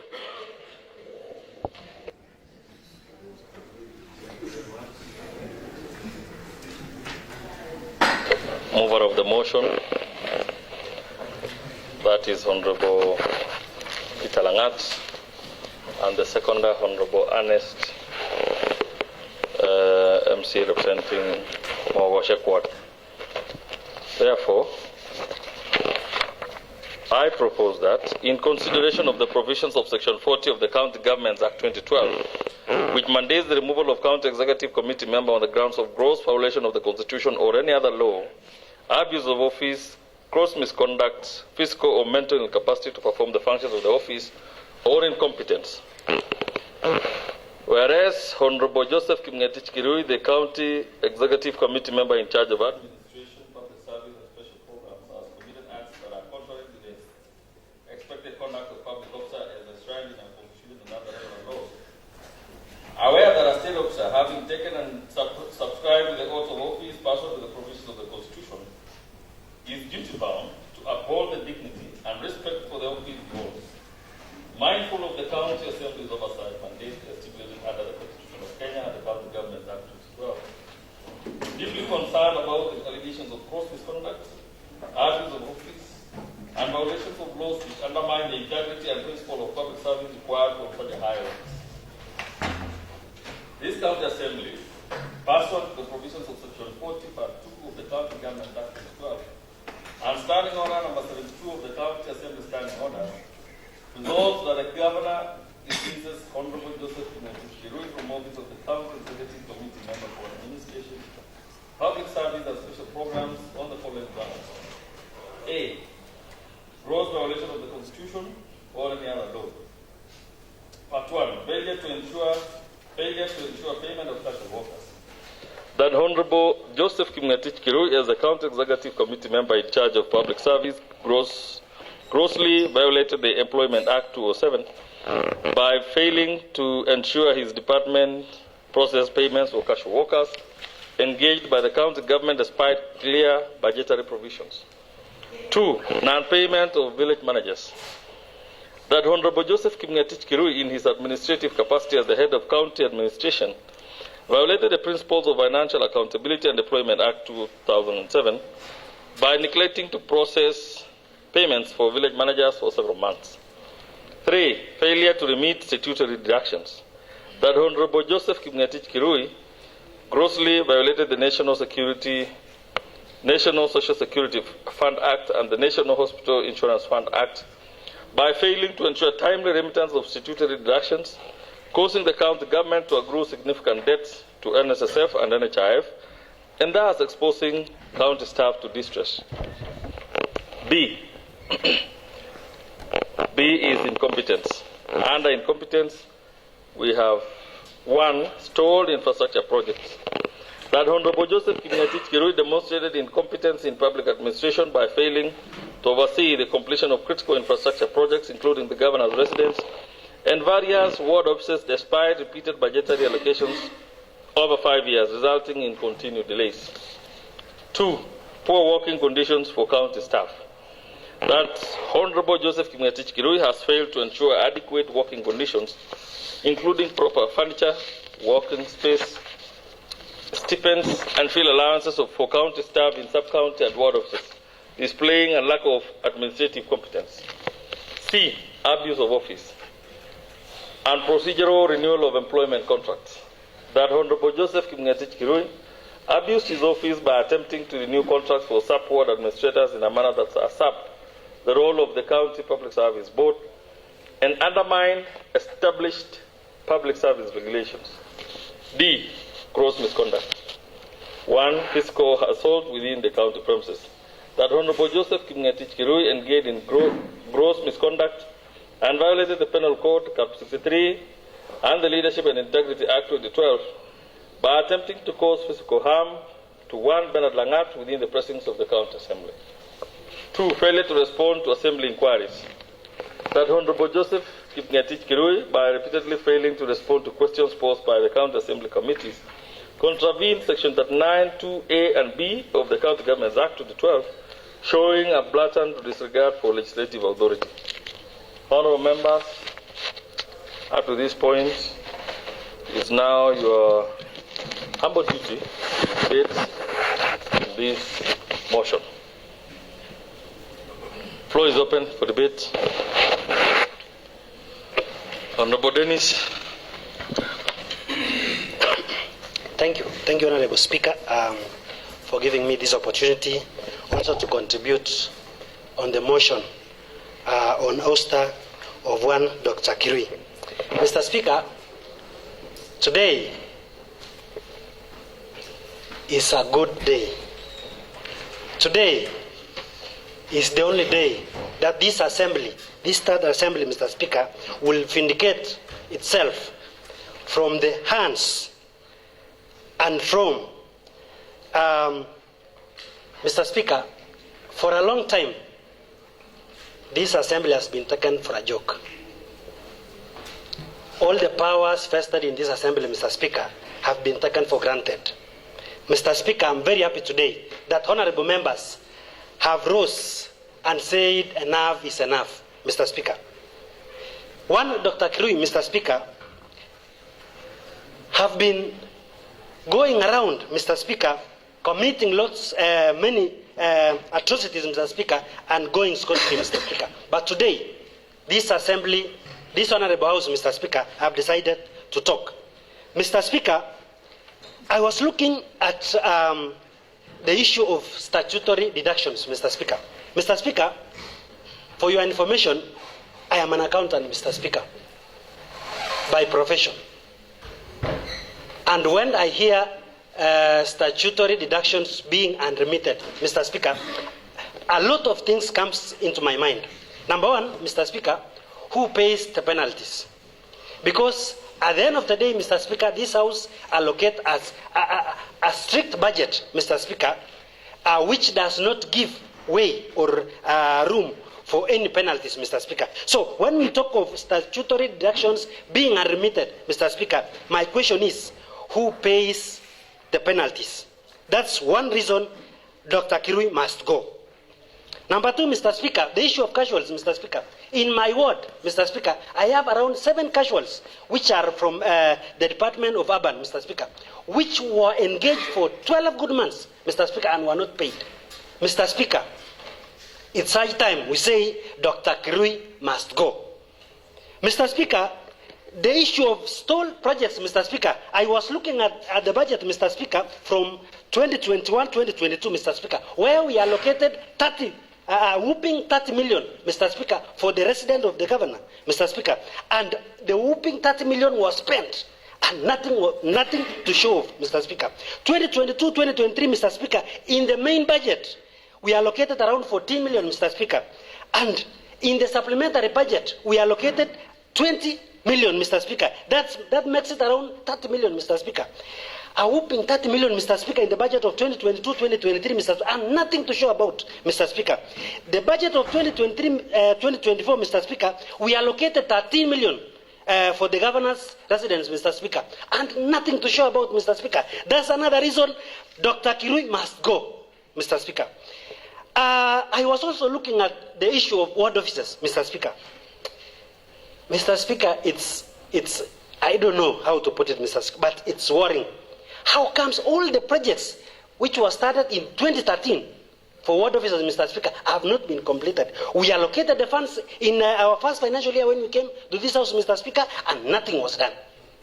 The whole budget was squandered.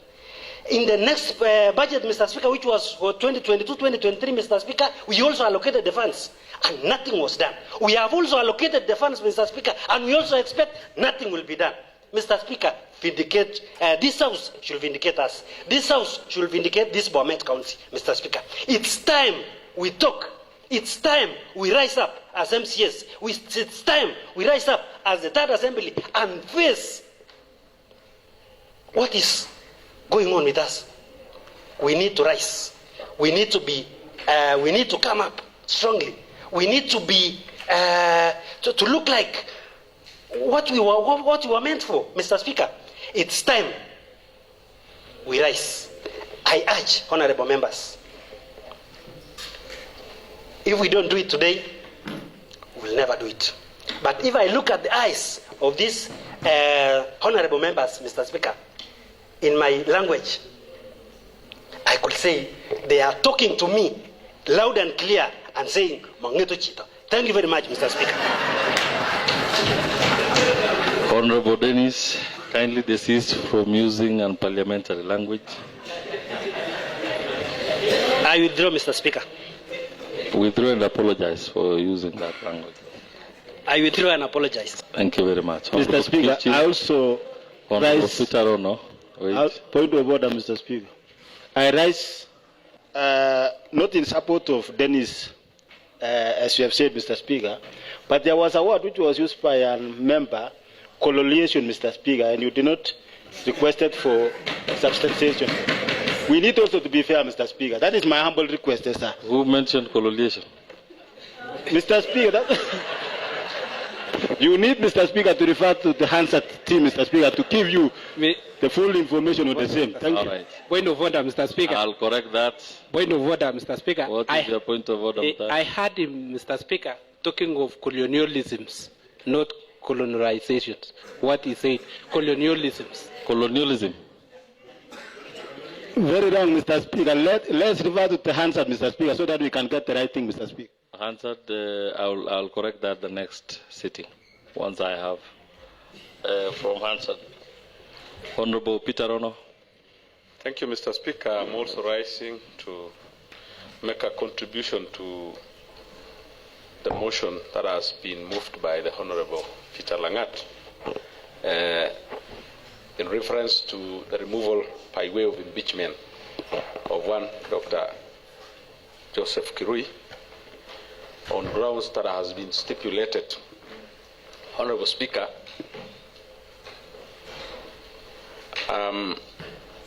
as I support the motion, for once allow me to be the devil's advocate. I've listened to the honorable member prosecute his case. And should I be proved otherwise, the Honorable Dr. Kirui has, or the Honorable Langat has made allegations that are not the functions of the CEC administration, except one. And that is the one that will make me support the motion. Because I've asked the threshold, and I'm told if the CEC is culpable of 1 out of 10 or 5, then he's liable. Honorable Speaker, as the principle of fair administrative justice, remittance of deductions is the preserve of the Department of Finance. The public service prepares payrolls and payrolls byproducts and forward the same to the Department of Finance for processing and onward transmission to recipient SACCOs, banks, and other financial institutions. So, Mr. Speaker, as we crucify this man for wrongs, kindly allow me to make a reservation that that one should be expunged, because it will be unfair for us to charge him on an account that is not vested on his document. Honorable Speaker, I've referred to my dictionary here and sought to know what stipends mean. And my dictionary tells me that it's a fixed regular sum paid as a salary or as an expense to a clergyman. For county workers, Mr. Speaker, they are entitled to salary. So I don't know what it means by failing to pay stipends. And I've also consulted the budget, and I don't know whether we have allocations to pay stipends, to pay an extra cent away from budget. I stand guided, Mr. Speaker. And again, allow me to vindicate him on the third count, where the Honorable Chair has said he neglected to process payments for members of the village councils. Mr. Speaker, this has been the talk of town and village, that the allocation that was supposed to be used to pay the members of the village councils was not appropriated for in the budget. The budget chair is just seated behind me. I don't know who is right, because we've asked once, twice, thrice, and several times, and the report that we got is that there was no budgetary allocation. Now, when we say the CEC has failed to process payment, where does he process it from? Unless this House finds money that should be used for the same, then we will be hanging him falsely, Mr. Speaker. But in this one, failing to complete projects. Mr. Speaker, it is true, I've consulted the budget. There was money allocated for completion of the governor's residence. Mr. Speaker, for us to be fair, I want to join hands with my colleague Felody here. This honorable member should make a response before the whole assembly. Because if it is a committee of 5, you will be depriving us the right to information. We want to know where the 22 million went if it did not go to the governor's residence. Mr. Speaker, in my submission, I would really ask you that we move this motion to the next stage so that we allow the member to make clear where the 22 million was used if it did not go to the intended purpose of building the governor's residence. And on that account, Mr. Speaker, I will support the motion. But kindly guide the House. If we are supposed to move with some, the grounds are there. I did hear my good friend, the Honorable Ernest Kemoy, when he says that this one is a very dangerous man, a machete-wielding man. I'm also terrified. You know, I don't like war. But, Mr. Speaker, when a person does that, that is a criminal offense, punishable by imprisonment, I don't know of how many years or months or decades. If the same will again be substantiated, then I stand guided. But if that is a mere allegation, that amounts to character assassination. So, Mr. Speaker, on the count of failure to complete projects, I will allow the motion to move to the next stage. Thank you. Thank you very much. Honorable Victor. Thank you, Honorable Speaker. I also stand, Mr. Speaker, in support of the motion by the Chair, Administration, Justice, Citizen Engagement, Devolution, and Special Programs. Mr. Speaker, I do sit in this committee as a member out of the 7 members that we do sit therein. And Mr. Speaker, this is one of the departments that is hugely funded, Mr. Speaker, because of the public service. All employees are domiciled in this department, thus warranting the huge allocation by the Budget Committee. Mr. Speaker, there has been perennial salary delays for our workers, Mr. Speaker, and all these stops at this department, Mr. Speaker, because of the public service, where Honorable Dr. Erick, aka Wajakoya, sits in, Mr. Speaker. Mr. Speaker, as I also stand here, Mr. Speaker, I'm a sad man, Mr. Speaker, over the usual budgetary allocations to completion of ward offices and to necessitate the building of new offices, like the case of Kimulot Ward, who do not possess a ward office, Mr. Speaker. Mr. Speaker, the governor's residence, which is in Mutarakwa Ward, Mr. Speaker, was started by the late Dr. Joyce Laboso, may her soul rest in peace, Mr. Speaker. Up to date, Mr. Speaker, roofing hasn't even been done. Mr. Speaker, we had a 6-month rainy season, Mr. Speaker. The governor's residence, Mr. Speaker, has no roof over it, Mr. Speaker. Thus, the posing a structural, Mr. Speaker, the structures I know are now weak. It will necessitate the contractor who will take over, Mr. Speaker, maybe even to start over again because of the weak structures that are in there, Mr. Speaker. Mr. Speaker, there is an OB that has been provided Mr. Speaker, talking about the physical assault by one Joseph Kirui, Mr. Speaker, to a resident of BOMET who hails from Chemaner Ward by the name Bernard, Mr. Speaker. This is a CEC, Mr. Speaker, who sits in an office that is a public office where all citizens of BOMET go get their services in, Mr. Speaker. But if in reception, Mr. Speaker, we are getting a CEC or the bearer of the office, Mr. Speaker, going to an extent of assaulting a voter, a resident, an electorate of this county, Mr. Speaker. Mr. Speaker, upon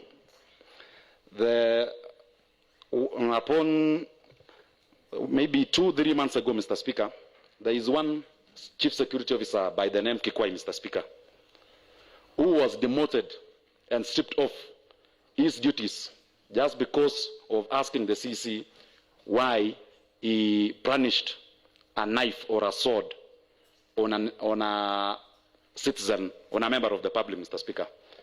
Mr. Kirui was demoted and posted to Empomos Tifa, Mr. Speaker, as a consequence of standing for the truth and the justice of the electorates of BOMET.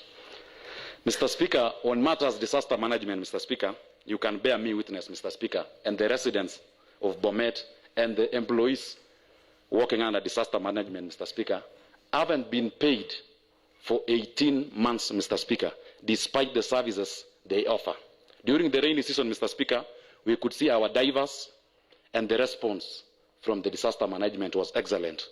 And what did the CEC do, Mr. Speaker?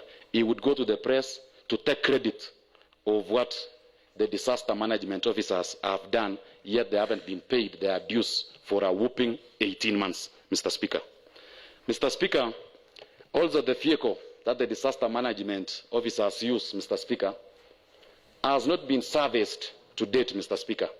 It's only 2-3 days ago, I'm privy to that information, Mr. Speaker, that it was given an insurance just because the motion had been brought to this House.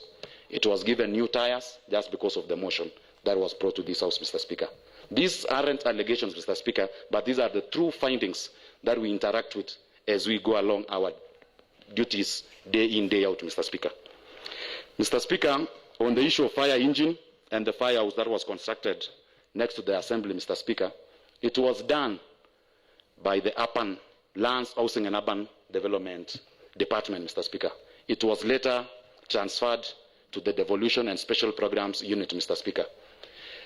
The security officers who were manning that house, Mr. Speaker, worked under the Department of Urban, and they were getting their prompt payments, Mr. Speaker, in time, until when the firehouse and the fire engine was delegated to the administration and devolution and special programs docket. That is when their salaries stopped, Mr. Speaker. That is now close to 14 months ago, Mr. Speaker. These are serious allegations, Mr. Speaker, and should be dealt with, Mr. Speaker.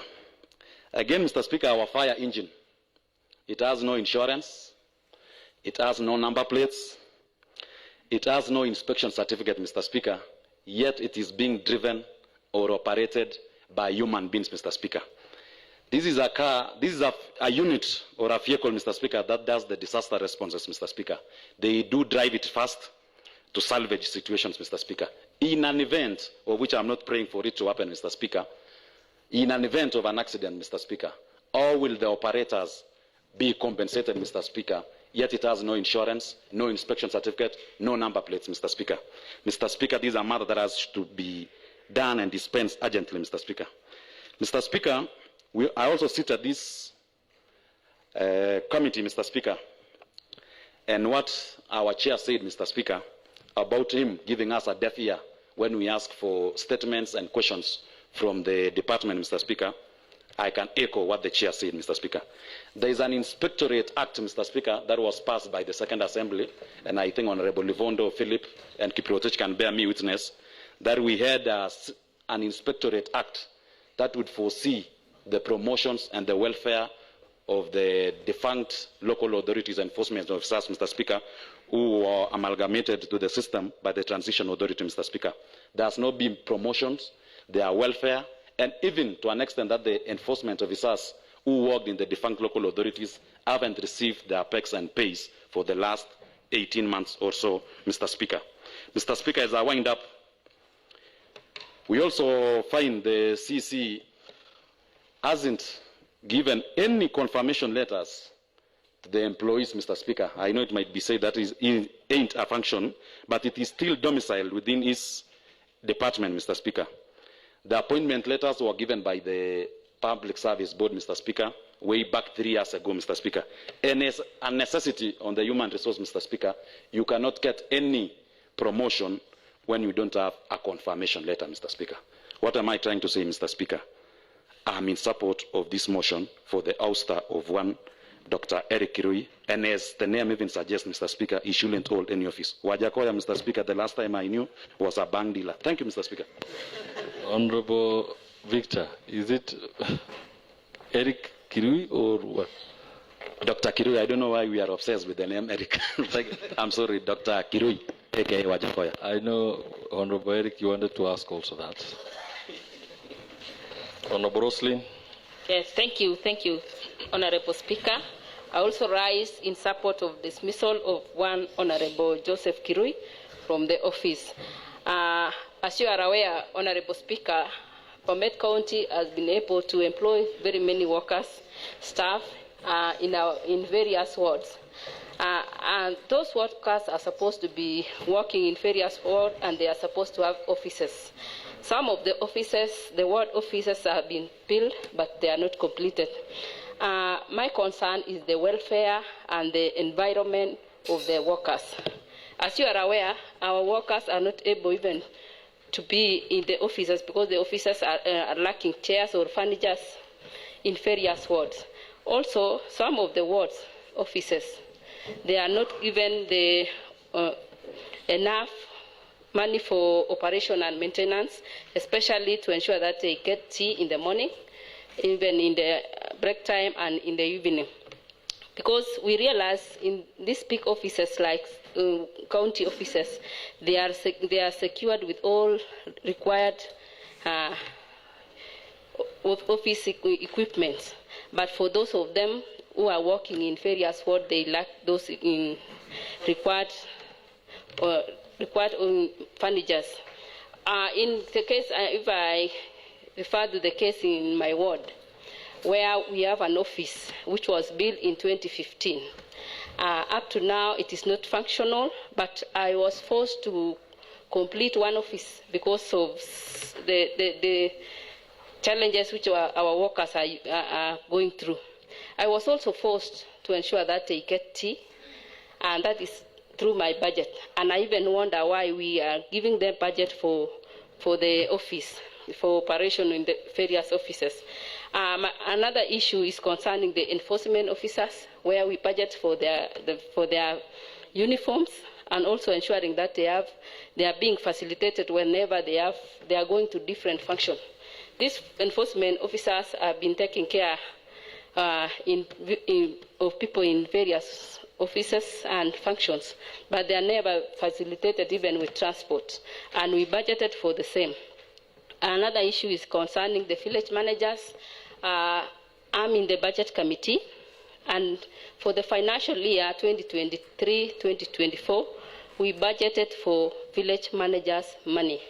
And the last meeting we had with the CEC in Nairobi, we were able to ask them what the amount they require in this financial year, and he told us that the money for they are requesting is only for 7 months for last year and full year for this financial year.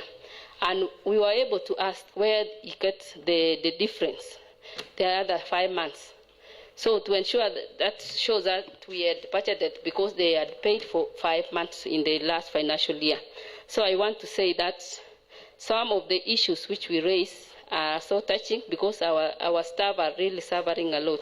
So I support the dismissal of Honorable Joseph Kirui.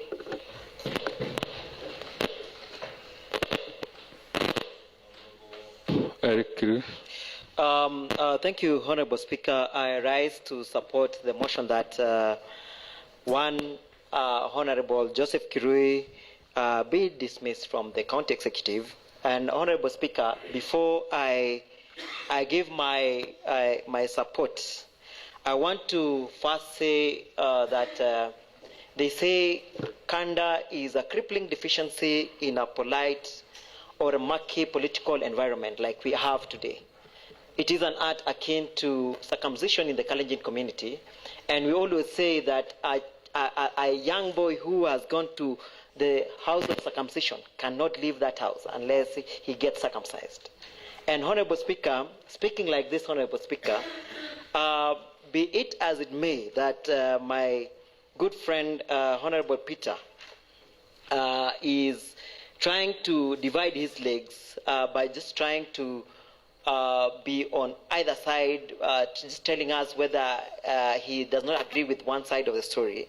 I wanted him to come out clear whether he's supporting the motion or not, other than just being divided here. But nevertheless, having said that, I want to say the CECs carry what we call in law a vicarious liability in the department. Vicarious liability in law, Honorable Speaker, I'm not a lawyer myself, but I understand that vicarious liability is an imputed liability,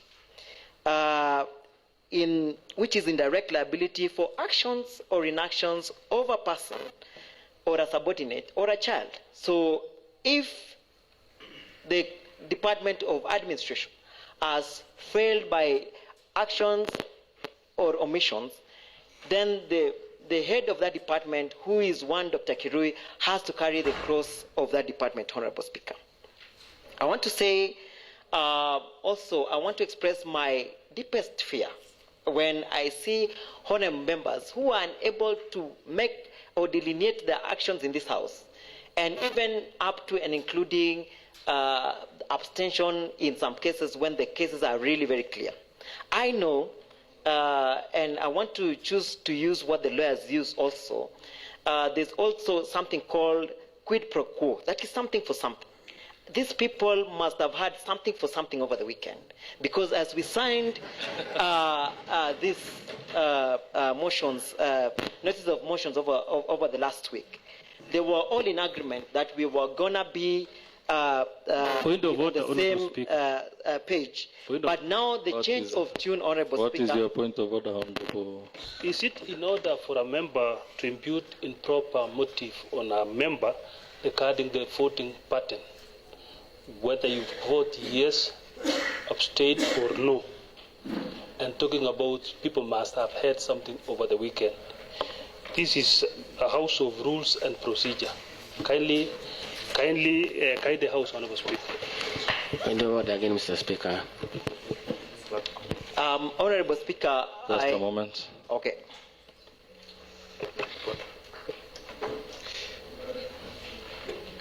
Point of order, Mr. Speaker.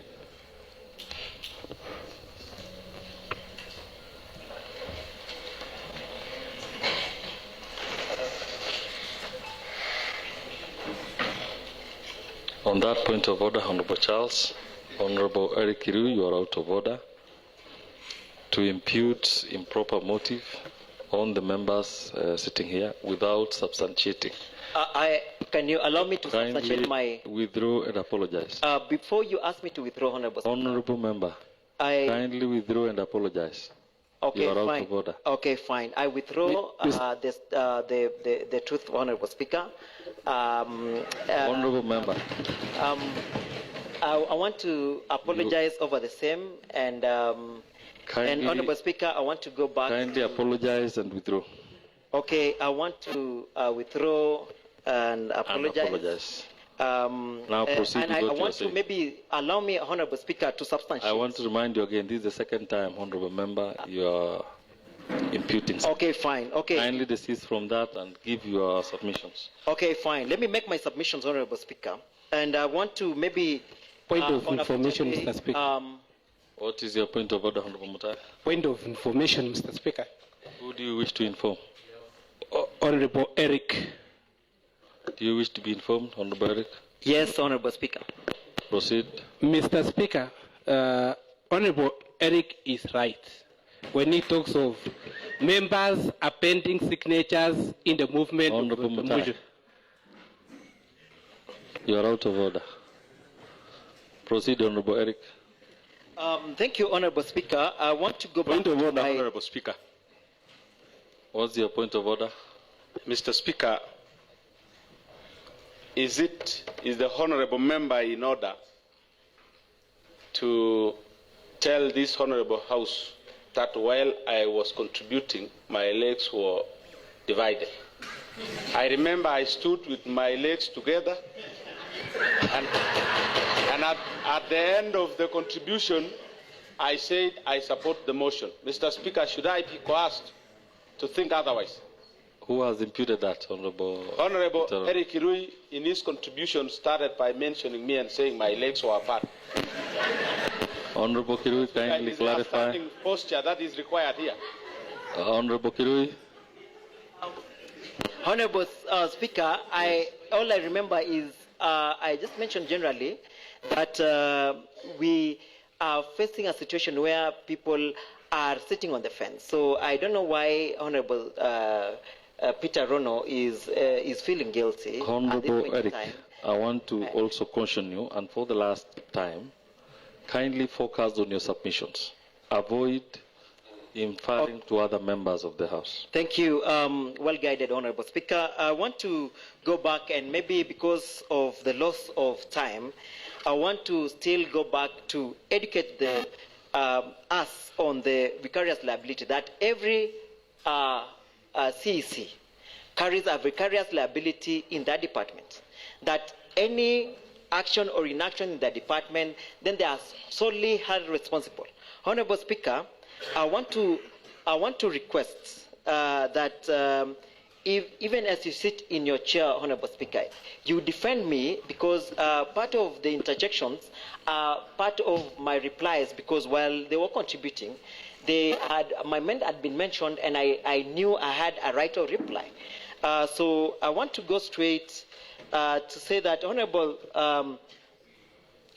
Joseph Kirui, for non-payment of the village members of village council, where we had allocated a whopping 3.6 billion in terms of the PE overall, because that was the advice that we had given to the team in the executive, and we had said we put together as part of personnel emolument, and we had put there. And by the way, Honorable Chepto has mentioned that they were able to pay for 5 months. We wonder what happened to the rest of the 7 months that they were not paid. Honorable Member Speaker, we also have had cases of the failure to have the medical cover functioning in the county assembly, in the county executive, whereas there's an allocation in the budget for the medical cover for the staff. So, Honorable Speaker, the CEC has failed to protect the lives of the members of the executive by failing to obtain a medical cover that would cover the members to the end of the financial year, and exposing them to huge medical bills, whereas they are working tirelessly for this county. Honorable Speaker, Honorable Kirui reinstated a contract for the contractor who was constructing the governor's residence, and I had said earlier that this residence had an allocation, and the contract had been terminated in the year 2021. But he reinstated last year in 2023, and a whopping 7.5 million was paid to that contractor. And after payment, the contractor disappeared into thin air, Honorable Speaker.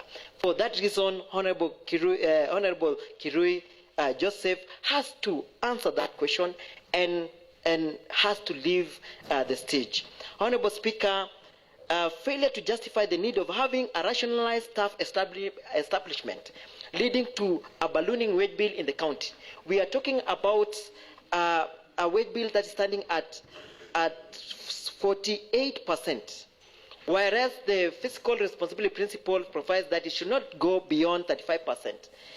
Honorable Speaker, for failure to contain the wage bill and allowing for recruitment of positions that do not, which are redundant in the county executive, Honorable Joseph Kirui must go. Honorable Speaker, we have allocated in the last 2 years a whopping 71 million in terms of development. And Honorable Kirui, cannot even show one bit of development that has gone in there other than the 7.5 million that was paid to a contractor whose contract had been terminated, and he left without a word. Honorable Speaker, the mismanagement of money allocated to casuals by engaging persons who have not been duly or without the consent of the public service. Honorable Kirui has to leave the stage. Honorable Speaker, Article 183 of the Constitution states that, subsection 3 states that the CEC has to provide periodical reports on regular full and regular reports to the County Assembly. On this matter, Honorable Speaker, we have not had any report coming from the CEC to this Assembly, and for that reason, he has to leave the stage. Finally, Honorable Speaker, for demeaning the office of the CEC by attacking an employee or a casual in the office of the public county administration, Honorable Kirui has to leave. Honorable Speaker, I support the motion. Thank you very much, Honorable Erick.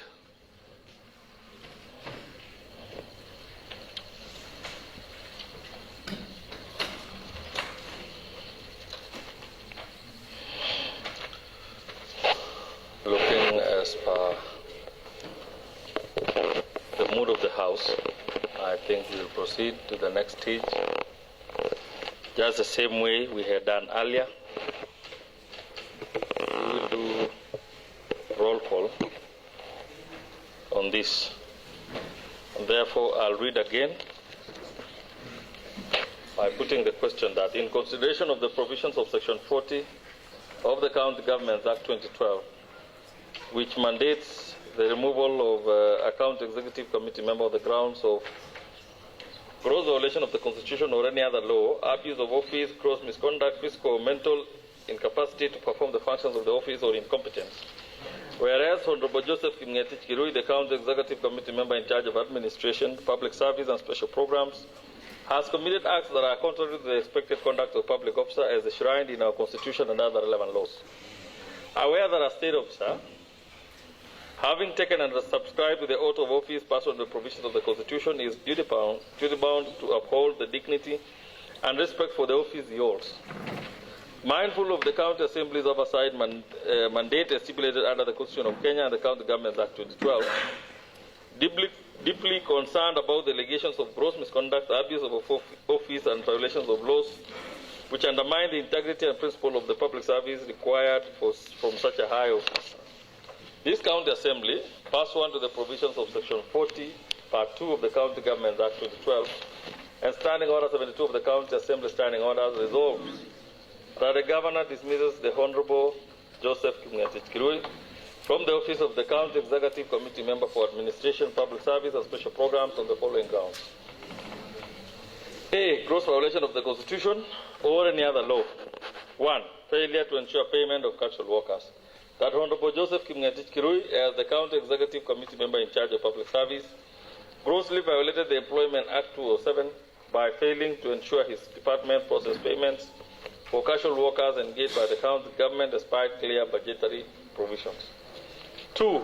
Non-payment of village managers. That Honorable Joseph Ngetich-Sultan, in his administrative capacity as the head of county administration, violated the principles of financial accountability and Deployment Act 2007 by neglecting to process the payments for village managers for several months. 3. Failure to remit statutory deductions. That Honorable Joseph Ngetich-Sultan grossly violated the National Social Security Fund Act and the National Hospital Insurance Fund Act by failing to ensure timely remittance of statutory deductions, causing the county government to accrue a significant debt to NSF and NHIF, and thus exposing county staff to distress. B. Incompetence. Under B1, stalled infrastructure projects. That Honorable Joseph Ngetich-Sultan demonstrated incompetence in public administration by failing to oversee the completion of critical infrastructure projects, including the governor's residence and various ward offices, despite repeated budgetary allocations over 5 years, resulting in continued delays. 2. Poor working conditions for county staff. Honorable Joseph Ngetich-Sultan has failed to ensure adequate working conditions, including proper furniture, working space, stipends, and field allowance for county staff in sub-county and ward offices, displaying a lack of administrative competence. C. Abuse of office and procedural renewal of employment contracts. That Honorable Joseph Ngetich-Sultan abused his office by attempting to renew contracts for sub-ward administrators in a manner that usurped the role of the County Public Service Board and undermine established public service regulations. D. Gross misconduct. Physical assault within the county premises. That Honorable Joseph Ngetich-Sultan engaged in a gross misconduct and violated the Penal Code, Cap 63, and the Leadership Integrity Act 2012 by attempting to cause physical harm to one Bernard Langat within the precincts of the county offices. 2. Failure to respond to assembly inquiries. That Honorable Joseph Ngetich-Sultan, by repeatedly failing to respond to questions posed by the county assembly committees, contravened Section 39(2)(a) and (b) of the County Governments Act 2012, showing a blatant disregard for legislative oversight. Honorable members, now it has reached that point of time where we need to make a decision whether this motion will proceed or not. And therefore, a division bell will be rung for 2 minutes. Remain seated, honorable members. Sergeant at Arms, kindly ring the bell, then we'll proceed with the process as earlier done.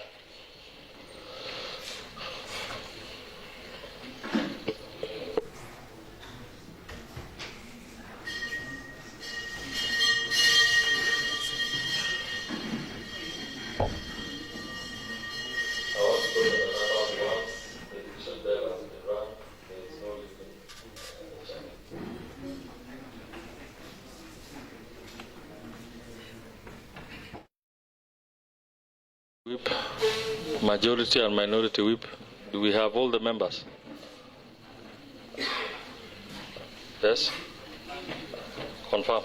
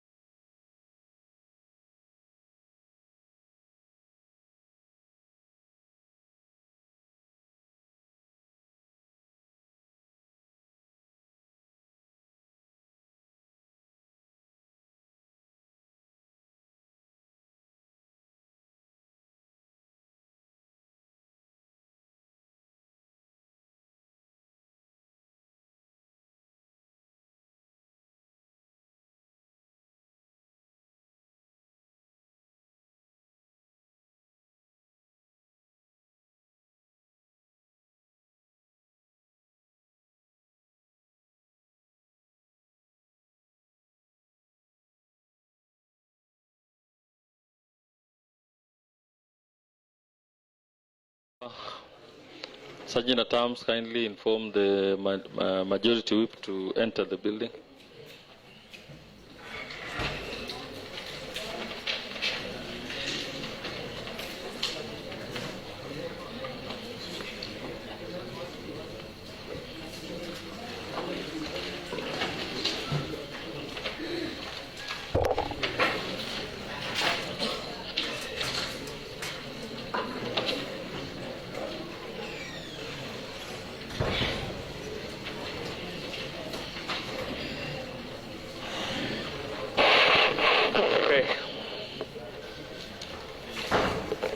Thank you very much. I think we'll proceed with the second part of roll call. First and foremost, I'll need the ones who will represent the nays, those who will abstain, and the ayes. Honorable Roslin, the ayes. Nays.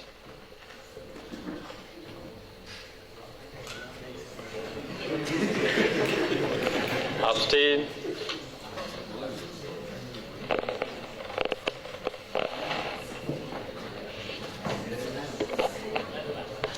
All right then. So we will proceed with the process.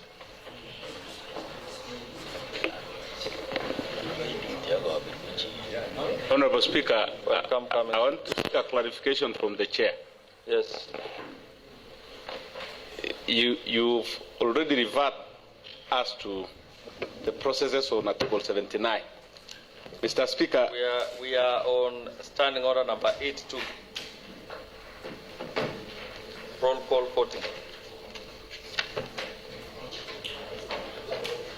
initially, Mr. Speaker, you said it was 79. I wanted to ask whether there is the necessary infrastructure to enable us to vote electronically.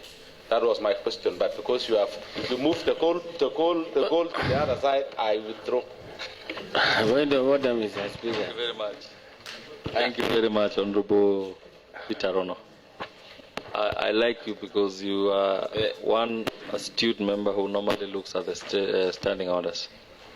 Honorable Kibit.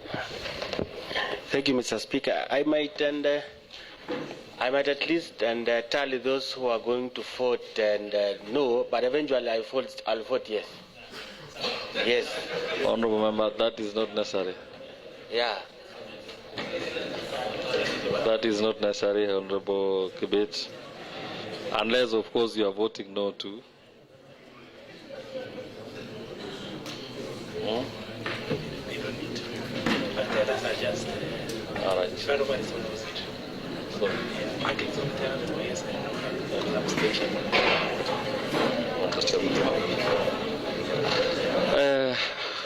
Okay, tell us now. These are tellers, and I think after consultation,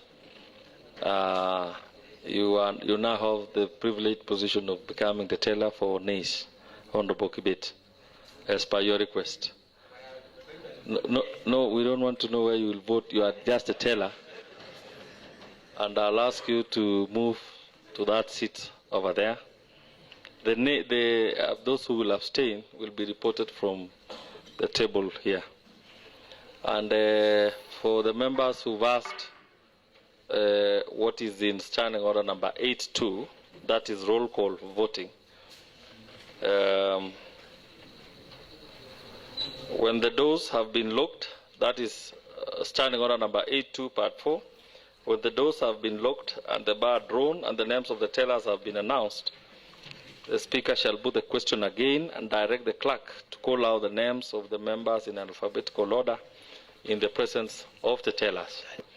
So the teller for ayes is Honorable Roslyn Sheptor, and the teller for nays is Honorable Ngetich on my right here. And therefore, in standing order number 5, when called out, each member shall thereupon rise in his or her place and declare assent or dissent to the question in the following manner: I vote yes, or I vote no, or I abstain. Just the same way we did, or use appropriate Kenyan Sign Language. In our case, I don't know what it means. How do we know that she has said no or yes? Yes is give us the sign. This is yes. And no? No. All right. Now all of you know what is supposed to be done. So I've put the question, and I'll start by saying Well, as many as are of this opinion, you are not saying yes now. Now give your position. Clerk, read out the names.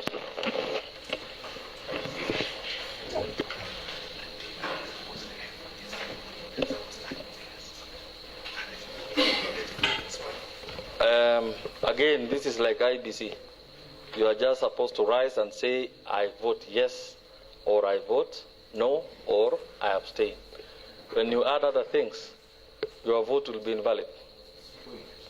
It will be spoiled, okay? So let's get the rules right.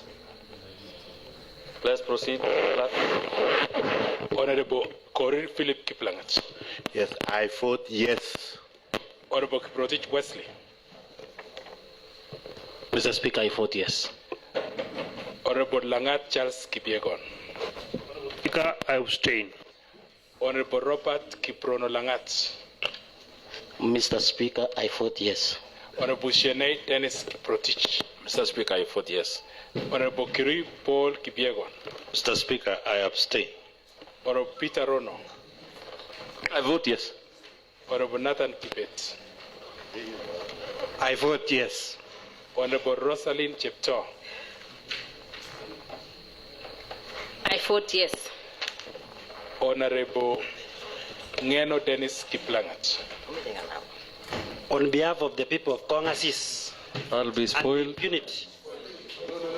I said you just rise as per the standing orders. I vote yes or I vote nay. I vote yes. Yeah. Honorable Samuel Josiah Kipkoech. I vote yes. Honorable Peter Mutai Kipkirui. I vote yes. Honorable Bernard Kimutai Rotich. I vote yes. Honorable Ngetich-Kibet V. I vote yes. Honorable Langat Peter Kipkorir.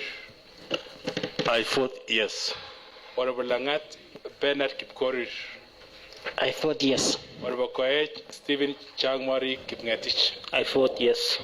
Honorable Ruto Richard Cheriot. I vote yes. Honorable Chief Kemoy Ann. I vote yes. Honorable Kirui Dansel Kipngeno. Yes.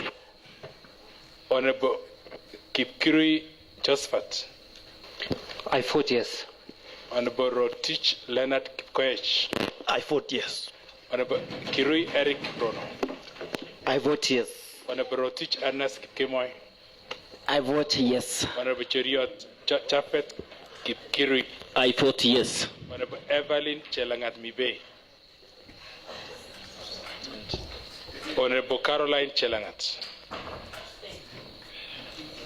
Honorable Monica Chemngetich Manye. I abstain. Honorable Emily Cheriot. I vote yes. Honorable Evelyn Sang. I vote yes. Honorable Cherono Karen.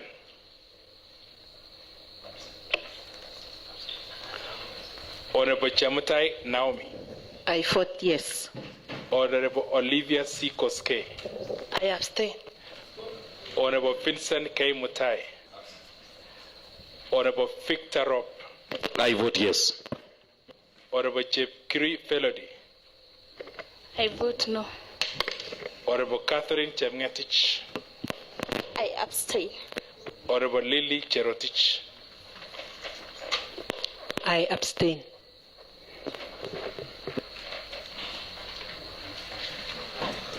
The tellers, thank you very much, members, for participating in the decision making.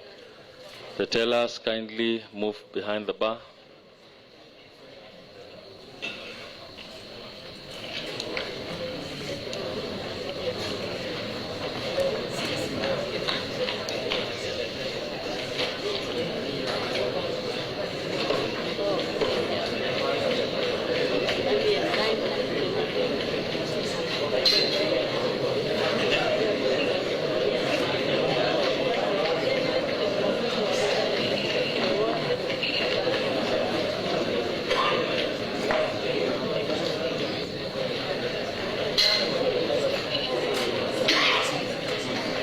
Tell us, please, let's save time.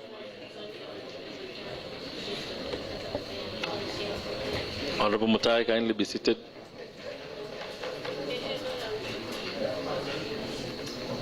Kindly proceed.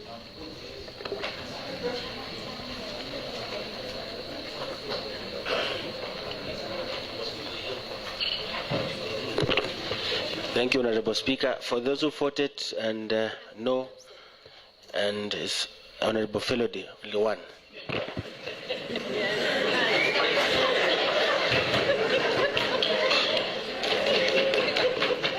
Okay, thank you, Honorable Speaker. Those who voted yes are 27. Those who voted no is 1. Those who abstained are 7. And those who are absent are 3.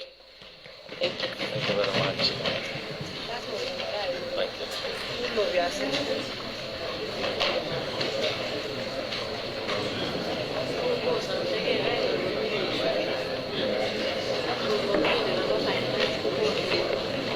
Abstain.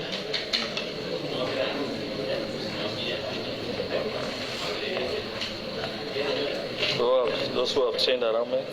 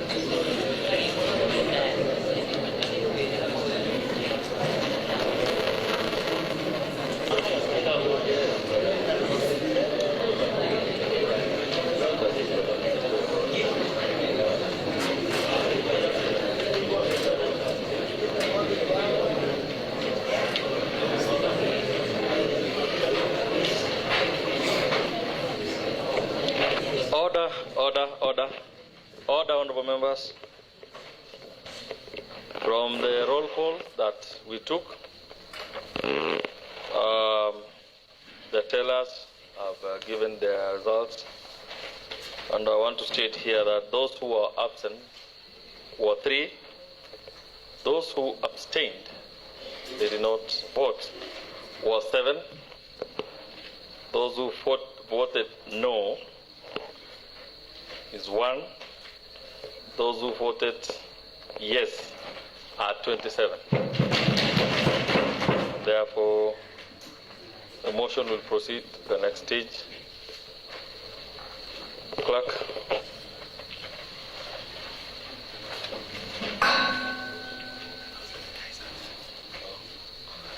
Yeah, and from this, the decision is that the ayes have it. Order number 10, special motion.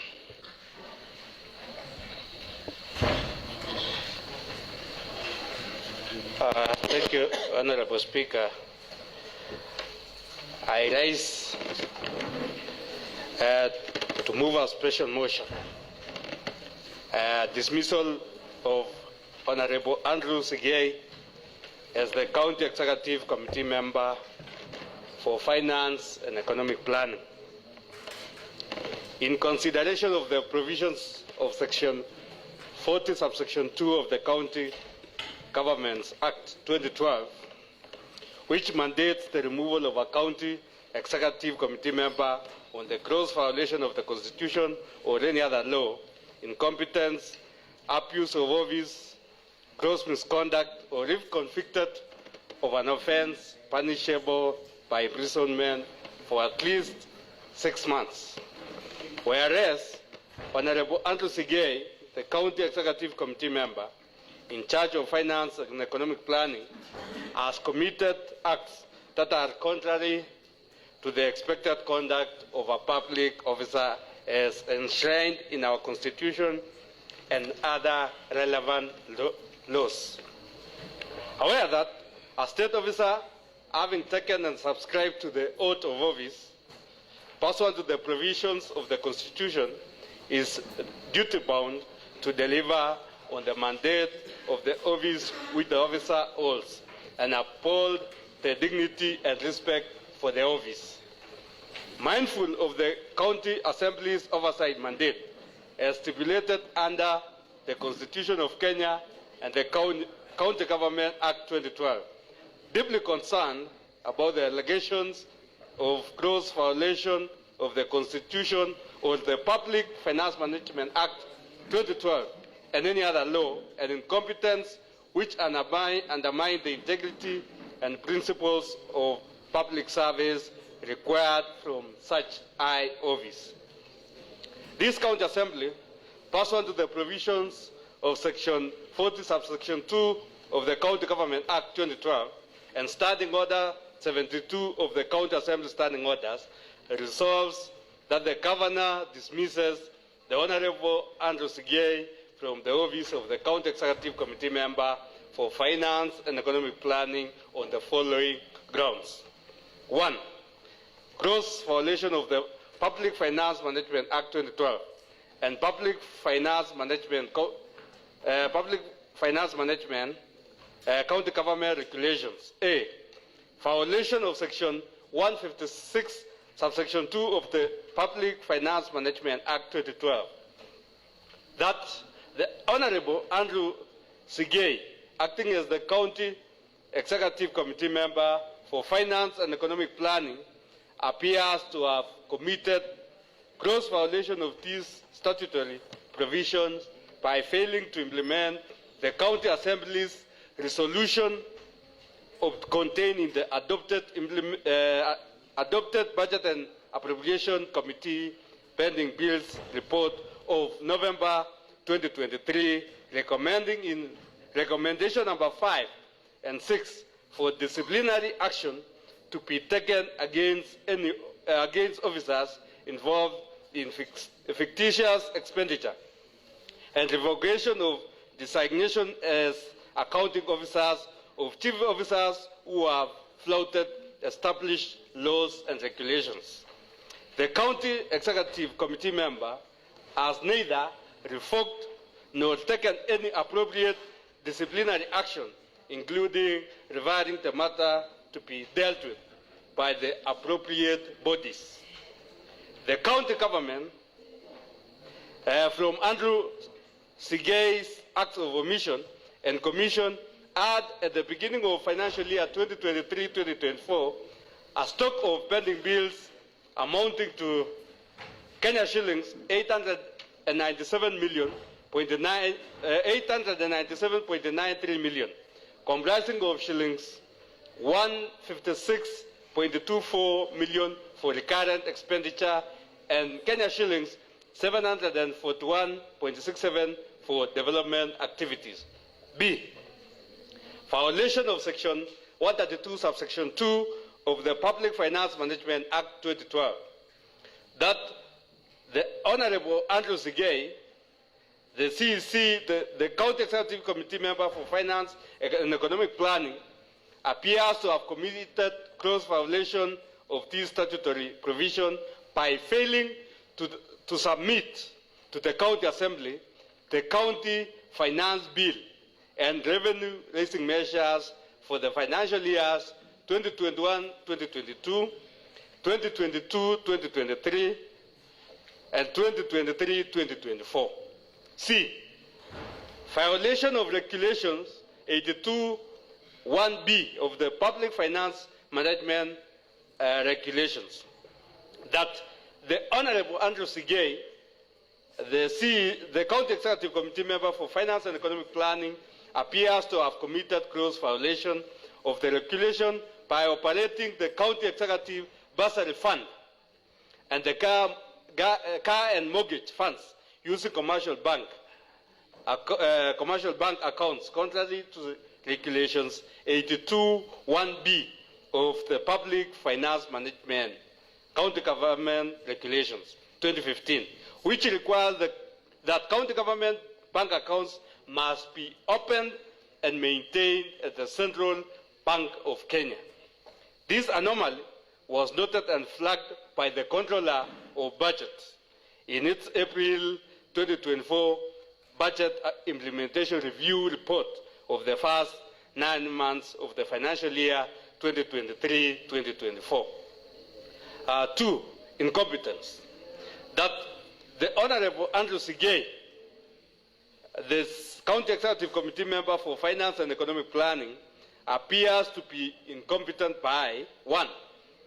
Failing to ensure that the designated accounting officers under Section 148, subsection 1 of the Public Finance Management Act 2012 protects the county assets as required under Section 149, subsection 2 of the Public Finance Management Act 2012, requires the designated accounting officers to manage the assets of the entity to ensure that it receives value for money when acquiring, when using or disposing of its assets. Dispose of assets at the most competitive price and at the lowest possible cost, ensuring that the proceeds from all asset disposals are deposited in a bank account of the entity. Ensure that the respective county government entity has adequate systems and processes in place to plan for, procure, account for, maintain, store, and dispose of assets, including an asset register that is current, accurate, and available to the relevant county treasury or the Auditor General. 2. Failing to ensure that the county collects sufficient revenue. As a person who designates persons as collectors and receivers of revenue under Section 157 of the Public Finance Management Act 2012, the County Executive Committee member has consistently failed to meet the target of collecting own source revenue for a number of financial years. For example, during the first 9 months of the financial year 2023-2024, the county collected a total of 157,105,283 against a budgeted figure of Kenya shillings 332,041,830. The County Executive Committee member has also constantly failed to submit the requisite revenue-raising measures, and the County Finance Bill for the financial year 2021-2022, 2022-2023, and 2023-2024, contrary to Sections 132, subsection 1 and 2 of the Public Finance Management Act 2012. 4. Failing to submit payroll and payroll-related costs. The County Executive Committee member has also constantly failed to submit to the County Assembly payroll and payroll-related costs. He has also failed to ensure that all the personnel emoluments are processed through the Integrated Payroll and Personnel Database, IPPD system. It is noteworthy that during the first 9 months of 2023-2024 financial year, a total of Kenya shillings 283.37 million was processed through manual payrolls, which amounted for 11.6% of the total personnel emolument costs. Number 5, failure to put in place an audit committee as required under regulations 167 of the Public Finance Management or County Government Regulations. Number 6, failure to adhere to fiscal responsibility principles contained in Article 201 of the Constitution and Section 107 of the Public Management Act 2012 and Regulations 25 of the Public Finance Management County Government Regulations, in particular 1. Section 107, subsection 2 of the Public Finance Management Act 2012, which provides in managing the county government's public finances, the county treasury shall enforce the following fiscal responsibility principles. A, the county government's recurrent expenditure shall not exceed the county government's total revenue. B, over the medium term, a minimum of 30% of the county government's budget shall be allocated to development expenditure. The Honorable Andrew Sigei, the County Executive Committee member for Finance and Economic Planning, has failed to ensure that the county government's development budget over the medium term is a minimum of 30%. For example, in the financial year 2024-2025, in the submitted budget, the development budget was at 20%, which blatantly contravenes Section 107, subsection 2B of the Public Finance Management Act 2012. 2. Regulation 25(1) of the Public Finance Management or County Government Regulations, which provides, in addition to the fiscal responsibility principle set out in Section 107 of the Act, the following fiscal responsibility principles shall apply in the management of public finances. A,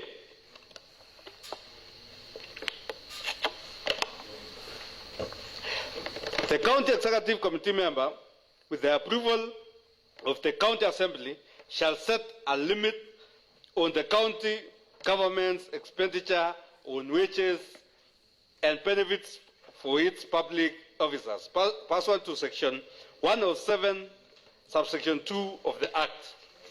The Honorable Andrew Sigei, the County Executive Committee member for Finance and Economic Planning, has failed to submit to the County Assembly for approval a limit on the county government expenditure on wages and benefits for its public officers.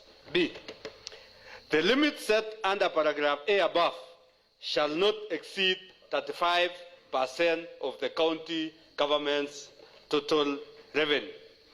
The Honorable Andrew Sigei, acting as the County Executive Committee member for Finance and Economic Planning, has failed to ensure that the county government expenditure on wages and benefits for its public officers does not exceed 35% of the county government total revenue.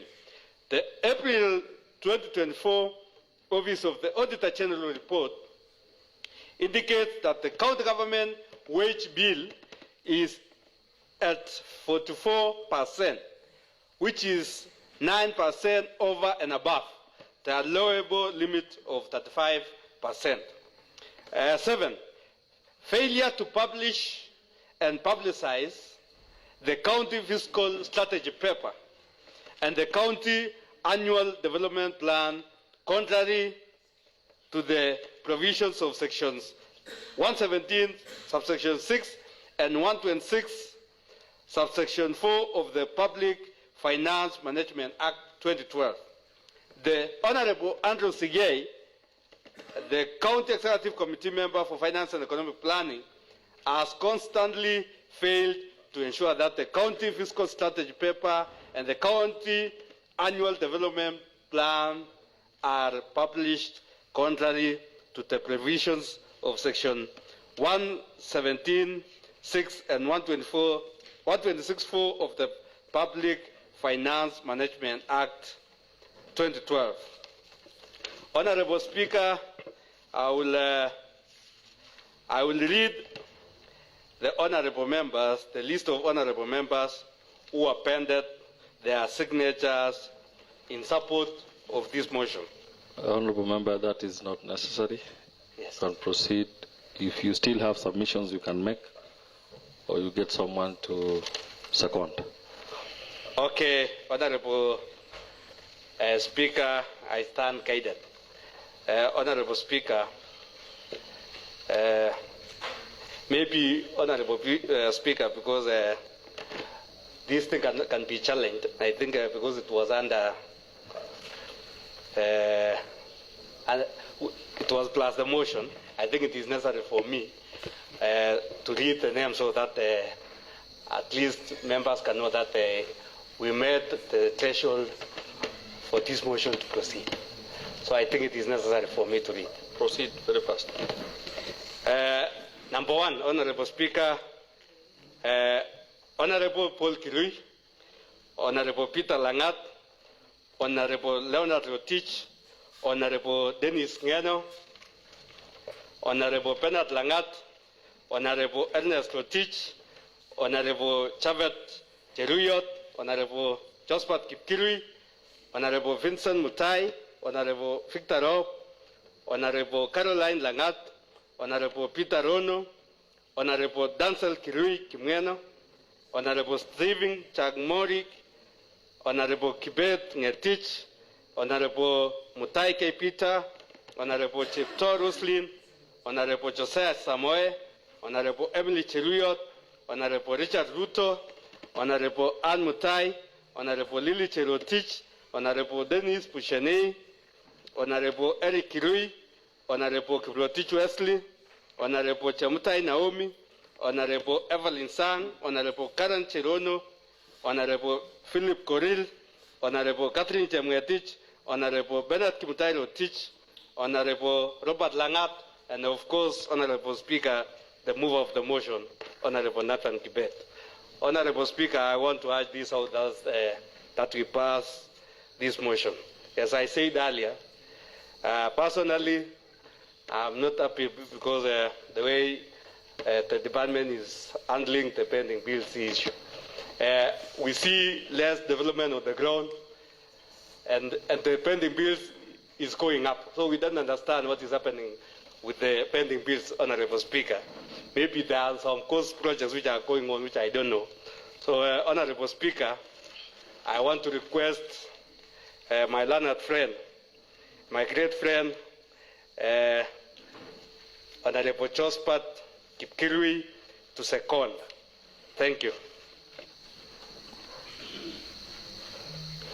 Well, thank you, Honorable Speaker. I stand to second the motion that has been brought by Honorable Nathan Kibet for the dismissal of Honorable Andrew Sigei as the CEC in charge of finance and economic planning.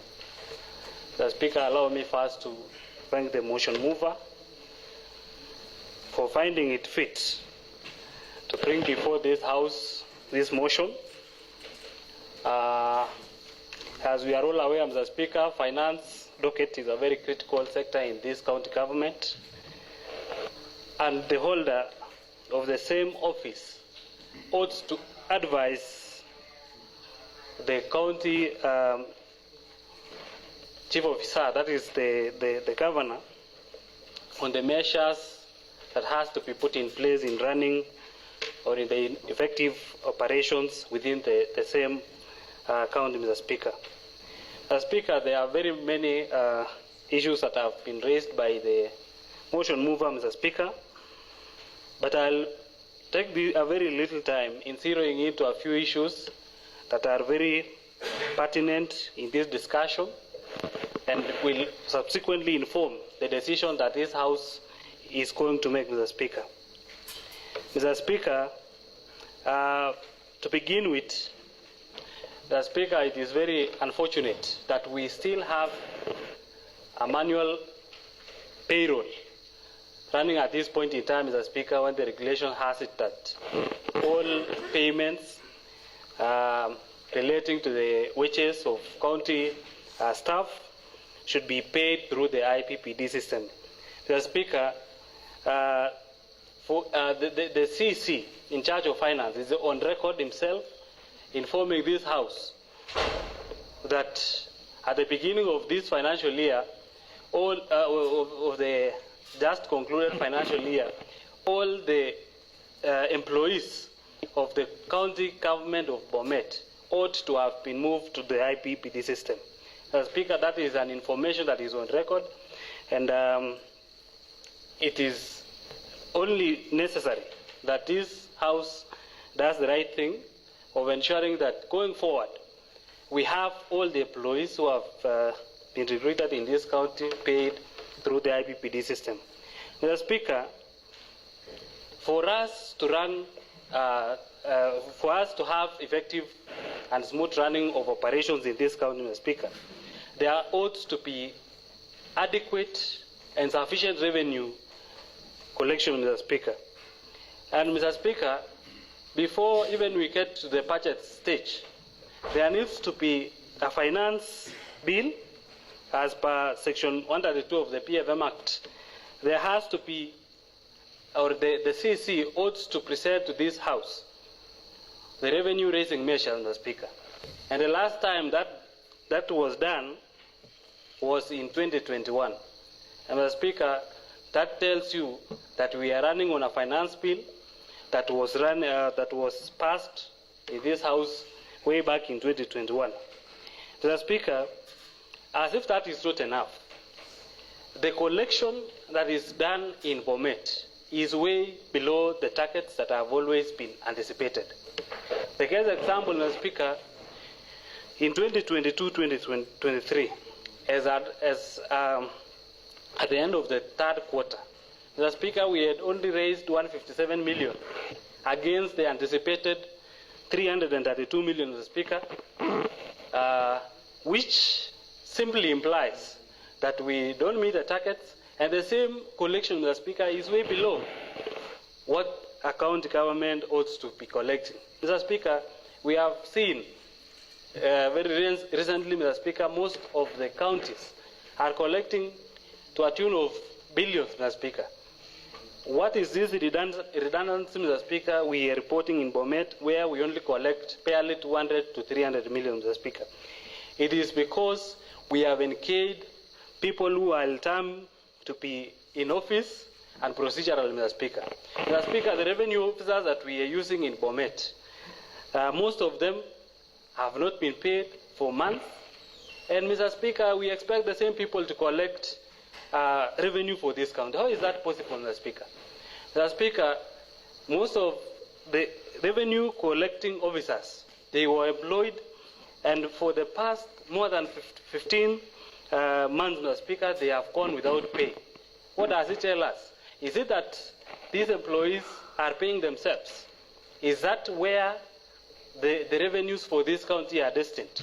Mr. Speaker, we have to relook onto this matter.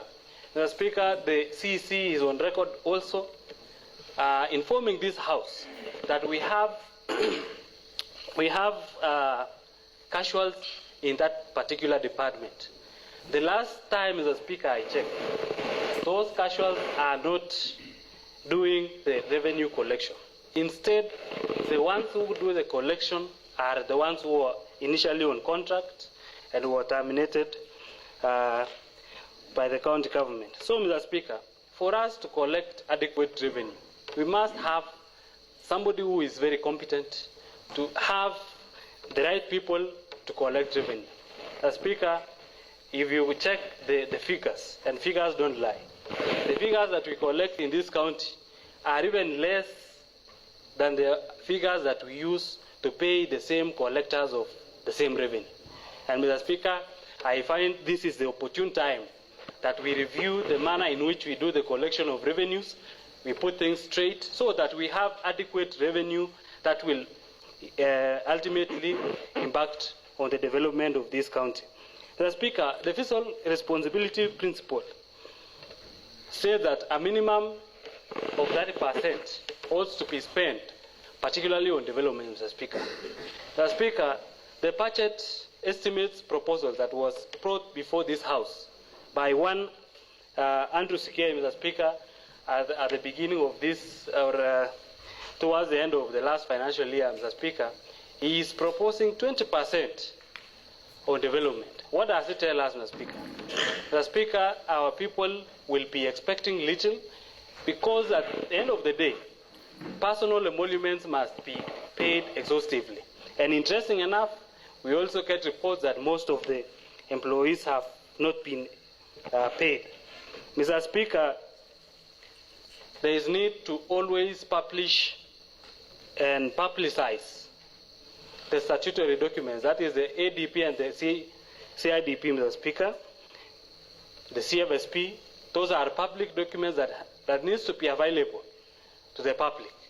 And Mr. Speaker, when these documents are not published, when these documents are not publicized, it gives us a very huge task to go explaining the content of the same, when instead they should have been exposed through the right forums, that is the county website. Mr. Speaker, lastly, Mr. Speaker, if we need to manage this wage bill, Mr. Speaker, this is the right person who should advise the Public Service Board. This is the same person who should give concurrence on whether the Public Service Board should proceed and make further employments or not. Mr. Speaker, as it stands, there is an ongoing recruitment, Mr. Speaker. When the wage bill is already highly ballooned, and Mr. Speaker, if indeed the Public Service Board are going on with the recruitment, what does it tell you? There must have been a concurrence by the same Honorable Andrew Sigei for the Public Service Board to continue recruiting, Mr. Speaker. And the ultimate effect is that we shall not have development. Mr. Speaker, we are not against the county continuing to employ. But the first question is, have we optimized the labor or the employees that we already have? Mr. Speaker, I think it is high time we review this so that we are able to manage some of the problems that are existing in this county. The question of pending bill, Mr. Speaker, is not yet is actually the elephant in the room. If you look at the pending bills that we have, Mr. Speaker, we are not, or the CEC has not even proposed on the right measures that should be put in place to ensure that this problem is solved or is instead resolved. Mr. Speaker, how I expect that if these members can attest, most of the contracts are given or are awarded towards the end of the financial year. If you check most of the ECDs, most of the tea-buying centers, most of the roads, they were awarded at the very last minute of 2023, 2024. Mr. Speaker, what this one tells us is that we'll have to expect very little of development. Why? Because whatever we are budgeting for a particular line, Mr. Speaker, for example, ECDs, it will definitely be consumed by the pending bills of the previous year. And therefore, we need someone who can be able to put forward measures that are right in managing pending bills, most of which are even historical. Mr. Speaker, I want to call upon these members that let us consider doing the right thing, that is giving a decision to His Excellency the Governor to dismiss Honorable Andrew Sigei, and we have someone new who will be able to set proper measures to ensure that this department is well managed, Mr. Speaker. As I put initially, this is a very crucial docket that needs proper management. Mr. Speaker, I second. Thank you very much.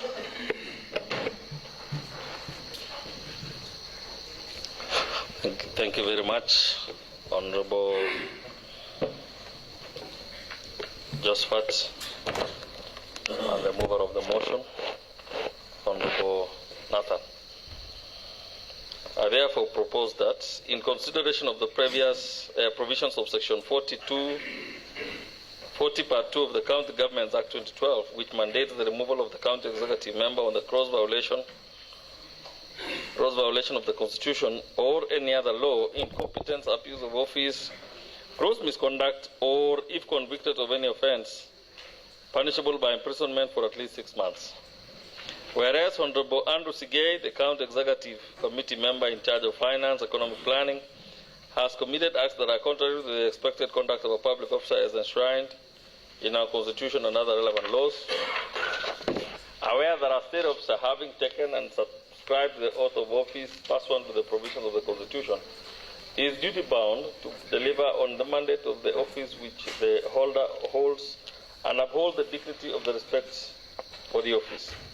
Mindful of the County Assembly's oversight mandate stipulated under the Constitution of Kenya and the County Governments Act 2012, deeply concerned about the allegations of gross violation of the Constitution of the Public Finance Management Act 2012 and any other law, and incompetence which undermine the integrity and principles of public service required from such high office. This County Assembly, pursuant to the provisions of Section 42 of the County Governments Act 2012, Standing Order Number 72 of the County Assembly Standing Orders, resolves that the Governor dismisses the Honorable Andrew Sigei from the office of the County Executive Committee Member for Finance and Economic Planning on the following grounds. 1. Proceed. 1. Gross violation of the Public Finance Management Act 2012 and Public Finance Management Regulations. A. Violation of Section 156(2) of the Public Finance Management Act 2012. That Honorable Andrew Sigei, acting as the County Executive Committee Member for Finance and Economic Planning, appears to have committed gross violation of this statutory provision by failing to implement the County Assembly's resolution contained in the adopted Budget and Appropriations Committee pending bills report of November 2023, recommending in recommendation number 5 and 6 for disciplinary action to be taken against officers involved in fictitious expenditure and revocation of designation as counting officers or of chief officers who have flouted established laws and regulations. The County Executive Committee member has neither revoked nor taken any appropriate disciplinary action, including referring the matter to be dealt with by the appropriate bodies. The county government, from Honorable Andrew Sigei's acts of omission and commission, had at the beginning of financial year 2023-2024 a stock of pending bills amounting to Kenya shillings 897.93 million, comprising of 156.24 million for recurrent expenditure and 741.69 million for development activities. B.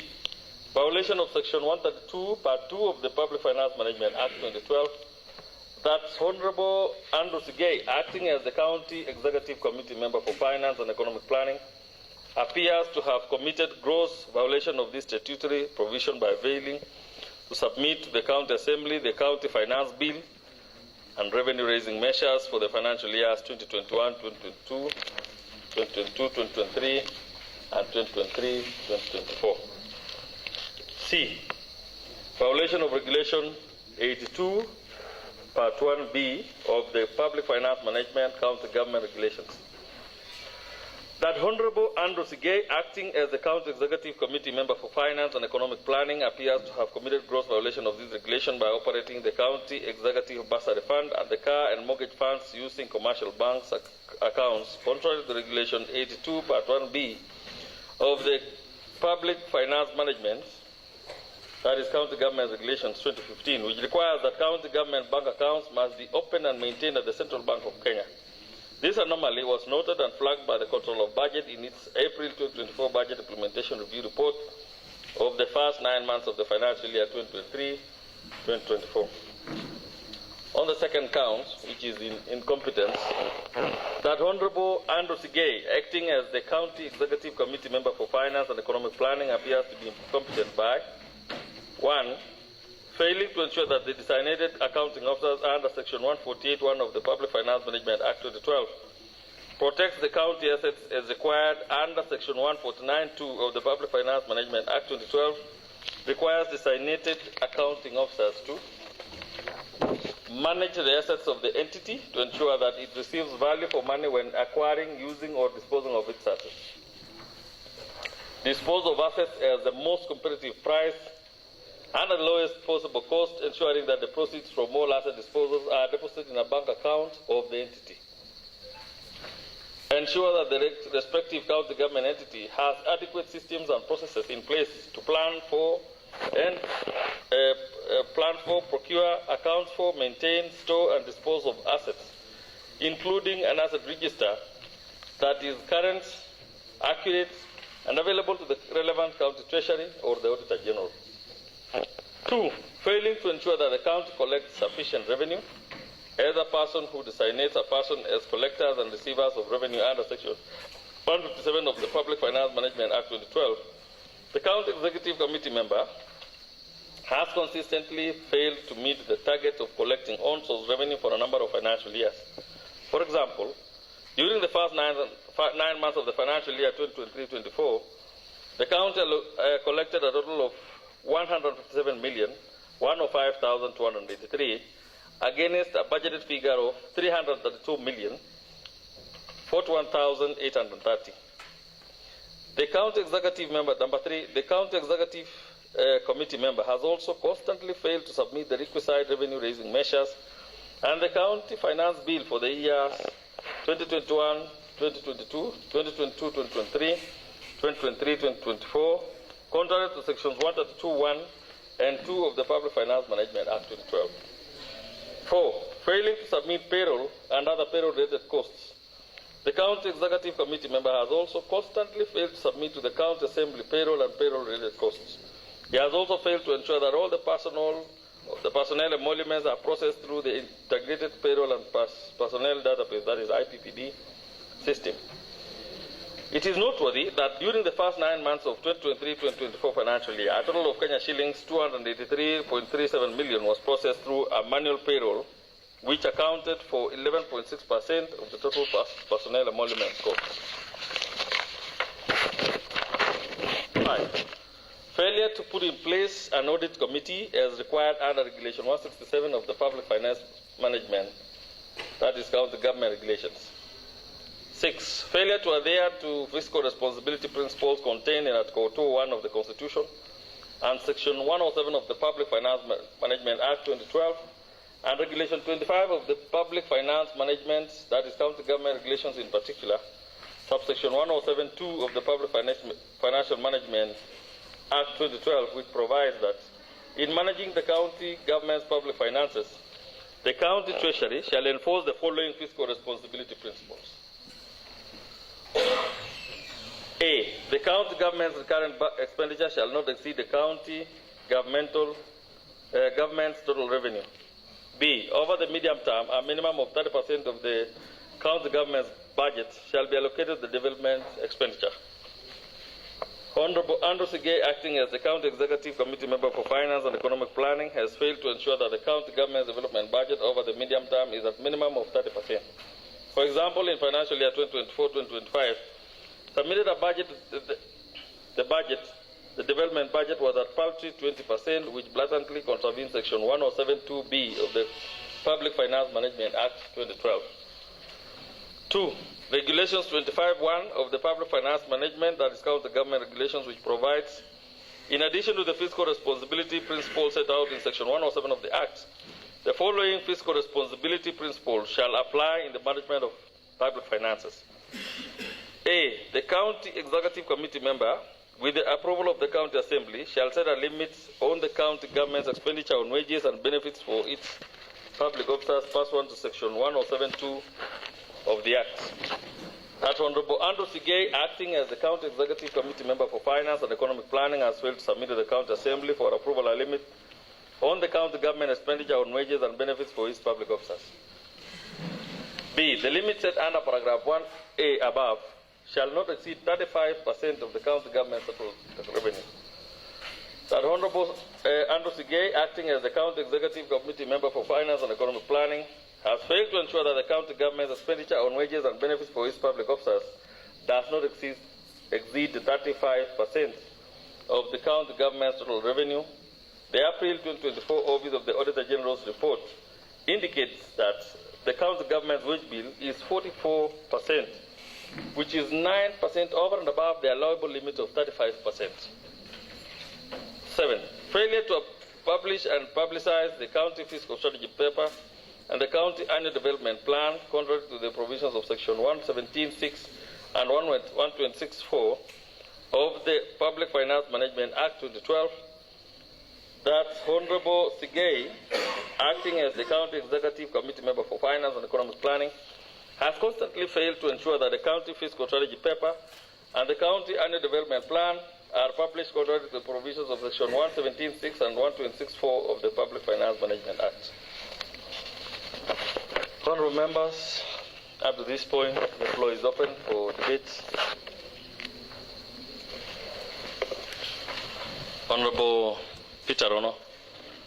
Mr. Speaker, thank you for giving me this opportunity. And before I make my submission, I want to confirm to you that today I will not have my legs apart. I am a member of the Finance Committee, and whatever response I'll be giving will be from the point of information. Honorable Speaker, I want to disown in its entirety the allegations that has been read by my learned chair, Honorable Nathan Gibet, that they are neither a result of the committee meetings we do, and neither are they the true records of these allegations. Mr. Speaker, I oppose this motion, and I have 3 reasons. The Honorable Chair for Budget said that any boy who gets here must be circumcised. But in this case, Mr. Speaker, I want you not to allow this House to be a lynching arena.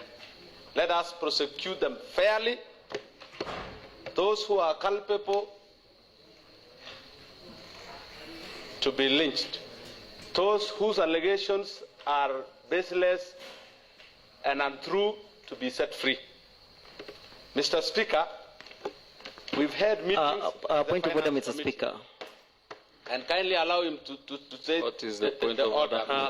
Point of order, Mr. Speaker. Is it in order for honourable member to impute that an improper motive that I, being the chair budget, insinuating that this is a lynching arena for the CCs whose cases we are processing this evening? I think that statement is reckless and very disparaging. I request that he withdraws and apologizes on the same. Honorable Peter Rono, kindly withdraw. Mr. Speaker, the Hansard will vindicate me. He said everybody who gets here must be circumcised. It's his word, not mine, Mr. Speaker. For the words that you've just used. Honorable Speaker, I don't know why you want him to explain himself while you did not allow me to explain myself earlier, Honorable Speaker. And I've told him it's only fair for Honorable Erick. Yeah, it's only fair for him kindly to withdraw. Yes. Be seated. Yeah. Honorable Peter Rono, withdraw and apologize. Proceed. Mr. Speaker, I withdraw and apologize. Proceed then. Mr. Speaker, as I contribute, allow me to go straight to the allegations labeled against one Honorable Andrew Sigei, and allow me to go to it point by point, Mr. Speaker. And as I do that, I want to confirm to the House, anybody watching us online, that I sit in the Finance Committee, and whatever I'm saying, I have records to prove it either way, Mr. Speaker. That the Honorable Member has allowed the county government to run without an audit committee is wrong. Mr. Speaker, there is an audit committee in place that was established in the year September 2018. It is serving its second term that will expire in October. The same was gazetted in the Kenya Gazette, and I have a copy to that effect, Mr. Speaker. So if we are supposed to say anybody who comes here passes through the circumciser's knife, Mr. Speaker, let us be fair. Remember, when we remove person by way of impeachment, that means we are condemning that person for life. That person will not be employed anywhere, will not be allowed to work anywhere. So as we do that, let us also remember the human part of it. And in this case, let us only convict those that are convictable. This case, Mr. Speaker, the Gazette notice is 1243 of 2018. So saying that there is no audit committee is wrong. And that is why I oppose the motion. Number two, Mr. Speaker, on publishing budget documents. I have, using my tablet here, just gone online, checked on the public portal that is managed by the National Treasury, typed the word budget year 2, gone to the counties, gone to BOMET, all the documents are online. So when we say he has not published, we will be doing an injustice to him on an offense he has not committed. Let us be fair, Mr. Speaker, for once.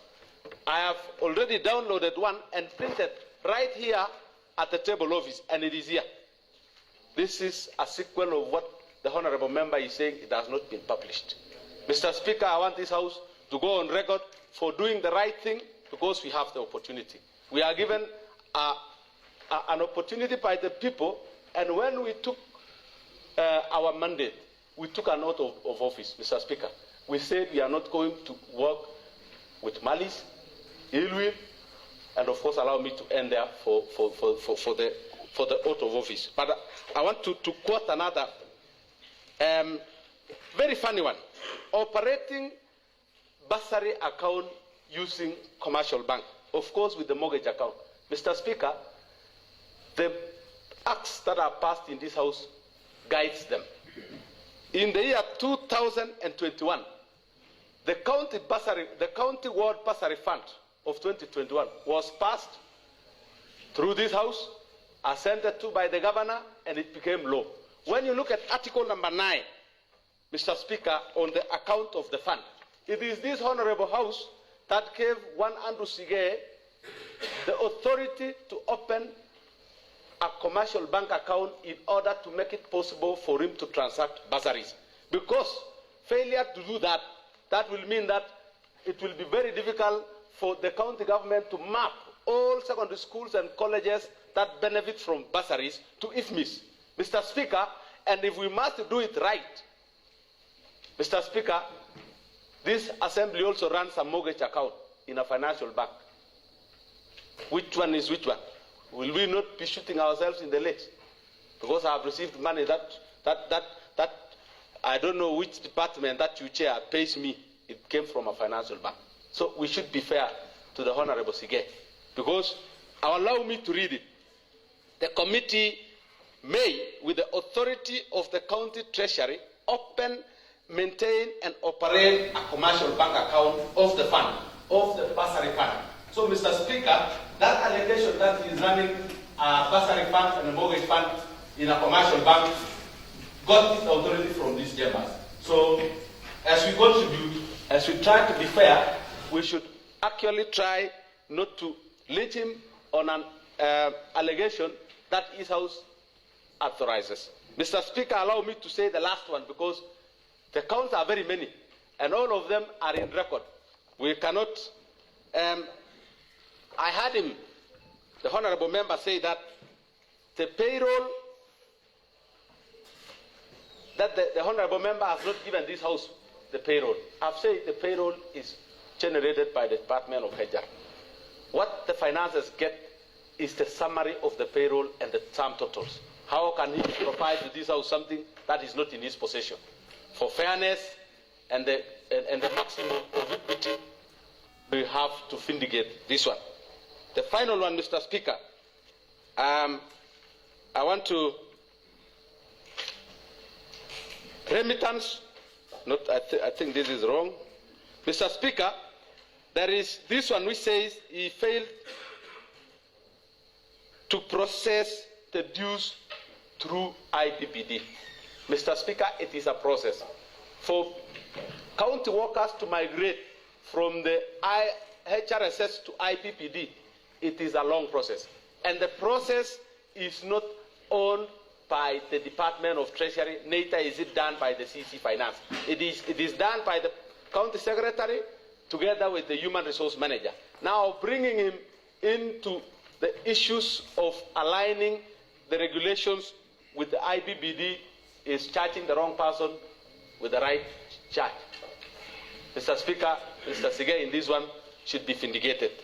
Honourable Speaker, interestingly, the seconder of the motion is against hiring of the people of BOMET. I'm worried, Mr. Speaker. Where I come from, a paltry are employed. And when we say this House should stop the CEC because there is employment of people of BOMET. Oh my, I don't know where we are going to go through. Because it is better they have salary in their pockets and jump over the mats to their homes than to have tarmac roads and sleep with empty stomachs, Mr. Speaker. I also stand to be vindicated because we want people to be employed. Point of order, Mr. Speaker. Honorable JK, what's your point of order? Yes, Mr. Speaker, is it in order for Honorable Peter Langat, Peter Rono, yes, Peter Rono, Mr. Speaker, to state that I am against the employment of people of BOMET.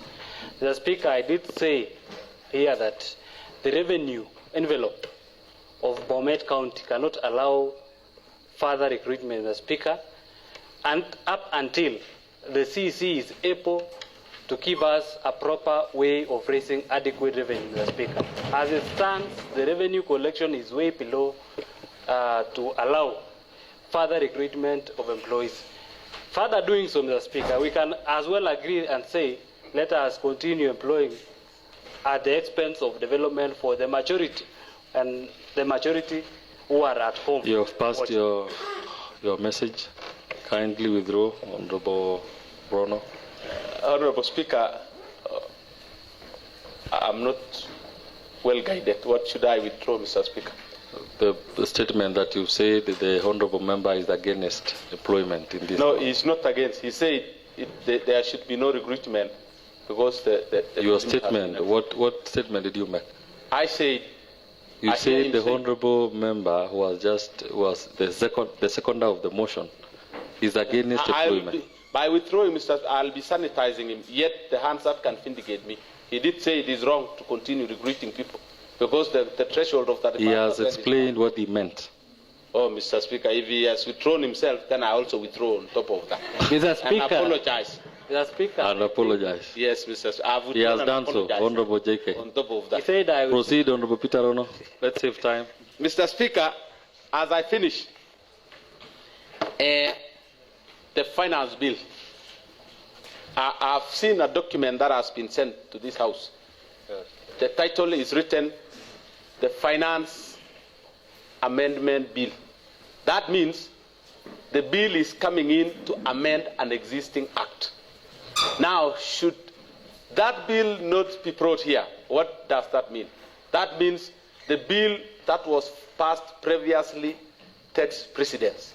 Mr. Speaker, if there is nothing to be changed, it is not a must that we just photocopy the previous bill and table it here.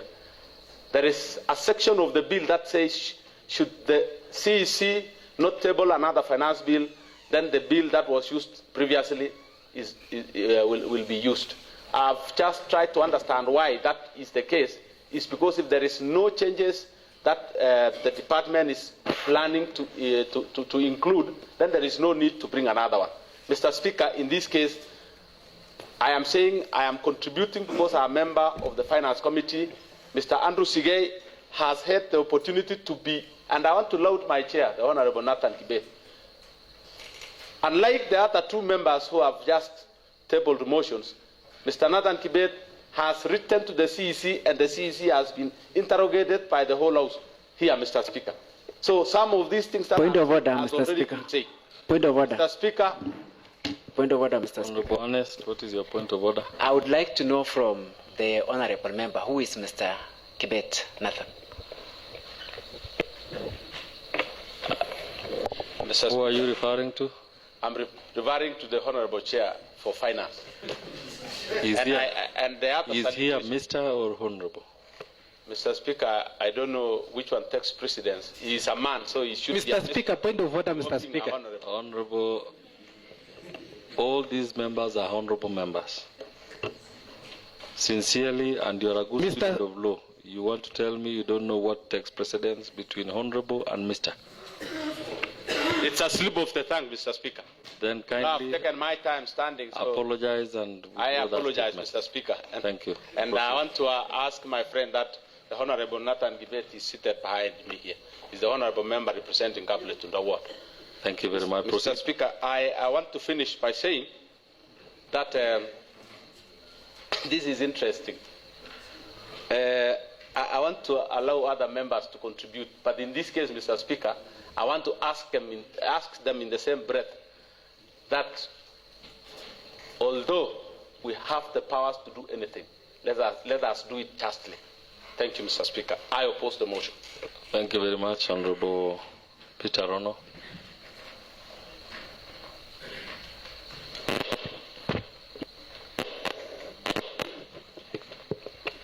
Reading by the mood of the House. No. Oh. What's going to be? Honorable Debate. And thank you, Mr. Speaker, for giving me this opportunity and to give in my submission for the CCM and the finance. If my memory serves me well, Mr. Speaker, sir, in this House, it happens I'm a member for appointment committee and as well as a member for budget. When I interrogated Mr. Andrew, he was seated here. Then when he was being appointed to be the CCM for finance, I did ask about the revenue collection and management system, which the taxpayers had used a whopping 65 million. To date, that system is not functioning. Again, the CCM for finance, Mr. Andrew whatever. Honorable, what do you mean by Andrew whatever? Kindly refer to the name that is given. Sorry, Mr. Speaker, that was a slip of the tongue, but of course, Andrew, Honorable Andrew. Sigei. You know, these names again, and keeps on changing by the name when you are being elevated to something else. I'm here to support the motion for impeachment for the CCM. I know I will come with the evidence because I was the one with Honorable Chepto here, Honorable for Kimulot, which we resisted vehemently then for reappointment of the same CCM. But today I'm vindicated, the same CCM is here with us. We are haunting, his ancestors are haunting him again out of office. So come next week, I'll come to this very honorable house to table the evidence why he must get out of that office. I support. Honorable Rosalie. Thank you, Honorable Speaker. I also rise in support of dismissal of Honorable Andrew Sigei, CCM Finance. As you are aware, Honorable Speaker, CCM Finance is the custodian of the county resources and assets. And we are aware that the county government of BOMET have been having a lot of vehicles, which was purchased in the first regime. And the same vehicles are loitering within the country, all the garages in the country. And being the custodian, he has not been able to give us the reasons why those vehicles has not been maintained, and after giving them enough money for maintenance. Another issue is concerning the automation of revenue. The system, which was purchased at about 65 million, that was in the year 2021-2022 budget. As you are aware, we were able to collect 157 million in the last financial year. And in the same 157 million, we are aware that money is from Longisa Hospital is about 85 million, and from the multinational, it's about 70 million.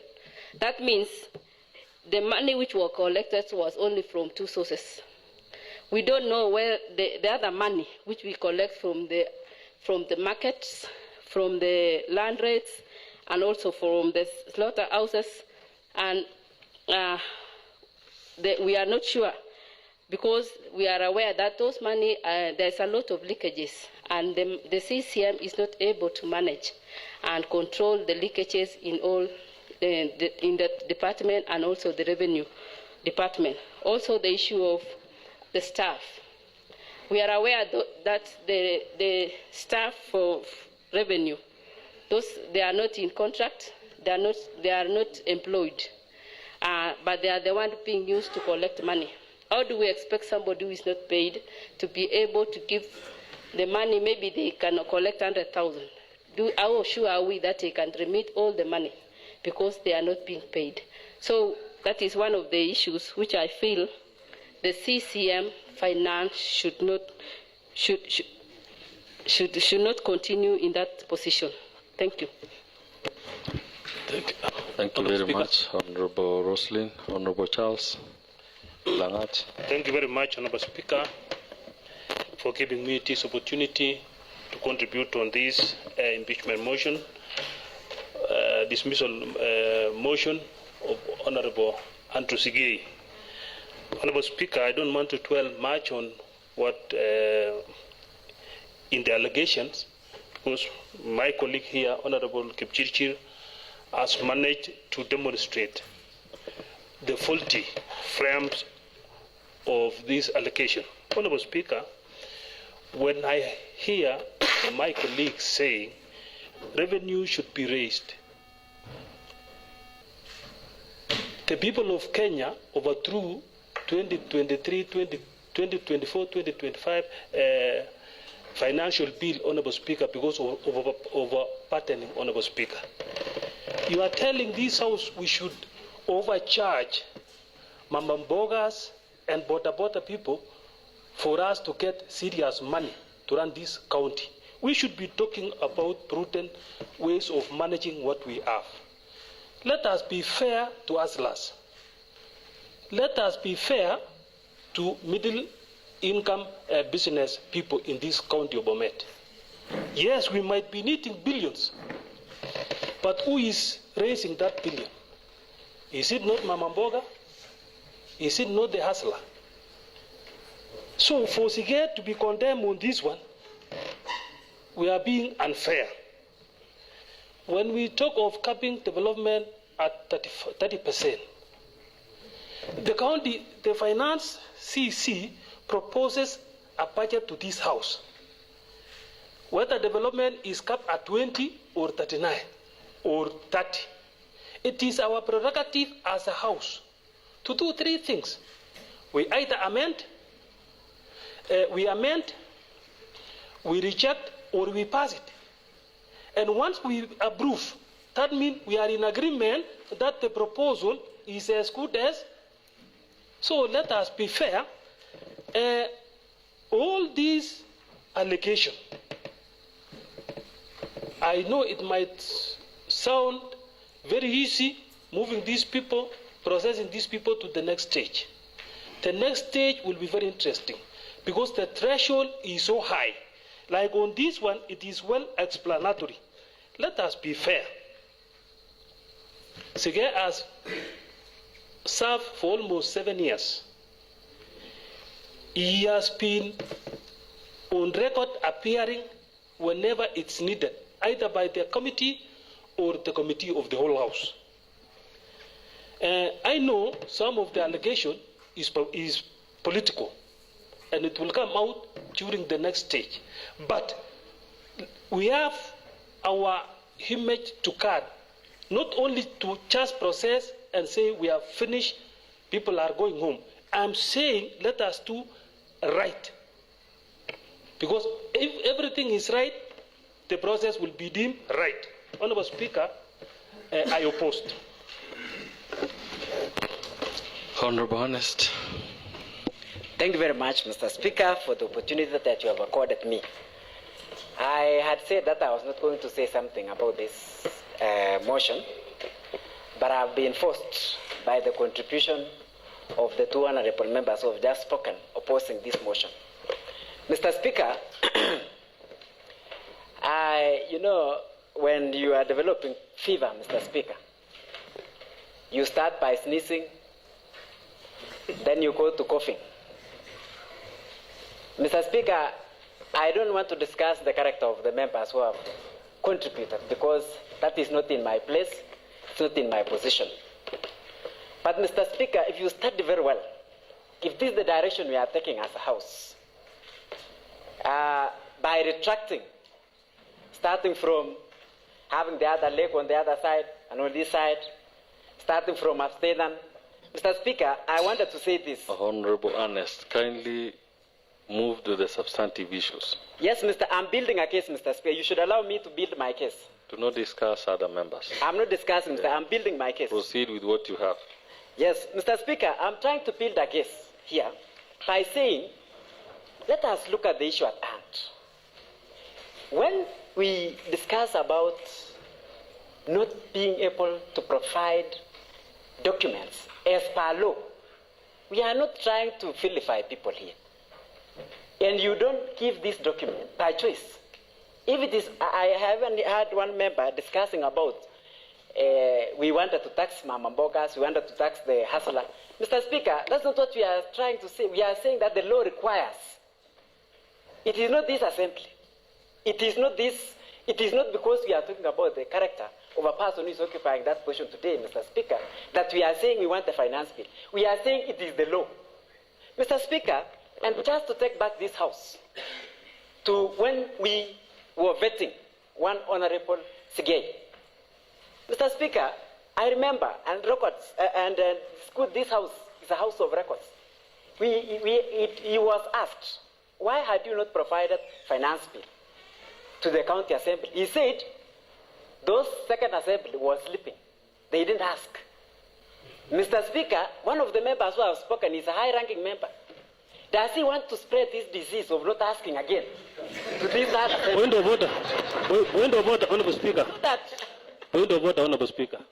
What's your point of order, Honorable Charles? Is it in order for a member to say members can sleep while conducting business in the House? Because even the second assembly, Honorable Speaker, was a House with respect, Honorable Speaker.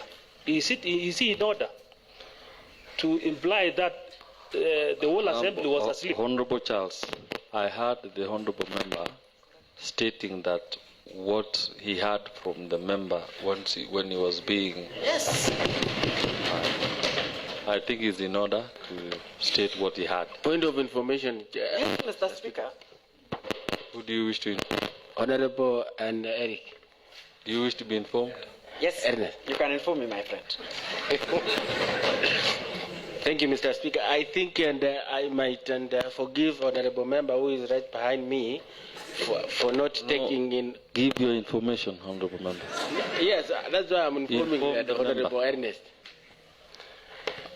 Honorable Ernest was actually reminding us what actually the CC, because in fact I was the one asking the question. But he did say actually the second assembly was asleep. Not referring to them actually, the likes of Livondo, who is a high-ranking member, which of course he normally made this decision very well. But thank you, Mr. Speaker. Honorable members, I must caution you. Anytime you want to inform the House, kindly do not make other contributions which are necessary. This is a serious House. So, Honorable Kibet, what information have you given to Honorable? I was informing him about what the CC and I did say that time. There is no information you've given. Okay, thank you. Next time, desist from doing that. Let's be serious. You're actually out of order by actually requesting to inform the House, and then you proceeded with some other allegations. I'll not take that lightly. Be warned. Next time, don't do that. Mr. Honorable Speaker. Ernest. Yes, Mr. Speaker. Mr. Speaker, I also want to refer to the presentation of a document by the name CFSP. Mr. Speaker, I sit in Budget Committee, and we passed here, when we intended to pass the budget, that we allow the CEC to go, and that was in recommendation number 4, that he was supposed to up where we got as a budget committee to 23% to about 30%, which is required by the Public Finance Management Act. Mr. Speaker, and when an honorable member, and it is sometimes good, Mr. Speaker, not to contribute when you don't have information. It is better to just keep silent and wait for those who have information to assist you with information. Mr. Speaker, when we sat in the budget committee and we were asking ourselves, because it requires that a CFSP, a budget should be aligned to a CFSP. And when we sat, we could not tell which CFSP to use for the financial year 2024-2025 because the CEC in charge had not published the CFSP as required by the law. So when we ask here, we're not asking for the sake. It is the law, Mr. Speaker. If the law had said, let BOMET County Assembly decide not to ask, we will not be asking. But because it is a law that is conventional, it is cutting across all the counties. It's not only for BOMET, Mr. Speaker. Mr. Speaker, I also want to set the record straight here, that when you listen to some of us, Mr. Speaker, who are sent by people to represent and ensure that they oversight on the usage of public resources. And today we are discussing about a CEC who is in charge of taking care of the public resources. And when you hear an honorable member saying, let us not lynch, let us not do this. Mr. Speaker, these 38 honorable members who swore to do justice, to do fairness, cannot be referred to be lynching. We are not lynching anyone, Mr. Speaker, because when we get home, we are asked, how much has been paid to pending bills? How far is the performance of the pending bills?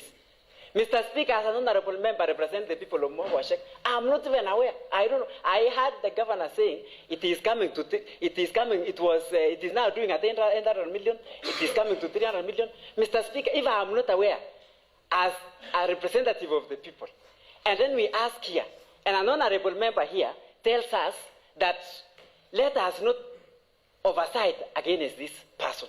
Mr. Speaker, I want to ask these honorable members, for the record and for fairness, and to be seen to be fair, not to be going for personal vendetta. Mr. Speaker, I want to repeat this so that I will be vindicated by history.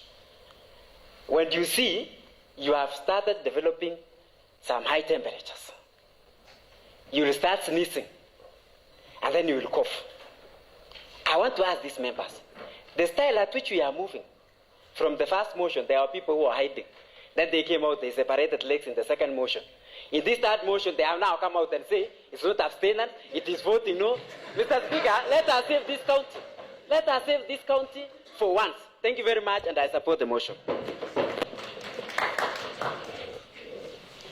Honorable Erick. Thank you, Honorable Speaker. I have been waiting for this opportunity. First is to get to the business of the day by reminding us of what I said earlier about the responsibility of as County Executive Committee Member for Finance. Honorable Speaker, the County Executive Member for Finance is responsible for the prudent management of county resources and including assets in this country. This is a provision that was put in the County Government Act and PFM Act. Honorable Speaker, when I have followed the conversation and the submissions by my good friends who are opposing the motion. And Honorable Speaker, I am a bit afraid that sometimes when we deal with issues that bedevil the county, the buck stops largely in the county treasury because the larger responsibility of prudent management of resources and oversighting the various departments in terms of budget implementation, carrying out audits, and also making sure that the procurement processes are followed to the letter rests squarely in the Department of Treasury headed by a CEC or County Executive Committee Member for Finance. That's why while we discussed the motion facing the ouster of one Andrew Sigei out of office, it is on this breath that we are looking at giving the most responsibility to the person who's given a lot of mandate. He is a person who designates the accounting officers in the county. And part of what we have seen over time is the fact that he has failed, but we continue pretending that he's a saint, and we continue keeping him to the detriment of the various projects and loss of county resources, Honorable Speaker. I want to first respond to the fact that one honorable member, Honorable Kipchirchir, said the audit committee is in place. I do not deny that fact, Honorable Speaker. However, it is one thing to be present and another one to be moribund. And moribund in this case is to be dysfunctional.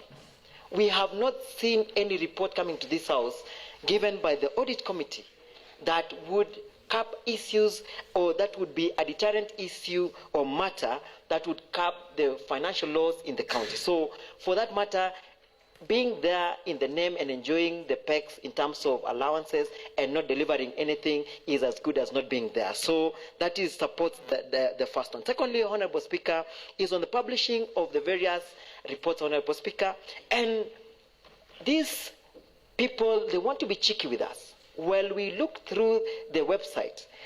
Most of this, even the CFSP, the County Fiscal Strategy paper that we passed in early this year, had not been published by the time we went to look through the budget estimates of this financial year.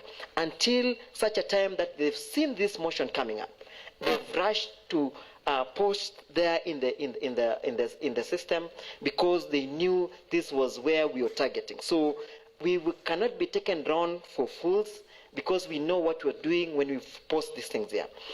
Honorable Kipchirchir is on record as a while back mentioning that this the finance bill had never been tabled, and when with a lot of pressure, the finance bill later finally came. So I don't know what has changed the music all of a sudden, but nevertheless, we have to deal with the situation as it were, because we know the kind of environment that we're dealing with, especially being in BOMET County, and where all of us sometimes have to suck up to some issues, maybe promises that have been made to us or we've promised, and we are urging or we are yearning to deliver on them, which is not bad.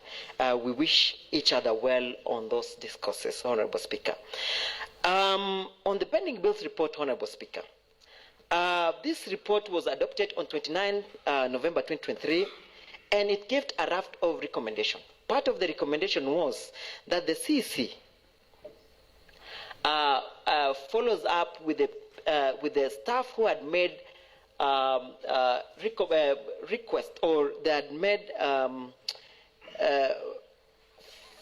false request to be paid for some companies to be paid, whereas when we went to the merchants, well, we visited the merchants, and even the committee that did the pending bills report denied any involvement with the county, that they were not owed by the county, whereas a staff in the county had put in there a bill up to 20 million. I remember one of them was a petrol station in town here, who said, who had been put there that they were owed by the county 20 million. When the pending bills committee went to that merchant, they refused, they denied and said the county does not owe us any money. This was really something that we raised, and our recommendation was that an action be taken against a staff who has raised a fictitious liability against the county. That action was not taken. Honorable Speaker, at the time of the recommendation, we had given the CC member 14 days at the time of passing the report. That was on 29th. To date, we've never seen any report on any action that is taken against those officers who made fictitious claims to the county. And for this matter, Honorable Speaker, Andrew Sigei has to leave the stage. On the second issue, Honorable Speaker, is on engaging persons who were not duly employed by the county to be revenue collectors. I want to request to read to this assembly the provisions of Public Finance Management Act number 157, subsection 1, that says the County Executive Committee member for finance shall be in writing designate persons to be responsible for collecting, receiving, and accounting for county government revenue, as the County Executive Committee member for finance may specify in the letter of designation. A receiver of county government revenue is responsible to the county executive committee member for finance for ensuring that the revenue for which the receiver is responsible is collected and recovered and is accounted for. Section 158(1) says a receiver of revenue for a county government may authorize any public officer employed by the county government or any of its entities to be a collector of revenue for the purposes of collecting revenue for the county government and remitting it to the receiver. Honorable Speaker, engaging persons who are not duly employed, who do not draw a salary from the county, and expecting them to do their work diligently, I think it is in gross violation of the statute, and also it's a gross violation of the PFM Act section 157 and 158. And at this point in time, the Honorable Andrew Sigei is guilty of this charge, and he has to exit the stage. Honorable Speaker, on incompetence, Honorable Andrew Sigei has failed to give a clear framework for payment of pending bills. As we speak today, there are people who have gone bonkers or have lost their minds because of pending bills that continue accruing against them, or have been denied an opportunity to receive their money for work that they've done lawfully to this county. And part of what has happened is because the CEC lacked a clear framework to managing pending bills that continue to grow over time. Well, we look at, and I said earlier when we were discussing, when we were posing off the earlier matter, when we look at the Department of Roads, for example, the CC has never instituted any issue or any matter to ensure that the departments do not overshoot their budgets. Like in 2018, 2019 to 2020, 2021, the analysis that we did on pending bills, Honorable Speaker, the Department of Roads had accrued a pending bill of 676,340,000, whereas the same department had been allocated 2.871 billion and had spent 2.593 billion, leaving a balance of 275 million. However, the department had a pending bill at the time of this analysis at 676 million, showing that the person who is in charge of procurement in this county has failed to institute a mechanism to check on procurement matters so that even departments are able to do procurement over and above what is being allocated in their budget. As I conclude, Honorable Speaker, the failure to, we had made a recommendation while we did the pending bills, and the letter that we did to the CC was had a recommendation on how he needed to present the pending bill report, Honorable Speaker, and this is a clear case of being incompetent. Reason being, we had made a recommendation through a letter that we did on 1st of December 2022. We did a letter to the CC, and our recommendation was that the pending bills report be presented in the following manner: that they need to show the department which procured the works or service.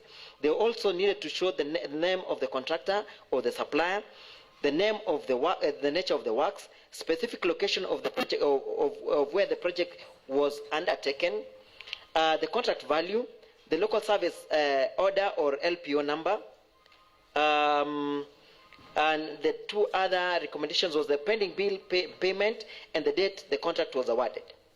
To our shock, Honorable Speaker, when the pending bills report came to us, it was presented in a manner that I kept thinking it is a case of a person who's trying to hide some matter, because we were not able to even look through the report, because one, we could not know when the vendors were engaged.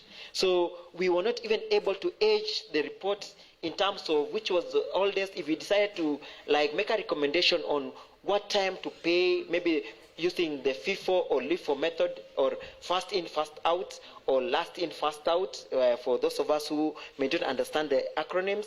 But when we looked through it, we were not able to understand the report. It also had, even in the column of the wards or the locations, it had in the column that had been named as wards, the ward that the works were done. It had a ward called HQS. It had a BOMET East as a ward. It had BOMET Central as a ward. It had HQS. It had cooperatives as a ward. You understand what I'm saying? It was difficult for us to understand where that works was done, because someone deliberately decided to misname the wards for the sake of confusing the people who later do the analysis of the report. Honorable Speaker, on another matter, and for that matter, on that matter of just misrepresenting the pending bills, Andrew Sigei has to leave the stage. Failure to adhere to the insurance of concurrence to the public service and county secretary, whereas the fiscal responsibility principle provides for that the P should be capped at 35%. We've continued to see, and I want to stand corrected, that we are not against hiring of people in this county. However, we need to do it with having in mind that we have to have a clear trade-off between development and fair distribution of employment, and taking care that we don't have redundant positions in this county.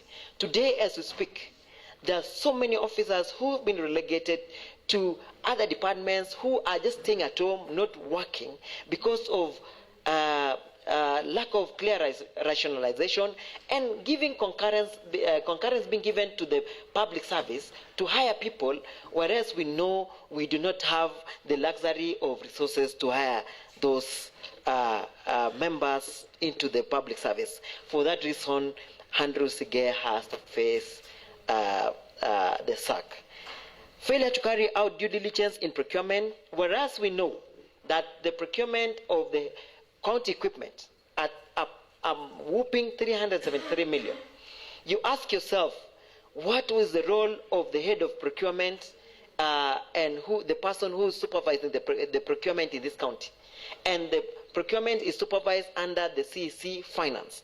A whooping 373 million has been put in jeopardy. We do not have ownership of the equipment, neither do we have the money in our bank accounts. These are total loss, and the supervisor who has released the money, the person who has supervised the procurement process and supervises the procurement function in the county, is one Andrew Sigei, who is the CEC member for finance. And for that reason, Andrew Sigei has to exit the stage. Over the year, Honorable Speaker, we have allocated money meant for the valuation role. Up to last financial year, we had allocated a whooping 45 million without having the valuation roll out. When we asked questions around it, the same vote was taken to the Department of Lands for just whatever reason. And for that reason, Honorable Speaker, for all those years, Andrew Sigei has to exit the stage. Failure by the department to institute a revenue collection and management system that has value for the county. Surprisingly, Honorable Speaker, we are not even, the revenue collection management system that we have in this county cannot be able to even carry out very basic functions, like, for example, being able to run a database for all the businesses in BOMET County. The other day, His Excellency the Governor had to use the sub-ward administrators to do databases for businesses in the county, whereas we have paid over 60 million at one go as one-off payment, and each year we pay almost 8 million to the same supplier of the revenue collection management system, and that system cannot even support us to even give us basic information about the registered businesses in BOMET County. For that reason, Honorable Speaker, Honorable Andrew has to leave the stage. Honorable Speaker, I dare say. Kindly, your time is almost up, Honorable Member. Yeah, I'm finishing up, Honorable Speaker. This is very. So that you allow other members also to ventilate on the issue. Okay, fine. Honorable Speaker, failure to develop, to put in place a revenue collection and management system that can even auto-generate invoices and even be able to carry out issues that can carry out the checks, the regular checks that we do on our revenues and authenticate the single business permits in our various stations. And I can tell you for free, if you walk into any outlet or any shop in town, you can never be able to use any gadget provided by the provider of the revenue collection management system to even authenticate the single business permits. And for that reason, Honorable Speaker, Andrew Sigei has to exit the stage. And I want to request honorable members at this point in time, this is not a time to take for a ride the submissions that we made, because over time, I know we have been thinking this is a walkover, but I want to request honorable members that is a serious matter that we are looking into. And I know at this point in time, we want to allow each other to pass this motion to the next level. We will give Honorable Andrew Sigei a fair hearing. And when it comes to our committee, we'll be able to give him a fair hearing, and if he is able to defend these matters that we've raised today and matters that have been raised by other members, then he will stand vindicated. But from here, I support the motion, and I want to request honorable members that we support and send Andrew home. Thank you. Okay, thank you, Honorable Erick. Honorable Shene, kindly proceed. Thank you very much, Mr. Speaker. Let me take this opportunity first to thank Honorable Felody for standing firm. Every man here, Mr. Speaker, would like to have a wife that will say no. Because saying yes to anything, you might see. So, Mr. Speaker, I respect personally, when I was doing campaign, I respected a person who will not vote for me and who will tell me right in my face that you will not vote for me, rather than a sycophant. So, Mr. Speaker, I respect, even if she votes, she has one vote.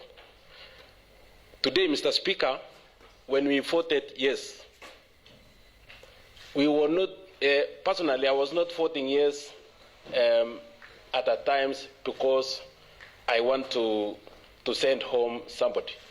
But, Mr. Speaker, I wanted the person that is in question to go to the next stage so that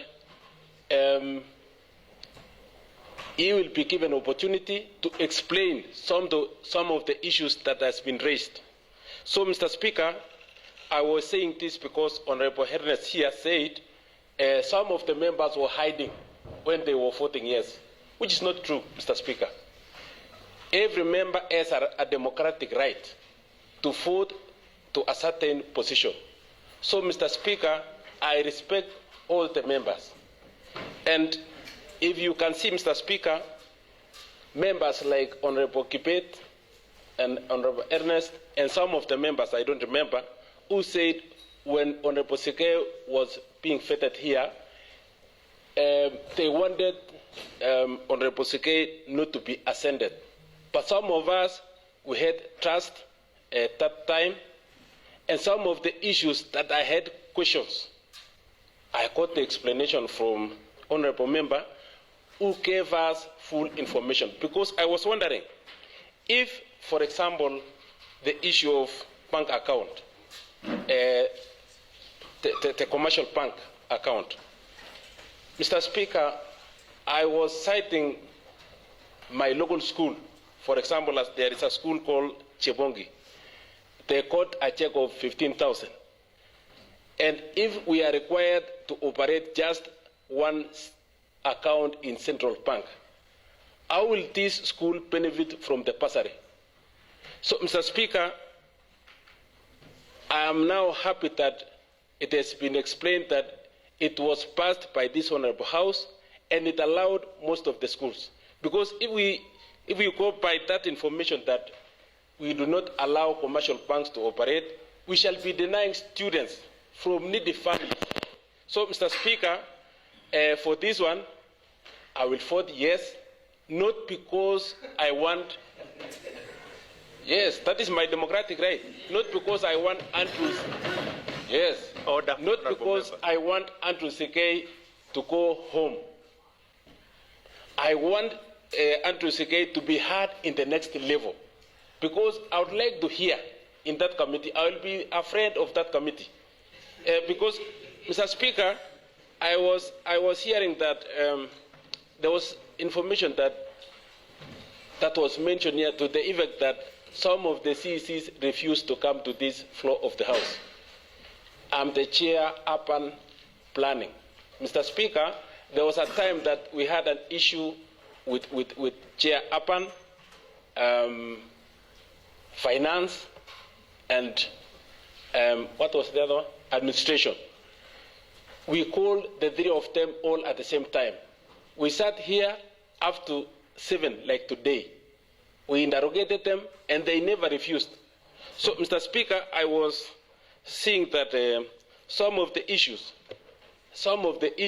it is us. If we compel them, if they refuse to come, we have another provision of summoning them. Because this House is a respected House, Mr. Speaker. So for today, I support. Thank you, Mr. Speaker. Yeah. Honorable Mutai. Thank you, Mr. Speaker. And I think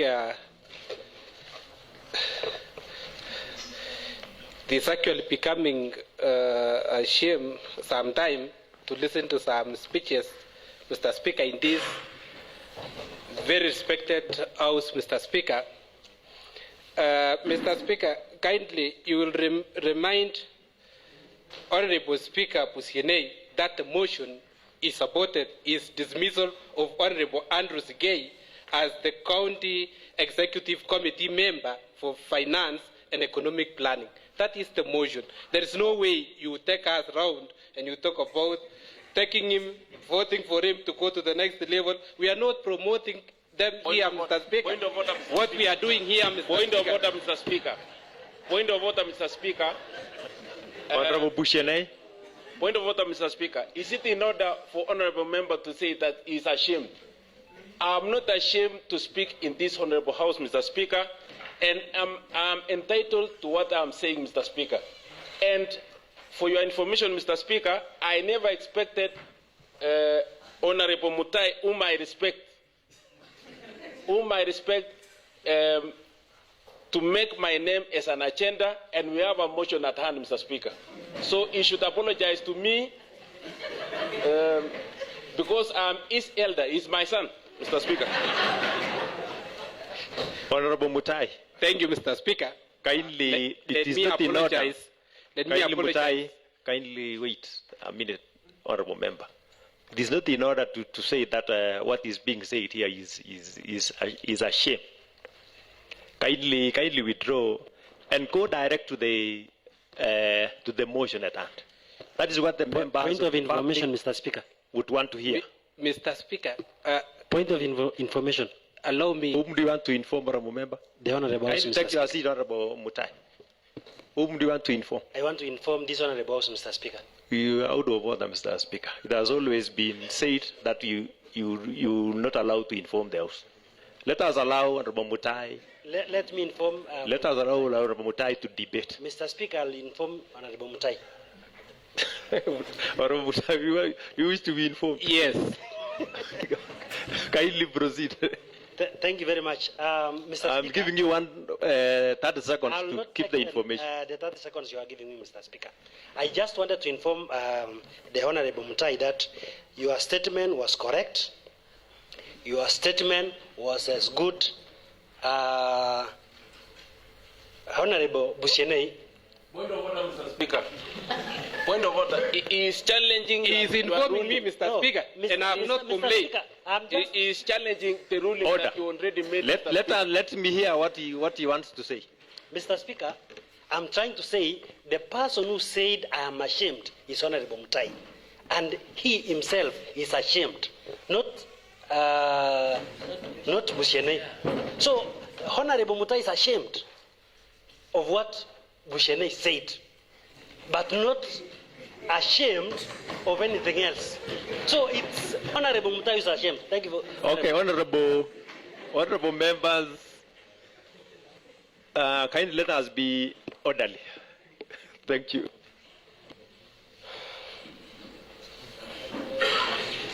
Thank you, Mr. Speaker.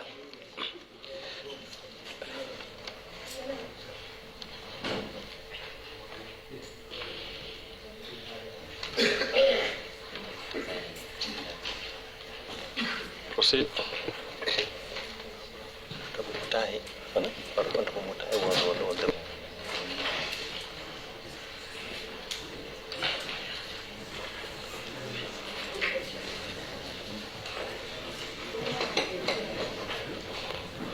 Honorable Mutai. Thank you, Mr. Speaker. Have you withdrawn?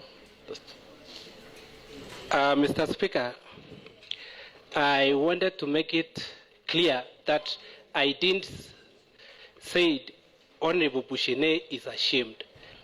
I said I'm ashamed as a member of this House to listen to some people giving us some false information that they don't actually substantiate. For example, Mr. Speaker, I was talking of some submission of Honorable Kipchirchir, whereby he said Honorable Sigei is cleaned because the documents that they have been printing by the department is in online, Mr. Speaker. Can we actually rely on what we have in online, Mr. Speaker?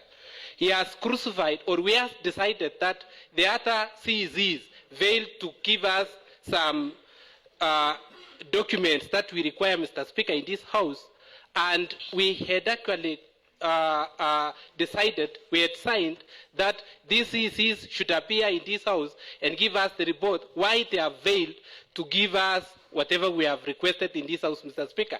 But now, these are the cases whereby some few individuals have given us the report, Mr. Speaker, by saying that all the documents that Mr. we Speaker, requested... point of order.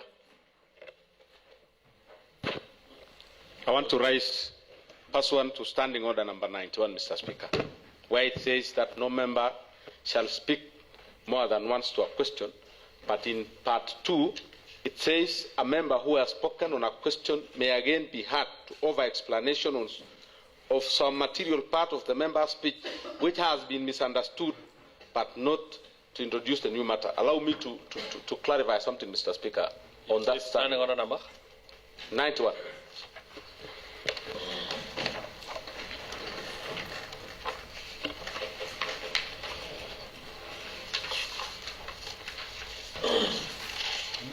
Yeah, what was your point on Standing Order number 91?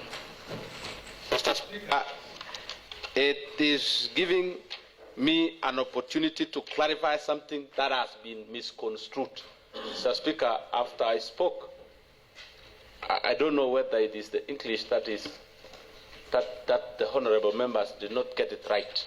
But allow me to expound, because that section gives me a leeway to... Point of order, Mr. Speaker. Point of order, Mr. Speaker. You will be contributing more than once. Yes. Yeah. So, Mr. Speaker, that section says... Point of order, Mr. Speaker. Point of order, Mr. Speaker. It will be later. Later. We have enough time. Point of order, Mr. Speaker. Point of order. Honorable Mutai, continue. Thank you, Mr. Speaker. Point of order, Mr. Speaker. Point of order, Mr. Speaker. What's your point of order, Bushine? It was already ruled that Honorable Mutai apologized to me because he mentioned my name, and he has not apologized. He mentioned my name personally as a person, and every honorable member here is entitled to opinion, and he's rubbishing my opinion, Mr. Speaker. So I expected him to apologize. Honorable Mutai, kindly. Mr. Speaker, for the second time, allow me to apologize to my dad, Father Pushene. Apologize and withdraw. Do not make it back. I apologize and withdraw, Mr. Speaker. Thank you. Now, Mr. Speaker, I wanted to give some few information, Mr. Speaker, here that I actually said earlier, Mr. Speaker, that we started this journey together well, and on the way, some other people may decide otherwise due to, I may not say it here, Mr. Speaker, Honorable Peter Rono is number 12 in signing this motion of dismissal of Honorable Sigei Andrew, Mr. Speaker, and he was the second one in contributing, Mr. Speaker, that Sigei should not come here and give us the information that we required as this House, Mr. Speaker. Mr. Speaker, I think this House we are now, Mr. Speaker, it is well guided by the rules, principles, and Constitution, Mr. Speaker. Honorable Peter. Point of order, Mr. Speaker. What's your point of order? Mr. Speaker, as a norm, we are in this House and it is guided by rules and order, Mr. Speaker. I only realized that when Madam Honorable Olivia was moving out, Mr. Speaker, she is not properly dressed. She has dressed as if we are in a winter season, Mr. Speaker. Mr. Speaker, it is very cold when I have a cough.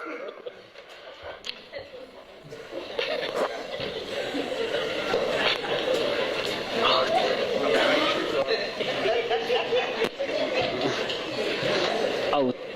How? Honorable Olivia,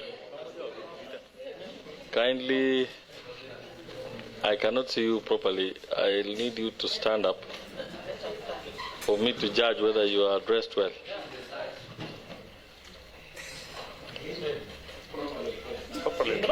Clerk. Clerk.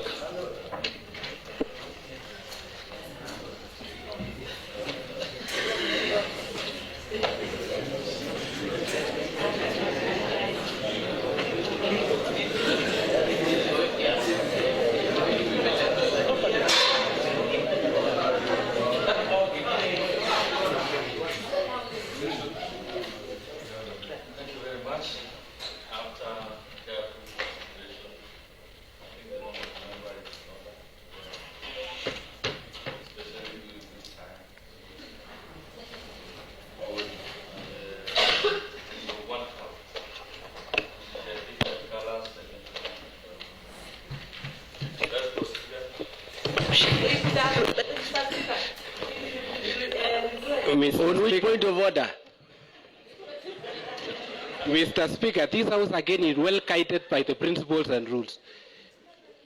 Honorable Mutai, proceed. Thank you, Mr. Speaker. I was saying that when we bring in issues of some important documents that we require here, that they are in online, Mr. Speaker, we are downgrading this House, Mr. Speaker. And it is in other way you are telling us whatever we should request from the department, we should simply go to the online and download, Mr. Speaker. So, Mr. Speaker, I was saying that the motion of Andrew Sigei, dismissal of Andrew Sigei, Mr. Speaker, I request all the members that let us pass this motion, let us, all of us in a unison, accept that let Andrew Sigei be dismissed in the office, Mr. Speaker, because everything, even all the payment is being actually clean in his office. He is responsible. He is the one to pay.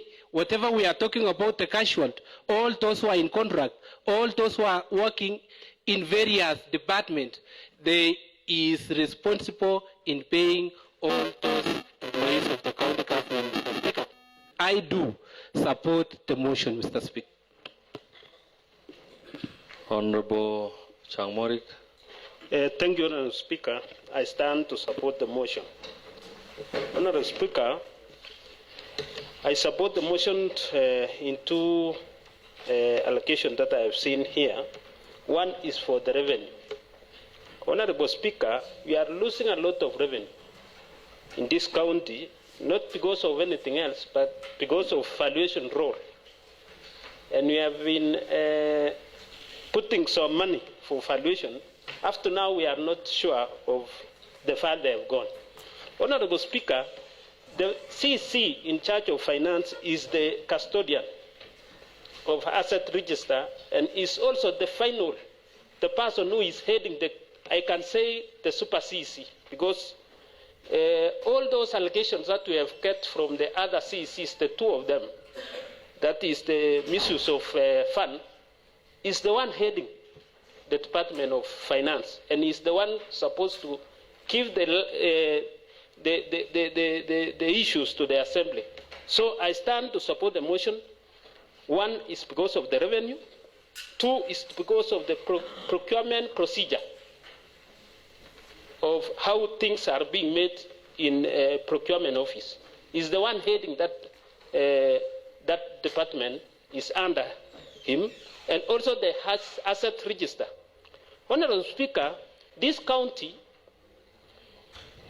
we have even lose a lot of money in the silos. That is the money that we are supposed to be collecting in this Mau forest, because we have not get the valuation report that we are supposed to be getting money.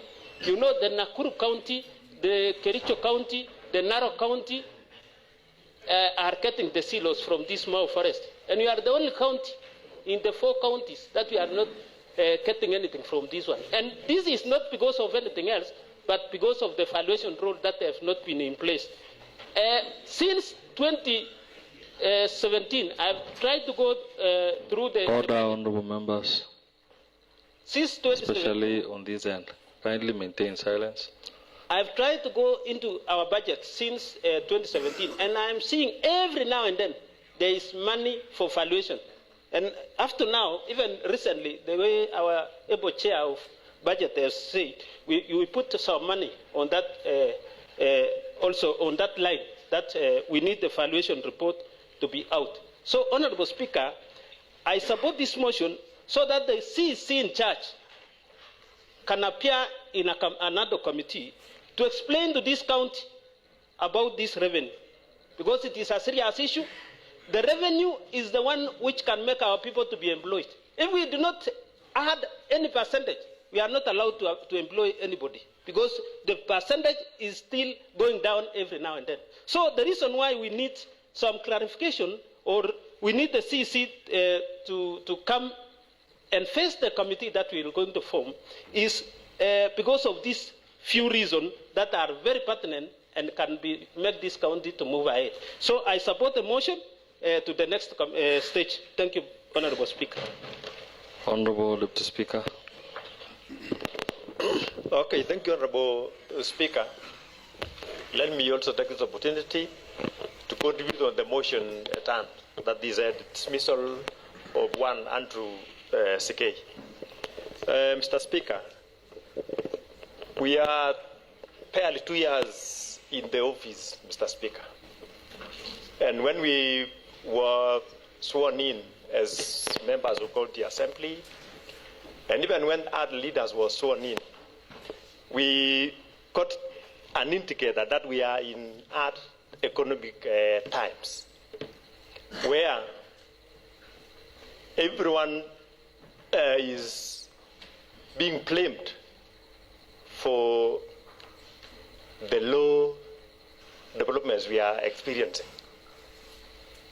When you go everywhere, they think that so-and-so is not working, the MCA is not working, the governor is not working, the president is not working, because we are actually in times where the economy is very hard.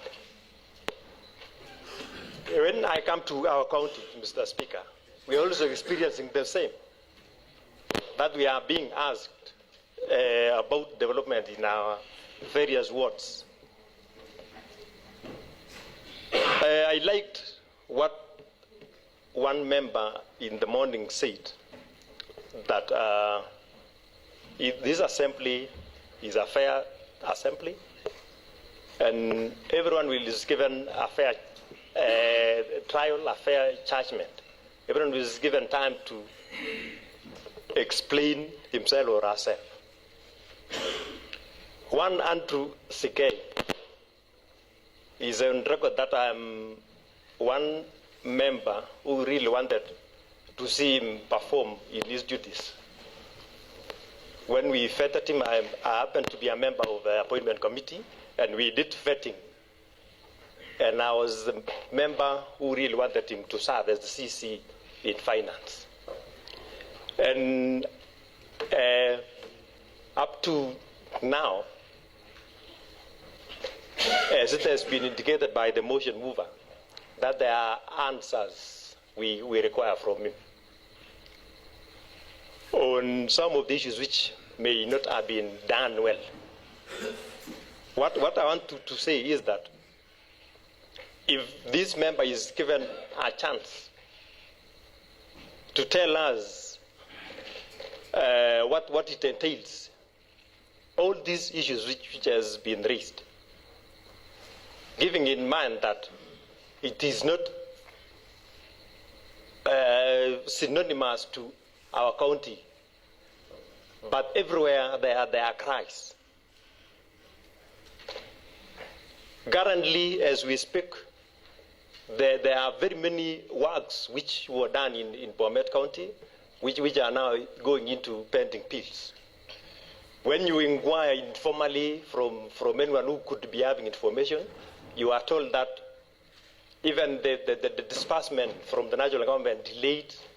We are being told that even June disbursement has not been made. Partially May disbursement was received.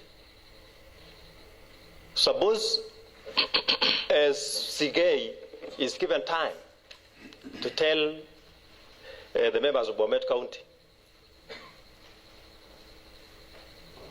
in the ad hoc committee, will we be able to get solution to all these problems? If any other person is given time to tell us what could have happened in his or her department, will we be able to solve all these problems? Because we act as members of county assembly, and even any other leader, we are undergoing a lot of problems. We are being followed by everyone, members of the public, and others think that so-and-so could not have been removed. Others saying that can take them home. Suppose they come and talk so that they vindicate themselves. Honorable Speaker, I like the way our honorable members debate here. But we put aside the personal vendetta so that we are vindicated also as the third assembly.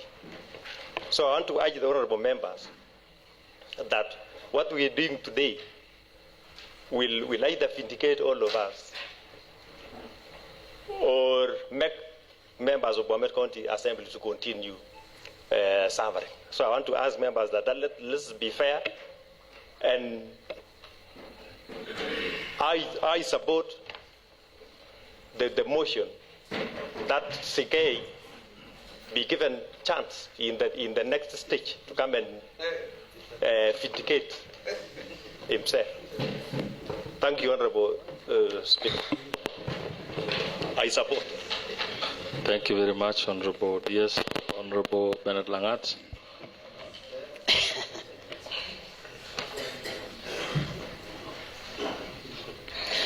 Thank you, Mr. Speaker, sir, for giving me this opportunity. I would like, Mr. Speaker, before I give my comment on the motion, Mr. Speaker, I want to say I've known Sigei for the last 7 years, being in the first regime of the late Dr. Joyce Laboso, now this regime of Professor Hilary Barchok. So Sigei, I have known him as a person, but for this case, Mr. Speaker, I'm not bringing personal issue of vendetta as a friend or what, but this one is about talking about on behalf of people of Kimbu, at the same time on behalf of people of BOMET County, because they have given us an opportunity to have a say on behalf of them. Mr. Speaker, sir, I would like to support this motion to, for removal of Mr. Sigei to the next stage, because, Mr. Speaker, Mr. Sigei have been in this regime for the last over 5 years, Mr. Speaker. Is the overall to oversee the ADB, Annual Development Plan, each and every financial year, Mr. Speaker, which approved all departments, Mr. Speaker. The same ADB we have been talking, Mr. Speaker, for us to be very fair, because the fairness here need to be equal to each and every one. If you refer to this last motion we were doing, Mr. Speaker, we were talking about all those departments have not been implementing the ADB. Same case to this, Mr. Speaker, is the overall as the CC in charge of finance and economic planning. So the annual development plan has not been implemented in each and every financial year, Mr. Speaker. For the case of pending bills, Mr. Speaker, pending bills, the same Andrew Sigei was the CC in charge of finance last regime. I was expecting, because when he was swearing in, Mr. Speaker, we being sworn in this house, Mr. Speaker, he informed the house that I will advise the governor on matters pertaining finance. If we were to save some penny for this county, Mr. Speaker, he will not have allowed the formation of task force for investigation of pending bills, because he was the same person, he was in charge of finance in the last regime.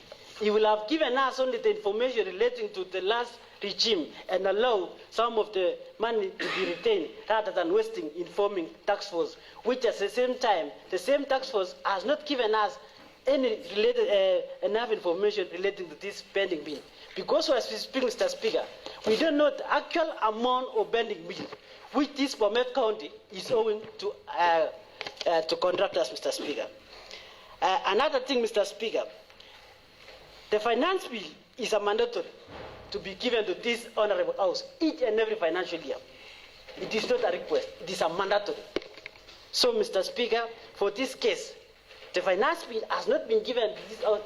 The last finance bill which you have been using was for 2021. Up to now, it has not been issued, Mr. Speaker. Another thing, Mr. Speaker, is about the valuation role. There is a lack of valuation role, Mr. Speaker. If the same CC could have the valuation role, he could have advised the governor on matters about waiver, penalties, and interest, which in this case, the same interest which has accrued from the rates will have otherwise yielded more revenue to this county, Mr. Speaker. So lack of these valuation roles has rendered us not to employ a number of youths, Mr. Speaker. If we could have been having higher revenue in this county, Mr. Speaker, a number of youths could have get employment, Mr. Speaker. To support the issue which was raised at the second of the motion, Honorable Josephat Kirui, Mr. Speaker. And I want to vindicate Mr. Speaker by saying that the reason why we are not able to employ a number of youths as a county government, Mr. Speaker, there is an advertisement which is supposed to employ around 3 more CEOs, Mr. Speaker. If we want to be very fair enough to this employment of youth, Mr. Speaker, employing 3 CC will cost us 9.5 million in one financial year, Mr. Speaker. If we want to employ more youth, the same 9.5 million will employ youth at the rate of job group J more than 40, Mr. Speaker, rather than employing 3 CEOs, Mr. Speaker. So I want to be very fair, Mr. Speaker, about employment. We, as an assembly, we wish each and every jail which has acquired certificate or have education to now get an opportunity to be employed in this county of BOMET. But the question, the resources, is it enough? The question is not enough. Why? The person who is in charge of collecting revenue have not given us ways of collecting revenue. Why should we retain the same person for over 7 years? We could exercise giving another person opportunity. He can give us another way of collecting revenue and improve the way of employing these people, Mr. Speaker. So the reason why these people have messed these counties, Mr. Speaker, is because they have been retaining for the last 5 years in the same position. Nothing is being new given to this county to give a chance other people to have a way of engaging people and making this county of BOMET to be great again. So for us to have BOMET great again, let's dismiss this CEC in charge of finance and others, Mr. Speaker, which has led us down as an assembly of BOMET. Thank you, Mr. Speaker. Thank you very much. Honorable Philip, you had risen. Did you want to contribute? Thank you, Honorable Chair, for this opportunity.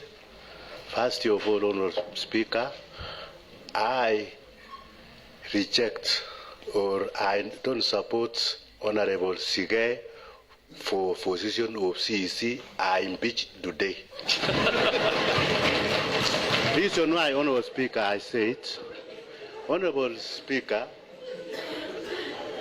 Honorable Sigei is failing us in this county of BOMET because, Honorable Speaker, the CEC in charge of finance is the pillar of this county, is the second command for this county of BOMET because, Honorable Speaker, is failing us to advise the governor how to collect the revenue as members who was said, who was contribute, but those who was supposed, I don't know why, and this county is very, very low in collection of revenue, Honorable Speaker.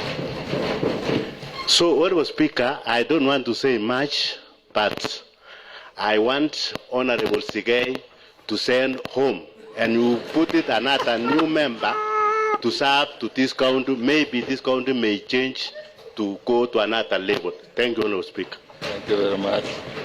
Honorable Emily. Thank you very much, Honorable Speaker. Before I comment on the motion, I concur with what Honorable Philip has just said. First of all, Honorable Speaker, let me applaud Honorable Felody. Congratulations. Congratulations. You stood by your word. What your heart was telling you. So I want to urge you, don't worry. I want to advise you as a mother. What is being written in those social media, just keep it on yourself and relax. Nobody is going to intimidate you. So, Honorable Speaker, I want to support the motion. Because one, this county is very poor in money, in the circulation of money. We are not seeing money. We are poor from January to January. And it is because of the CEC finance. He cannot control his docket. He doesn't know where to collect the revenue to circulate in this county. So it is a very big mess. Another thing is pending bills. Since we arrived here in 2022, why are we carrying the pending bills day in, day out, day in, day out, carrying pending bills? Why? You mean we cannot be able to offset the pending bills for the year 2023 or 2022, 2023, or 2023, 2024? We have to carry all those pending bills again to 2024, 2025. Are we making anything in this county? We are making zero. So I support the motion. Honorable Richard Ruto. Thank you very much, Mr. Speaker, for giving me this opportunity once again, just to contribute and support the motion before us, Mr. Speaker. Mr. Speaker, I'm not a CPA or an accountant in any way, but using my layman language of understanding when it comes to money, Mr. Speaker, I want to say that the county government of BOMET is moving slowly in development because of the legal advisor who should have been advising the governor on how the resources can be fetched from this county, Mr. Speaker. It is very shameful, Mr. Speaker, as said by Honorable Member Mheshimiwa Emily, Mr. Speaker, to have a pending bill which, when I came, and everybody knows, it was me who stood, and finally I was almost punished because I went against the government then, Mr. Speaker, when I said, based on the report given by the Committee on Appointment, the reason for me voting in the CEC then, the nominee then, Mr. Speaker, that is Andrew Sigei, cannot convince me in any way, Mr. Speaker, because the report given by the appointment committee were contradictory. You can find, Mr. Speaker, the committee who was supporting was saying when Andrew Sigei was the CEO before becoming a CEC, Mr. Speaker, the pending bills has reduced drastically. And when he was being vetted to CEC, some was saying the pending bills has risen. I don't know if you are getting me. I'm trying to bring what I said during the approval of the CEC Andrew Sigei. Point of information. Who do you wish to Information will inform, be positive Honorable? to me because I don't want you to go against me. Yeah. I'm giving you. I just wanted to inform Honorable Richard that the CEC Finance has never been a CEO. He was CEC before. Oh yes, thank you very much. She was in the right direction. I was saying the CEC Finance then was the CEC, and he was supposed to be given the chance also to become the CEC. Now, Mr. Speaker, I want to say that the report which was given by the appointment committee on appointment, Mr. Speaker, was contradicting. When you just see the side of those who were supporting, they were saying the pending bills has come down. Those who were opposing, they were saying the report, the pending bills has risen. And I tried to convince the House, Mr. Speaker, then, but all of them shoot me down, Mr. Speaker, because they were seeing that I was opposing the right person.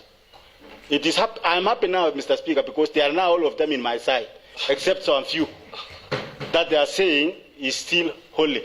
So I want to say, Mr. Speaker, that this county is running in a messy condition because of those who are not advising the CEO of this county. Professor is somebody which I believe when he is given proper advice, he cannot mess. But because some of the people are just meandering around, we all saw what took place in the Senate.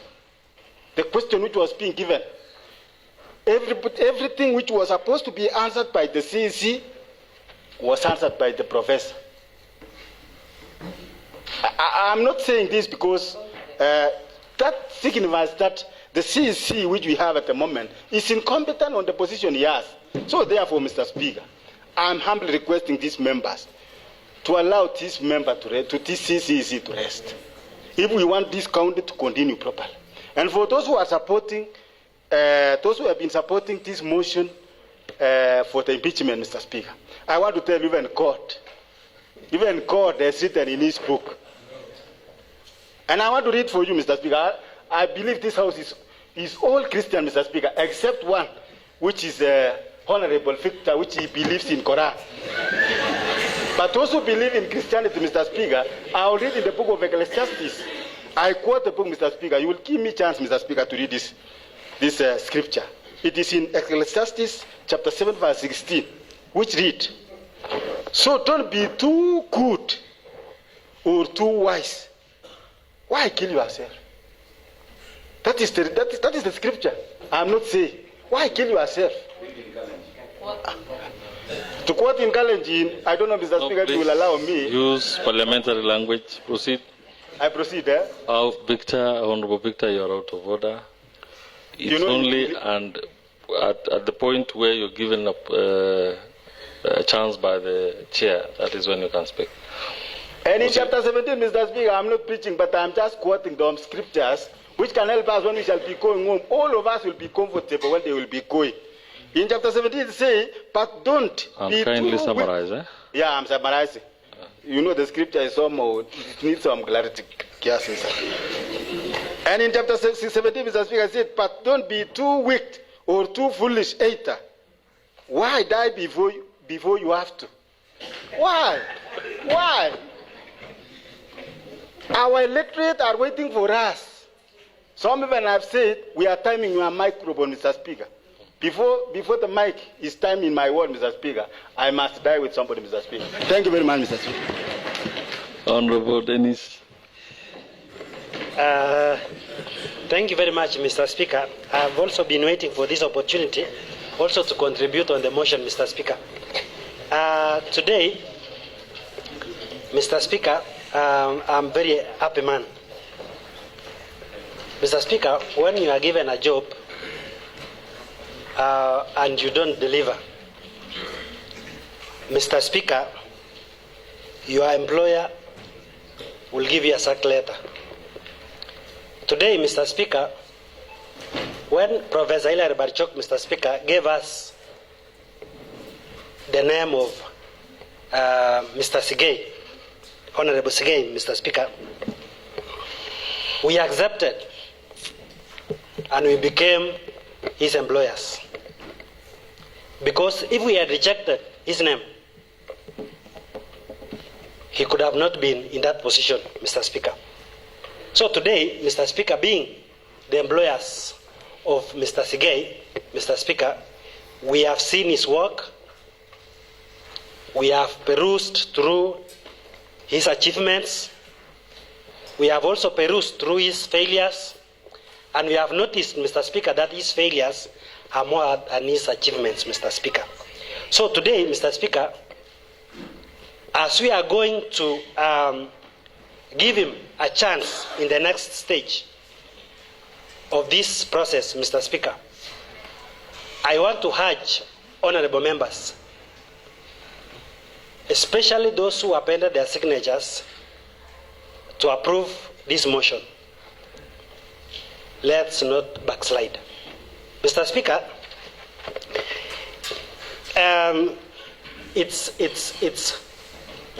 it's not wise. I don't know how I'll put it so that it comes well.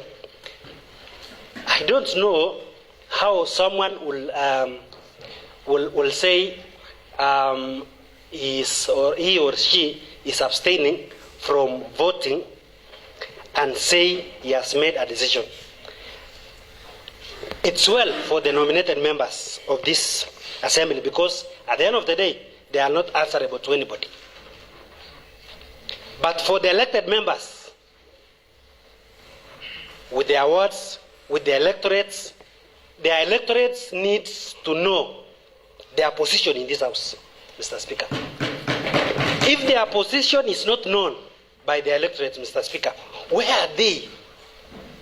Are they opposing? Are they supporting? If they are not supporting, let them say they are not supporting. If they are opposing, point of order, Honorable Speaker. Whose point is Honorable Wesley? Mr. Speaker, it is me. I think Honorable Dennis should not impute an improper motive, especially on the nominated members. He has mentioned, and I heard him well, that the nominated members are answerable to none. Mr. Speaker, The nominated members in this House are given responsibilities. There are those who represent the gender in terms of women. There are those who represent BWDs. There are those who represent minority. And there are those who represent youth. Is it in order to imbue this motive that nominated members are not answerable? Honorable Dennis, on that account, you are out of order. Kindly withdraw and Mr. apologize. Speaker, you will also give me a chance maybe to answer. Kindly withdraw and apologize to the honorable members.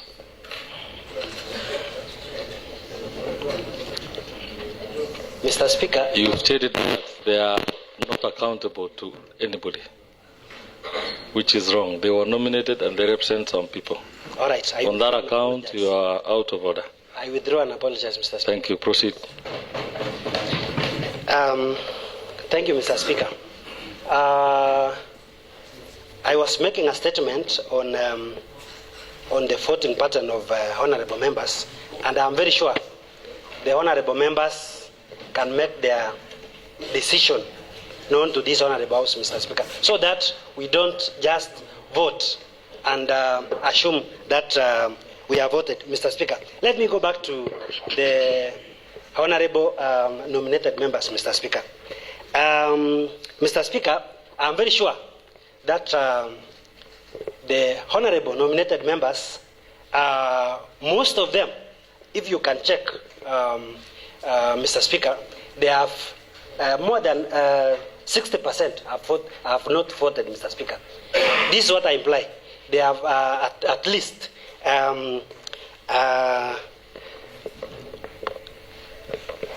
Mr. Speaker, most of them abstained. That's what I mean. But I don't know why. Is it because they are not, they don't have anybody to hold them accountable, or they are just trying to kill the motions, Mr. Speaker? The other time, Mr. Speaker, we had tried to amend our standing orders, Mr. Speaker, so that maybe on serious motions like this, Mr. Speaker, they will not be part of it. They will not be allowed to vote, Mr. Speaker, because as I can see, Mr. Speaker. Point of information, Mr. Speaker.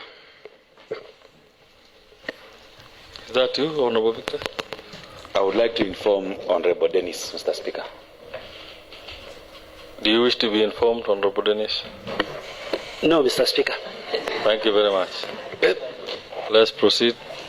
Mr. Speaker, as I was saying, Mr. Speaker, we can work on our standing orders. Point of order, Mr. All Speaker. of this will work well, Mr. What is your Kindly, point of Mr. order, Speaker, protect Honorable me Shine? so that I can Point of finish, order, Mr. Speaker. What is your point of order? Honorable Dennis is concentrating on the voting pattern while we have the motion at hand. He has never contributed on the motion. So the motion at hand is on. Mr. Speaker, you need to protect me, Mr. Speaker. Kindly proceed. Honorable Bushene, Mr. Speaker, is alleging that I have not contributed the motion, and I have contributed the motion, and I'm adding flesh. I've given you the go-ahead. Proceed, Honorable I Dennis. said I am supporting the motion, Mr. Speaker. So Honorable Bushene should be keen, and I'm very sure, Mr. Speaker, Honorable Bushene is my father, and I think the age also, it's already 9 p.m., Mr. Speaker, and Honorable it's Dennis, fine. kindly proceed. So, give your substantive contributions on the motion. Proceed. Thank you, Mr. Speaker. I was saying, Mr. Speaker, we can amend our standing orders, Mr. Speaker, so that we can have the separation between the elected members and the nominated members. Point of information, Chair. Who do you wish Mr. to Speaker, inform? kindly protect me so that I can finish. Honorable Dennis. I want to inform Honorable Dennis. Considering I don't what want you had done before, I'll not allow you to do that. Earlier on, I gave you the opportunity, you did other things. But this one is more. Proceed. Thank you, Mr. Speaker. I was finishing that. Let's amend our standing orders. Special motions like this, we can have separate. The nominated members may have no interest per se. Especially, I saw when we were voting for the CEC roads, Mr. Speaker, they don't have that mandate. They don't have that answering the question in the ground, Mr. Speaker. We can change our standing order so that only elected members can vote on this. Thank you very much, Mr. Speaker. Thank you very much.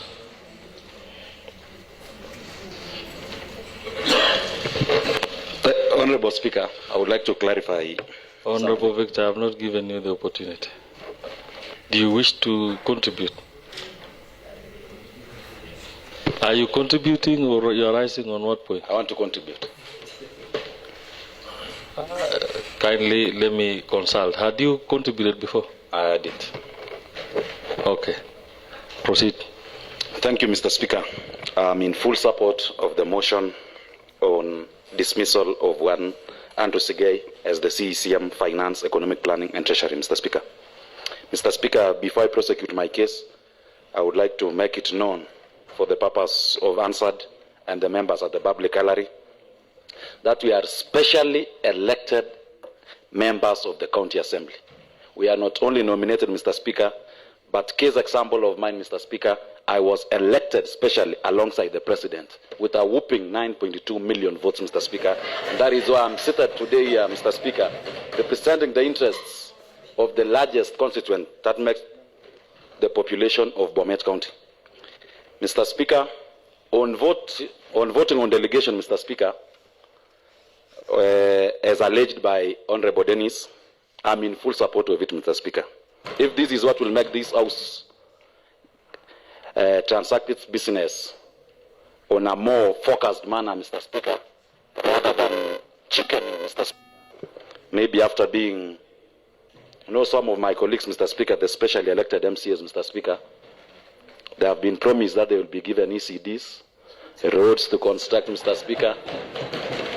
And because I'm in bad books with the executive, Mr. Speaker, tutaanguka now, Mr. Speaker. So, Mr. Speaker, the CCM, Mr. Speaker, in charge of finance, is not fit to hold this office anymore, Mr. Speaker. We've been always allocating money, Mr. Speaker, for automation of the revenue collection, Mr. Speaker. From the time I entered this honorable house, Mr. Speaker, the past 2 financial years, Mr. Speaker, we've been allocating money for automation of revenue collection. Up to date, Mr. Speaker, you will be issued with a receipt or you are told to pay to a certain mobile phone number, Mr. Speaker, while you are paying him for the parking fees, Mr. Speaker. Again, Mr. Speaker, we have the valuation roles that has been dwelt by many of my colleagues, Mr. Speaker, which could have assisted us in revenue collection, Mr. Speaker, by giving out waivers to the outstanding areas on the plots and the land rates that we have in BOMET.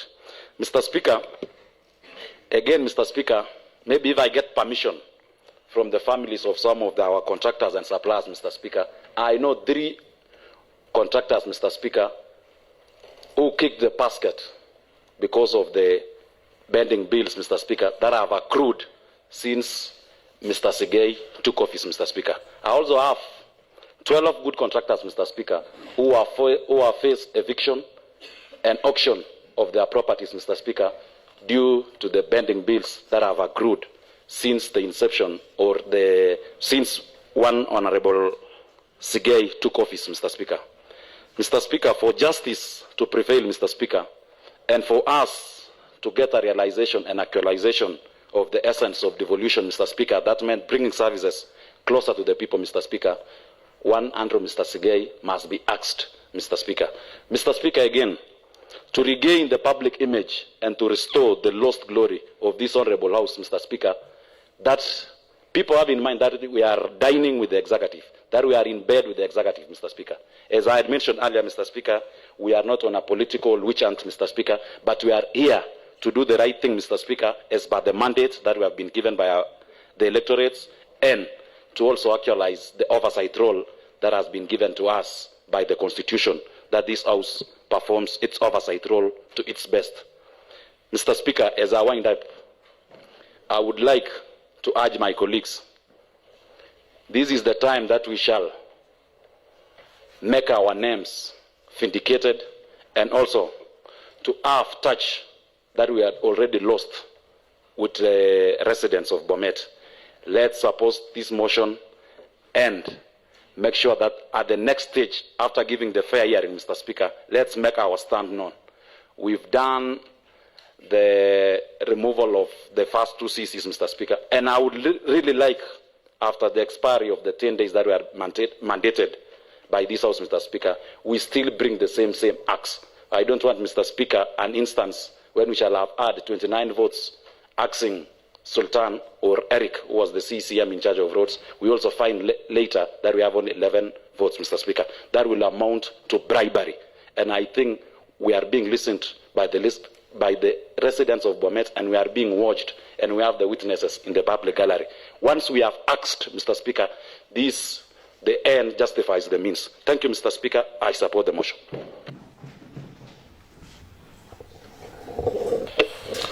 Thank you very much. Going by the mood of the House, I think I've given everybody the space to contribute on this matter. I'll therefore proceed to put the question that in consideration of the provisions of Section 40, Part 2 of the County Governments Act 2012, which mandates the removal of the County Executive Committee member on the gross violation of the Constitution or any other law, incompetence, abuse of office, gross misconduct, or if convicted of any offense, punishable by imprisonment for at least 6 months. Whereas Honorable Andrew Sigei, the County Executive Committee member in charge of finance, economic planning, has committed acts that are contrary to the expected conduct of a public officer as enshrined in our Constitution and other relevant laws. Aware that a state officer, having taken and subscribed to the oath of office pursuant to the provisions of the Constitution, is duty-bound to deliver on the mandate of the office which the officer holds and uphold the dignity and respect for the office. Mindful of the County Assembly's oversight mandate as stipulated under the Constitution of Kenya and the County Governments Act 2012, deeply concerned about the allegations of gross violation of the Constitution of the Public or the Public Finance Management Act 2012 and any other law and incompetence which undermine the integrity and principles of public service required from such a high office. This County Assembly, pursuant to the provisions of Section 40, Part 2 of the County Governments Act 2012 and Standing Order Number 72 of the County Assembly Standing Orders, resolves that the Governor dismisses the Honorable Andrew Sigei from the office of the County Executive Committee member for Finance and Economic Planning on the following grounds. 1. Gross violation of the Public Finance Management Act 2012 and Public Finance Management, that is County Government Regulations. A. Violation of Section 156(2) of the Public Finance Management Act 2012. That Honorable Andrew Sigei, acting as the County Executive Committee member for Finance and Economic Planning, appears to have committed gross violation of this statutory provision by failing to implement the County Assembly's resolution contained in the adopted Budget and Appropriations Committee pending bills report of November 2023, recommending in recommendation number 5 and 6 for disciplinary action to be taken against officers involved in fictitious expenditure and revocation of designation as accounting officers of chief officers who have flouted established laws and regulations. The County Executive Committee member has neither revoked nor taken any appropriate disciplinary action, again, including referring the matter to be dealt with by the appropriate bodies. The County Government, from Honorable Andrew Sigei's acts of omission and commission, had at the beginning of financial year 2023-2024 a stock of pending bills amounting to Kenya shillings 897.93 million, comprising of 156.24 million for recurrent expenditure and 741.69 million for development activities. B. Violation of Section 122 of the Public Finance Management Act 2012, that Honorable Andrew Sigei, acting as the County Executive Committee member for Finance and Economic Planning, appears to have committed gross violation of this statutory provision by failing to submit to the County Assembly the County Finance Bill and revenue-raising measures for the financial years 2021-2022, 2022-2023, 2023-2024. C. Violation of Regulation 82(1)(b) of the Public Finance Management County Government Regulations. That Honorable Andrew Sigei, acting as the County Executive Committee Member for Finance and Economic Planning, appears to have committed gross violation of this regulation by operating the County Executive Bursary Fund and car and mortgage funds using commercial bank accounts contrary to Regulation 82(1)(b) of the Public Finance Management, that is County Government Regulations 2015, which requires that county government bank accounts must be opened and maintained at the Central Bank of Kenya. This anomaly was noted and flagged by the Controller of Budget in its April 2024 Budget Implementation Report, Budget Implementation Review Report of the first 9 months of the financial year 2023-2024. Incompetence. That's number 2. That Honorable Andrew Sigei, acting as County Executive Committee Member for Finance and Economic Planning, appears to be incompetent by 1. Failing to ensure that the designated accounting officers under Section 148(1) of the Public Finance Management Act 2012 protects the county assets as required under Section 149(2) of the Public Finance Management Act 2012 requires designated accounting officers to manage the assets of the entity to ensure that it receives value for money when acquiring, using, or disposing of its assets. Disposal of assets at the most competitive price and at the lowest possible cost, ensuring that the proceeds from all asset disposals are deposited in a bank account of the entity.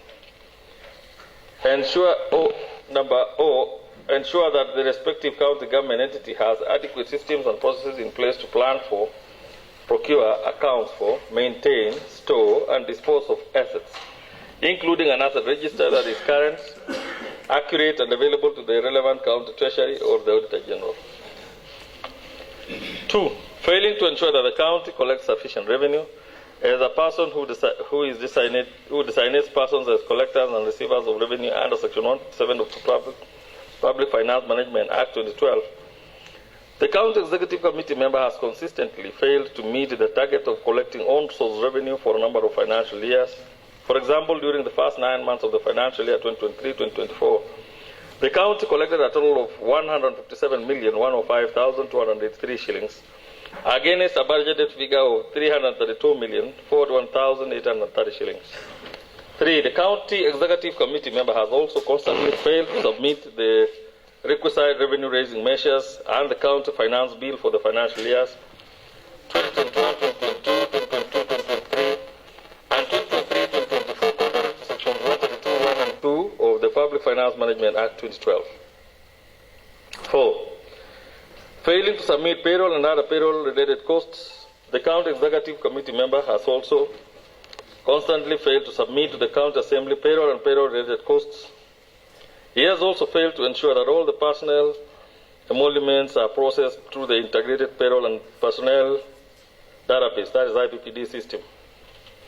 It is noteworthy that during the first 9 months of 2023-2024 financial year, a total of Kenya shillings 283.37 million was processed through manual payrolls, which accounted for 11.6% of the total personnel emoluments cost.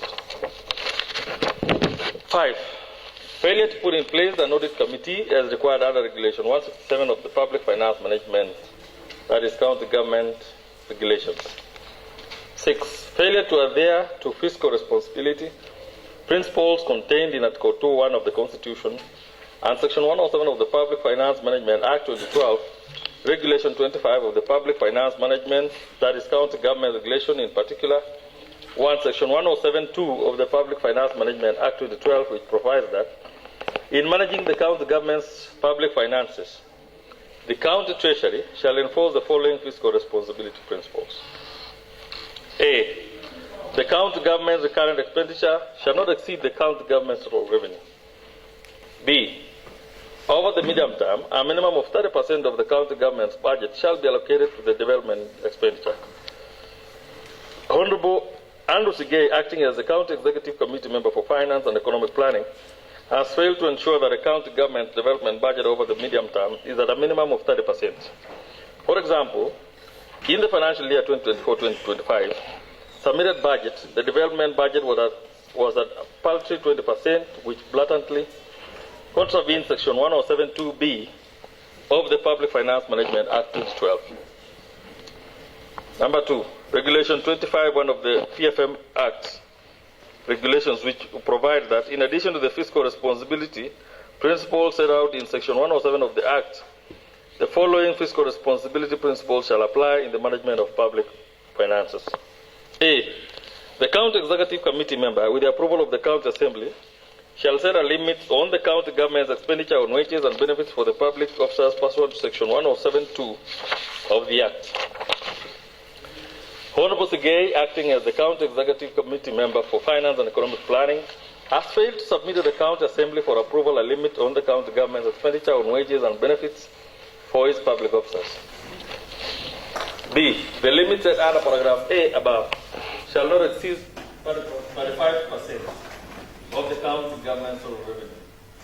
Honorable Andrew Sigei, acting as the County Executive Committee member for Finance and Economic Planning, has failed to ensure that the county government's expenditure in wages and benefits for its public officers does not exceed 35% of the county government's total revenue. The April 2024 Office of the Auditor General's report indicates that the county government's wage bill is 44, which is 9% over and above the allowable limit of 35%. 7. Failure to publish and publicize the county fiscal strategy paper and the county annual development plan contrary to the provisions of Section 117(6), 117 Part 6 and 126 Part 4 of the Public Finance Management Act 2012. Honorable Andrew Sigei, acting as the County Executive Committee member for Finance and Economic Planning, has constantly failed to ensure that the county fiscal strategy paper and the county annual development plan are published contrary to the provisions of Section 117(6) and 126(4) of the PFM Act 2012. Up to that point, members,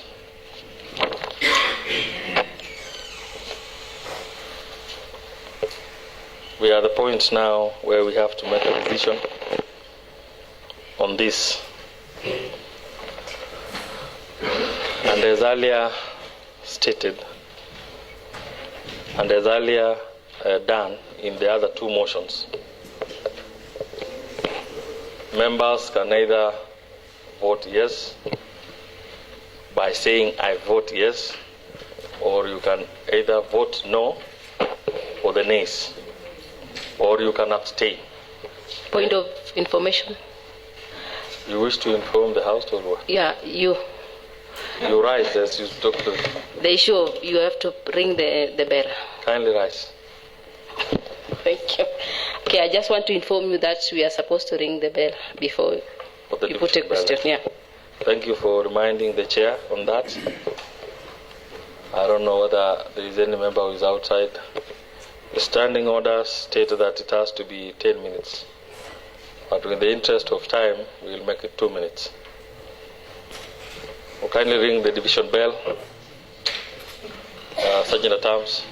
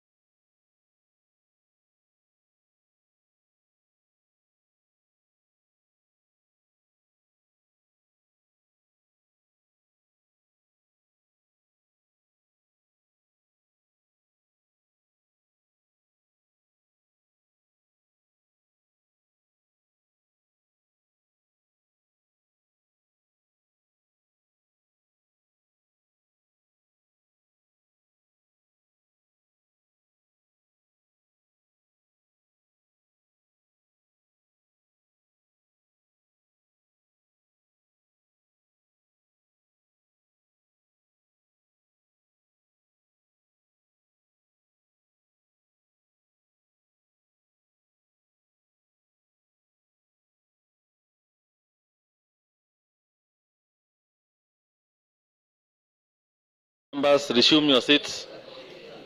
Resume your seats.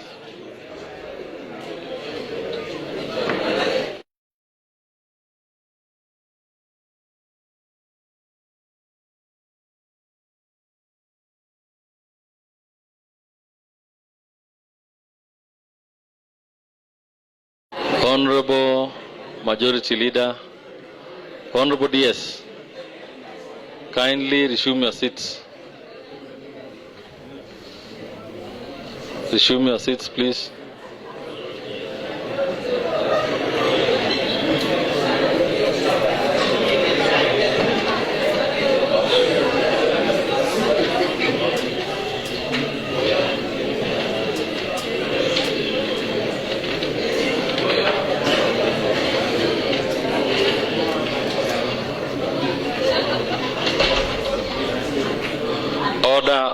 Order, honorable members. Honorable Mutai, kindly be seated.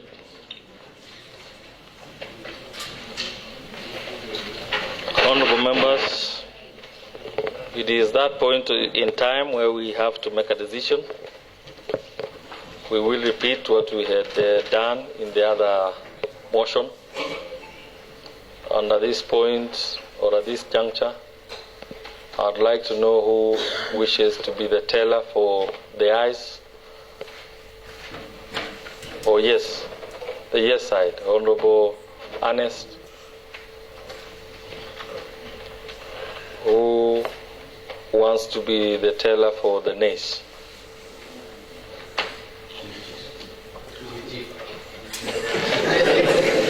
He has not given. I've seen Honorable Bernard.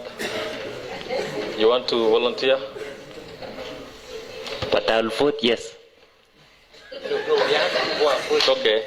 Being a teller does not mean you must necessarily be the one voting no. These are tellers, okay? Both of you, I'll request the ayes to be on my right, the teller for the nays to be on this side. Thank you very much. Get a copy and a pen.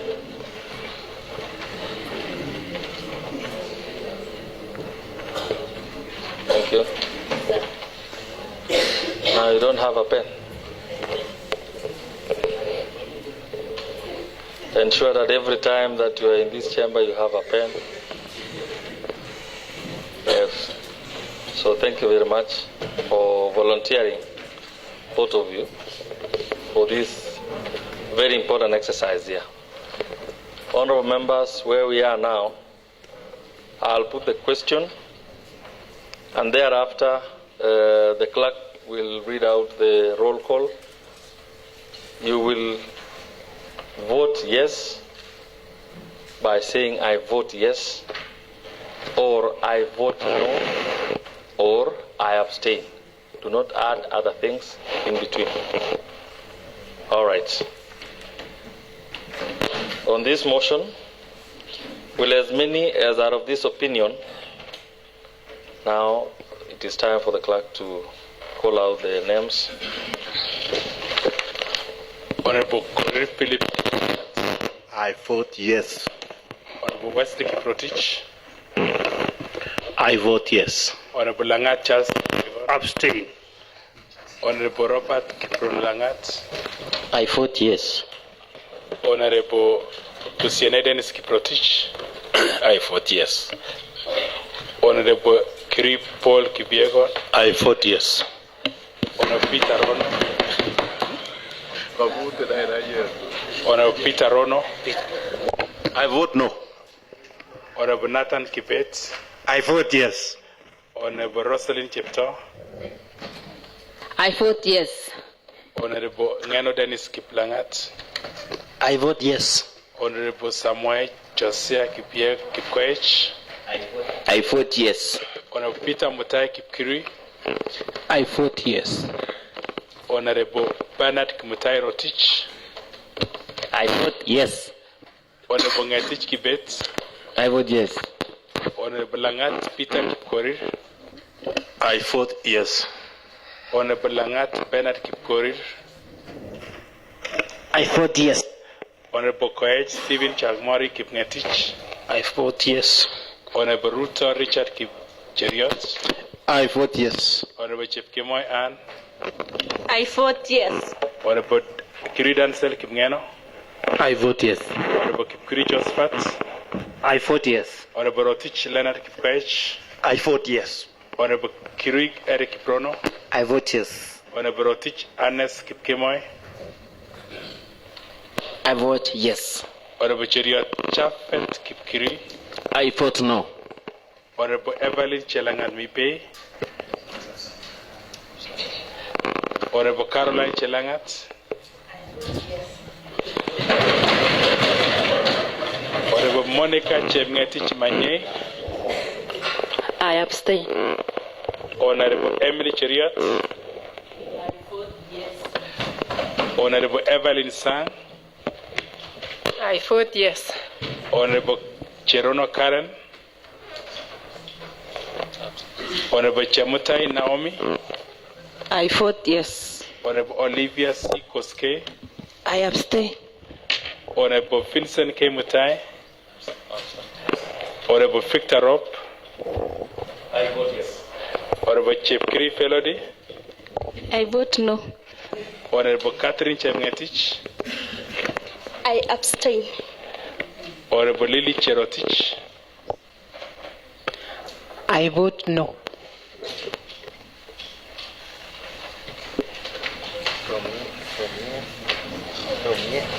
Thank you very much.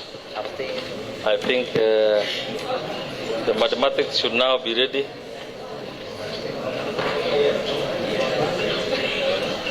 If you are done, you can go to the bar. Go to the bar there. Go to the bar.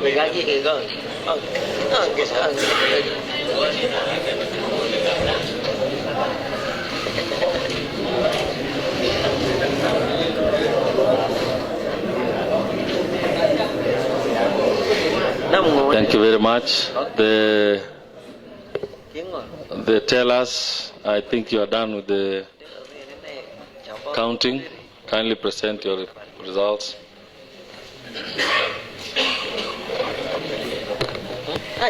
Being the agent for the yes after the voting, the yes is 27. For the no's, there are 4 only. 4.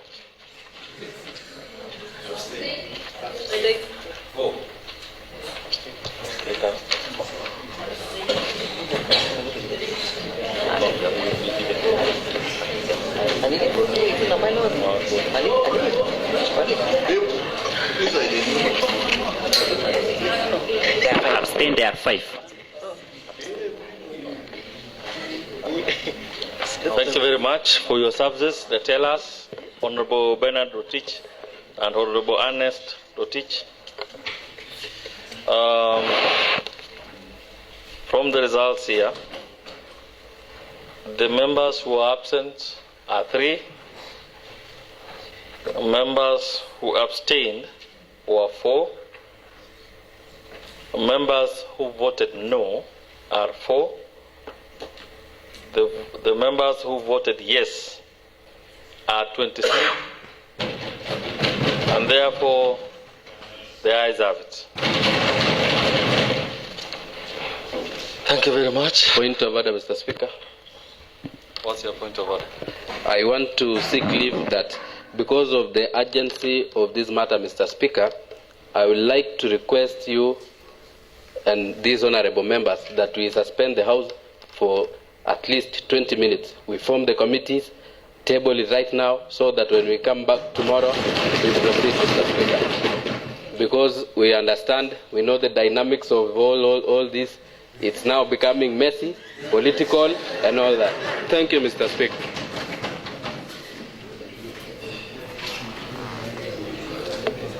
All right.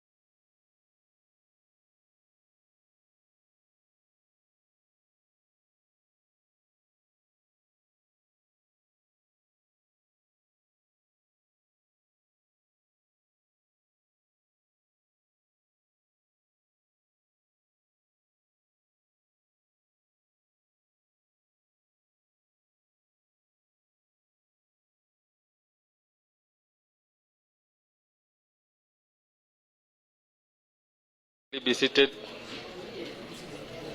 Kindly be seated.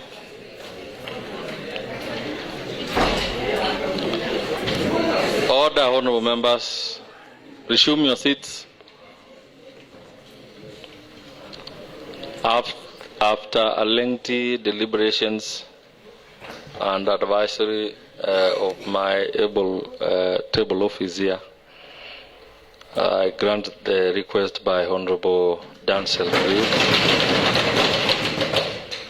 that we suspend the proceedings for 20 minutes, resume after 20 minutes, and proceed with the business of the day. Now that we have, the House has made its decisions, it is at this point that committees have to be formed. Committee on selections, members, please rise. On selections. On selection. Committee on selection. That is the majority leader, deputy majority leader, majority whip, Roslyn Cheptor, Honorable Dennis, and Honorable Kibet. This time is specifically for you to come up with a list of the members who will be joining the committees. Members required are 5 per committee. 5 for the 3 motions. 5, 5, 5. Kindly finish that within the stipulated time. These members are very, very tired. They have not taken lunch, they have not taken afternoon tea, and speed is of essence at this point in time. So we will suspend the House for 20 minutes.